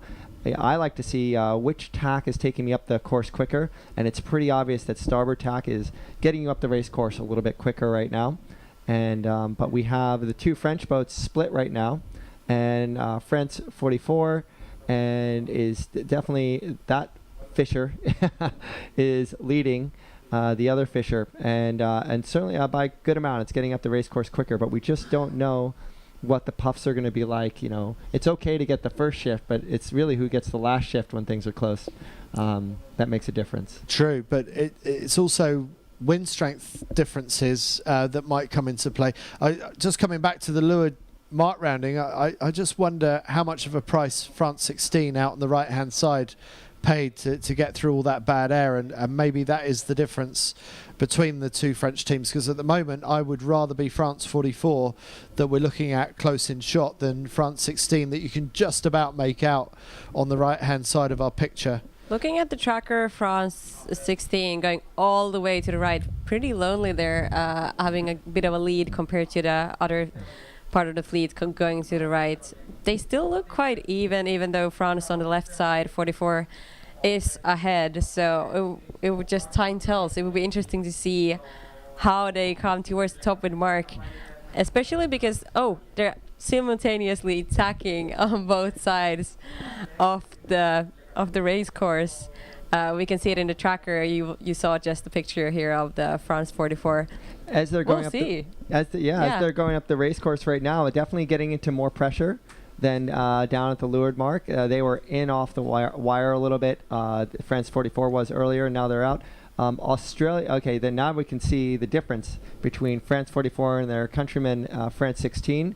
Definitely, at least at the moment, a lot can change here because they just went from half trapping to full trapping. And also, let's just bring up Australia here, slowly climbing through the fleet. They were a couple places behind there, and last race in the top 10 there wasn't much movement. Australia's probably made one of the biggest moves in the fleet since the last race. So pay attention here because the breeze is changing really dramatically. We saw from that footage that France 44 looked way over the top, not totally over, but way over the top of France 16. But a lot's going to happen. I think the breeze is going to get really unstable in the next couple minutes. It's interesting to see if the French boats from the both sides, if they come together in the top, still really close to each other. That means that there's actually maybe not a huge difference on the sides, which is where you go. Yep. But Nora, who would you rather be right now, those two French boats? I think, the French on the left side, France 44, it just looks like they have a better angle coming in. And it does look better.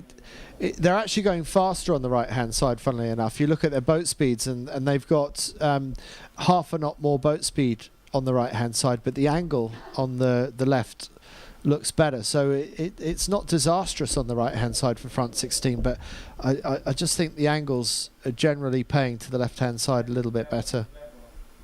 It would be interesting to hear from the sailors today. Did they actually see much underwater?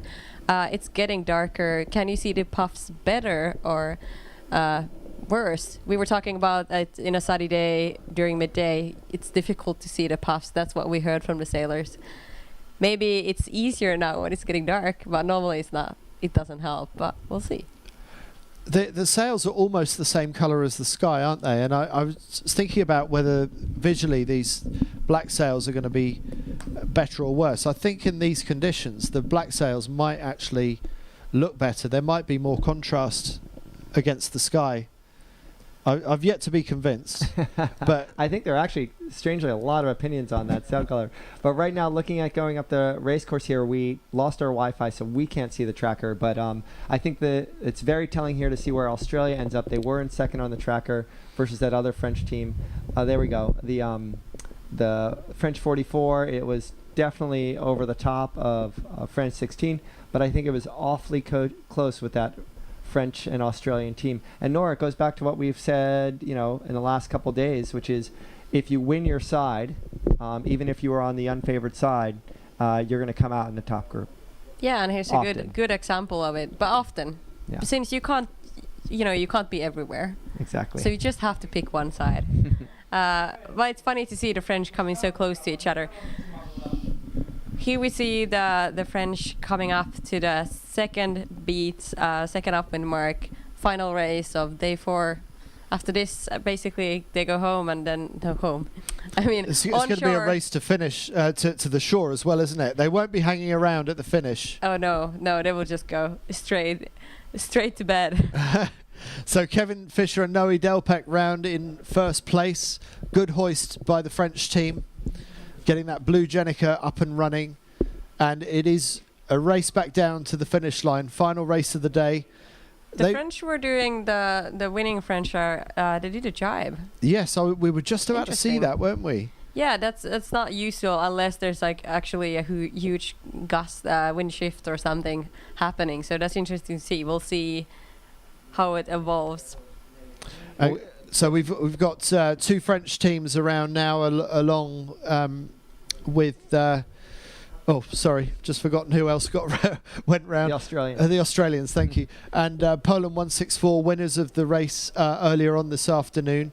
And then our series leaders, Netherlands 49, sailing their second major event together as a team, Bart Lambria and Floris van der Werken. Round next is Austria, then Germany 13, so that's a good gain for Tim Fisher and Fabian Graf, also very much in contention for the overall World Championship at the moment. Round go Germany 22. India 316, good position for them. USA 84. Had a pretty good day overall. By their standards, not such a good race. I think they were a little bit higher up earlier on in this race. But generally, Barrows and Henken coming to the front of this fleet on a number of occasions. Poland 42, close with Poland 19, who had to change direction. I wonder if there'll be a protest between 2 Polish boats there, or will they let their teammates go? Italy 147. Then round go Austria 29. That's Bildstein and Hussel. Uruguay just tacking in behind Germany 911. And then the Omani team coming in, but GBR 17 just about getting through. One. Just getting away with that. Yeah, it seems like the boats from the starboard, they're a bit overlaid, so there is space to come in from the port, and that's always nice for the port boats. Irish boats not doing so well in this race. Ireland 99, Robert Dixon and Sean Wadilove, they've had a bit of a slip in this race. Round go James Peters and Finn Sterrett haul their way back up from last place. They've taken a few back. Looking at the downwind strategy, it looks quite similar than the upwind. The fleet is just divided in 2 and, going the opposite directions. Again, the French going the opposite direction. I mean, why would you do that when you're leading? That's such... weren't they actually going... They were swapped on the last They swapped run. sides. Yes. It's like French 16 were like, no, it looks better on the other side. I'm going to go there downwind. But if you remember, there was the other boat, France 16, was going a little bit faster upwind on that side of the course. So maybe there is more breeze up on the right-hand side of the course. Yeah, because, the sailors, when they go upwind, they're already planning their downwind tactics. So you basically look how the upwind has been going, how the other boats are doing on the other side. But, of course, if you gained from, let's say, the right side, you would usually pick the right side going downwind as well if it's more breeze or for some shift reasons. But it seems like there's many paths up to the top here. There's not a right one or a wrong one in a way, as long as you have good breeze, good boat speed. Maybe that was probably has been this race. There's not much more racetrack left here with those front boats. It looks like Australia is kind of rolling or trying to roll the other French team. And I have a good opportunity there. They're a bit far off, but they have a possibility to do that. It's going to be close between the 2 boats we're looking at here, I think.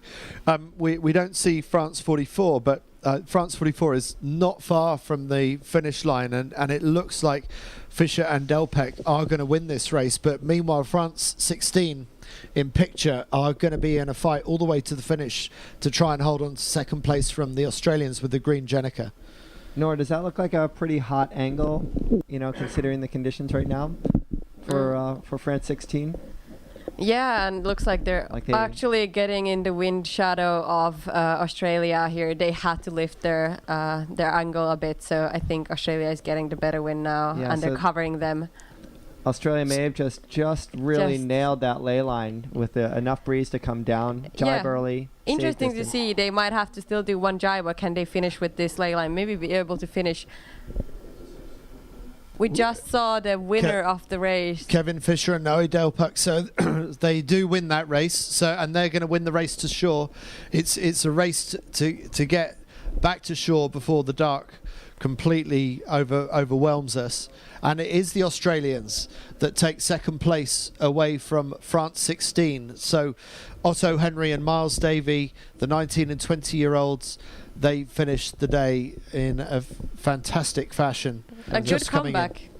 Very good comeback. That was a brilliant passing move. And they must be like, phew, let's get back on our form and shake off the earlier part of the day. Staniel and Storch, they come across the line in fourth place, are winners of the first race of the day. Lambria and Van der Werken doing enough to finish in fifth place, which will leave the Dutch still in first overall in the World Championships. Austria's Pretner and Flackberger, Austria 128 coming across the line in sixth. The boat that we saw take an unexpected capsize in the previous race. And then Fischer and Graf also in World Championship contention. They are coming across the line in seventh place, so they will probably hold on to second overall. And then Hong Kong, winners of the previous race, with a lucky 880 number, they should be the next to come across the line and finish. But it's going to be very, very close. Who's going to get across the line? Super tight, but at the moment it's still Hong Kong, Sakai and Aylesworth that just get across the line in eighth place, and a photo finish coming up for the next two. It's going to be maybe Meggendorfer and Spranger from Germany that just take ninth place away from Barrows and Henken in 10th, with India's Kelapanda and Thakkar in 11th, followed by Poland's Buksak and Wijbicki in 12th. And then a bit of a gap before we see Bildstein and Hussel, Austria 29, who are looking set to take 13th place across the finish line. Just a small gap in front of Uruguay's Umpierre and Diz. And Chibatek and Kolazinski from Poland coming across the line in 15th. Small gap, and then we can expect to see Oman's Al Hadi coming across the line for 16th, but it's going to be close. Looks like they've just been pipped to the post by Finland and Germany, and James Peters and Finn Sterrett, GBR5, just following Oman across the finish line. And then it's Ireland 11, Guilfoyle and Durkin, just ahead of Italy's Ferraresi and Chiesi. Hawkins and Thomas, GBR 17. Ireland's Dixon and Wadilov in 23rd. Oh, and the Danes, Rask and Pret Jensen, second in the previous race, second last in this race. And Molleris and McDermott from the USA maybe even stole 24th place, if you can call that stealing. It might have relegated Rask and Pret Jensen. So dropping from second, they were leading the previous race, should have won that previous race. They've just finished last in that race. It just goes to show you, Chris, the depth of quality in this fleet. Yeah, absolutely. Well, I also want to give a shout out to the Omani team for moving up the scorecard. They've been really near the bottom of the pack, just as really them just first exposure to this level of racing, and this shows that they're learning, which is awesome to see. But yeah, I mean, I was just going to ask both of you, in this race, this isn't super light and shifty. This isn't out in the ocean in Santa Cruz where it's windy and steady. And so it's something in between. So it's a different kind of race where you don't have a specialist for this condition. Yeah, it's those sort of crossover conditions where sort of everyone can do it. We're going to wrap up fairly soon, but Nura, any observations from the FX or the 49er? Anything you want to highlight today? Oh, just overall interesting day. Like the racing has been so different. Every race has been different, and especially now with the 49ers, it was more. The wind was more settled, more stable, so it was a nice day, and especially in the last race, really nice to see the two French boats trying to be who's challenging basically who's first or second, but going to the opposite side of the race course, but still ending up like near each other. Really interesting of that, and the sun is setting, but the wind didn't change; like it stayed the same. So that's interesting. A bit of swell came in at the end, changed things slightly. That was slightly unexpected. Chris, any observations for you? Yeah, my closing thoughts are, because of these conditions and just my general look at this, the scores were really up and down for everyone. There were no standouts today in either of the fleets, and so I think you're going to see the score lines, the totals, the nets, to be really close. So I predict, almost regardless of tomorrow, whether it's this middle condition, people are going to figure it out. And I think tomorrow's moving day. I think you're going to see something get established in the points tomorrow, and people are going to be really taking a hard look on, how do I manage this type of condition? And if it's that way tomorrow, I think I got to figure it out. Yeah. Moving day tomorrow. There are no previous world champions in the 49er class. Whoever wins this world title will be winning it for the first time. So there's huge opportunity. The pecking order isn't really there the way that it's been going into Tokyo 2020. Pete Burling and Blair Tuke aren't here. They're pretty much the worlds have been dominated for the last 10 years, either by Nathan Outridge and Ian Jensen or Pete Burling and Blair Tuke. So there's going to be a new champion, and based on what we've seen today, we still don't really have much idea who that's going to be. Yeah, I was just going to say, we've been talking about everyone's little individual moment, Oman's moment to qualify, and then to learn from this. The Hong Kong FX team, same thing. But this is a world championship. It's a big deal. This is somebody's moment. And what I'm excited to see is it's different than the pecking order where you're like, it's going to be one of two people or one of three people or whatever it is. We know that all the way down to the end of this, I know I'm predicting that tomorrow things are going to start to define itself. But I really think I can't wait to see whose moment it is, and if we can identify that as soon as possible, who's in contention, because it's going to be someone new. So very rarely do you know it's definitely going to be someone new. It's been a good day for the Poles. They've made a move up the leaderboard, but we haven't got the scores in place on the leaderboard on 49er.org quite yet. You can probably see those update in the next few minutes, but I reckon it's Bart Lambria and Floris van der Werken that have done just enough to hold on to the overall race lead in the 49er World Championships, closely followed by Germany's Tim Fischer and Fabian Graf. My standout moment of the day is to see the Hong Kong team win that race. You don't see that happen very often. Akira Sakai and Russell Aylesworth winning their first ever race in a gold fleet of a world championship. So congratulations to Hong Kong. From Nora, from Chris, and from myself, Andy Rice, that's it for the day, but we will be back at midday local time tomorrow, where we will be bringing you racing from the Nacra 17 49er and 49er FX World Championship here in Oman. I hope you've enjoyed the racing. Stay tuned on 49er.org for our race reports later on this evening. The work doesn't stop for us quite yet, but we will be joining the sailors in the swimming pool and at the buffet here at the wonderful hotel a bit later on this evening. Hope you enjoy your day as much as we've enjoyed ours here in Oman. See you tomorrow. See you.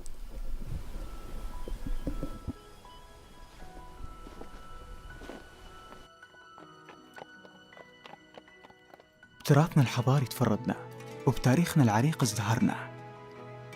ثقافتنا المتأصلة وموروثاتنا الأصيلة عكسنا ارتباطنا بالبيئة والمجتمع اللي تجسد من خلالها تفاصيل عاداتنا وتقاليدنا، من لبسنا وفنوننا الشعبية، احتفالاتنا، عاداتنا وتقاليدنا. تعاهدنا نستمر في تجديد ولائنا كل عام. سلامنا وازدهارنا وحبنا وتسامحنا يزيد، وتبقى أنت وطننا اللي ما مثلك وطن. أنا عماني وفخري بلادي.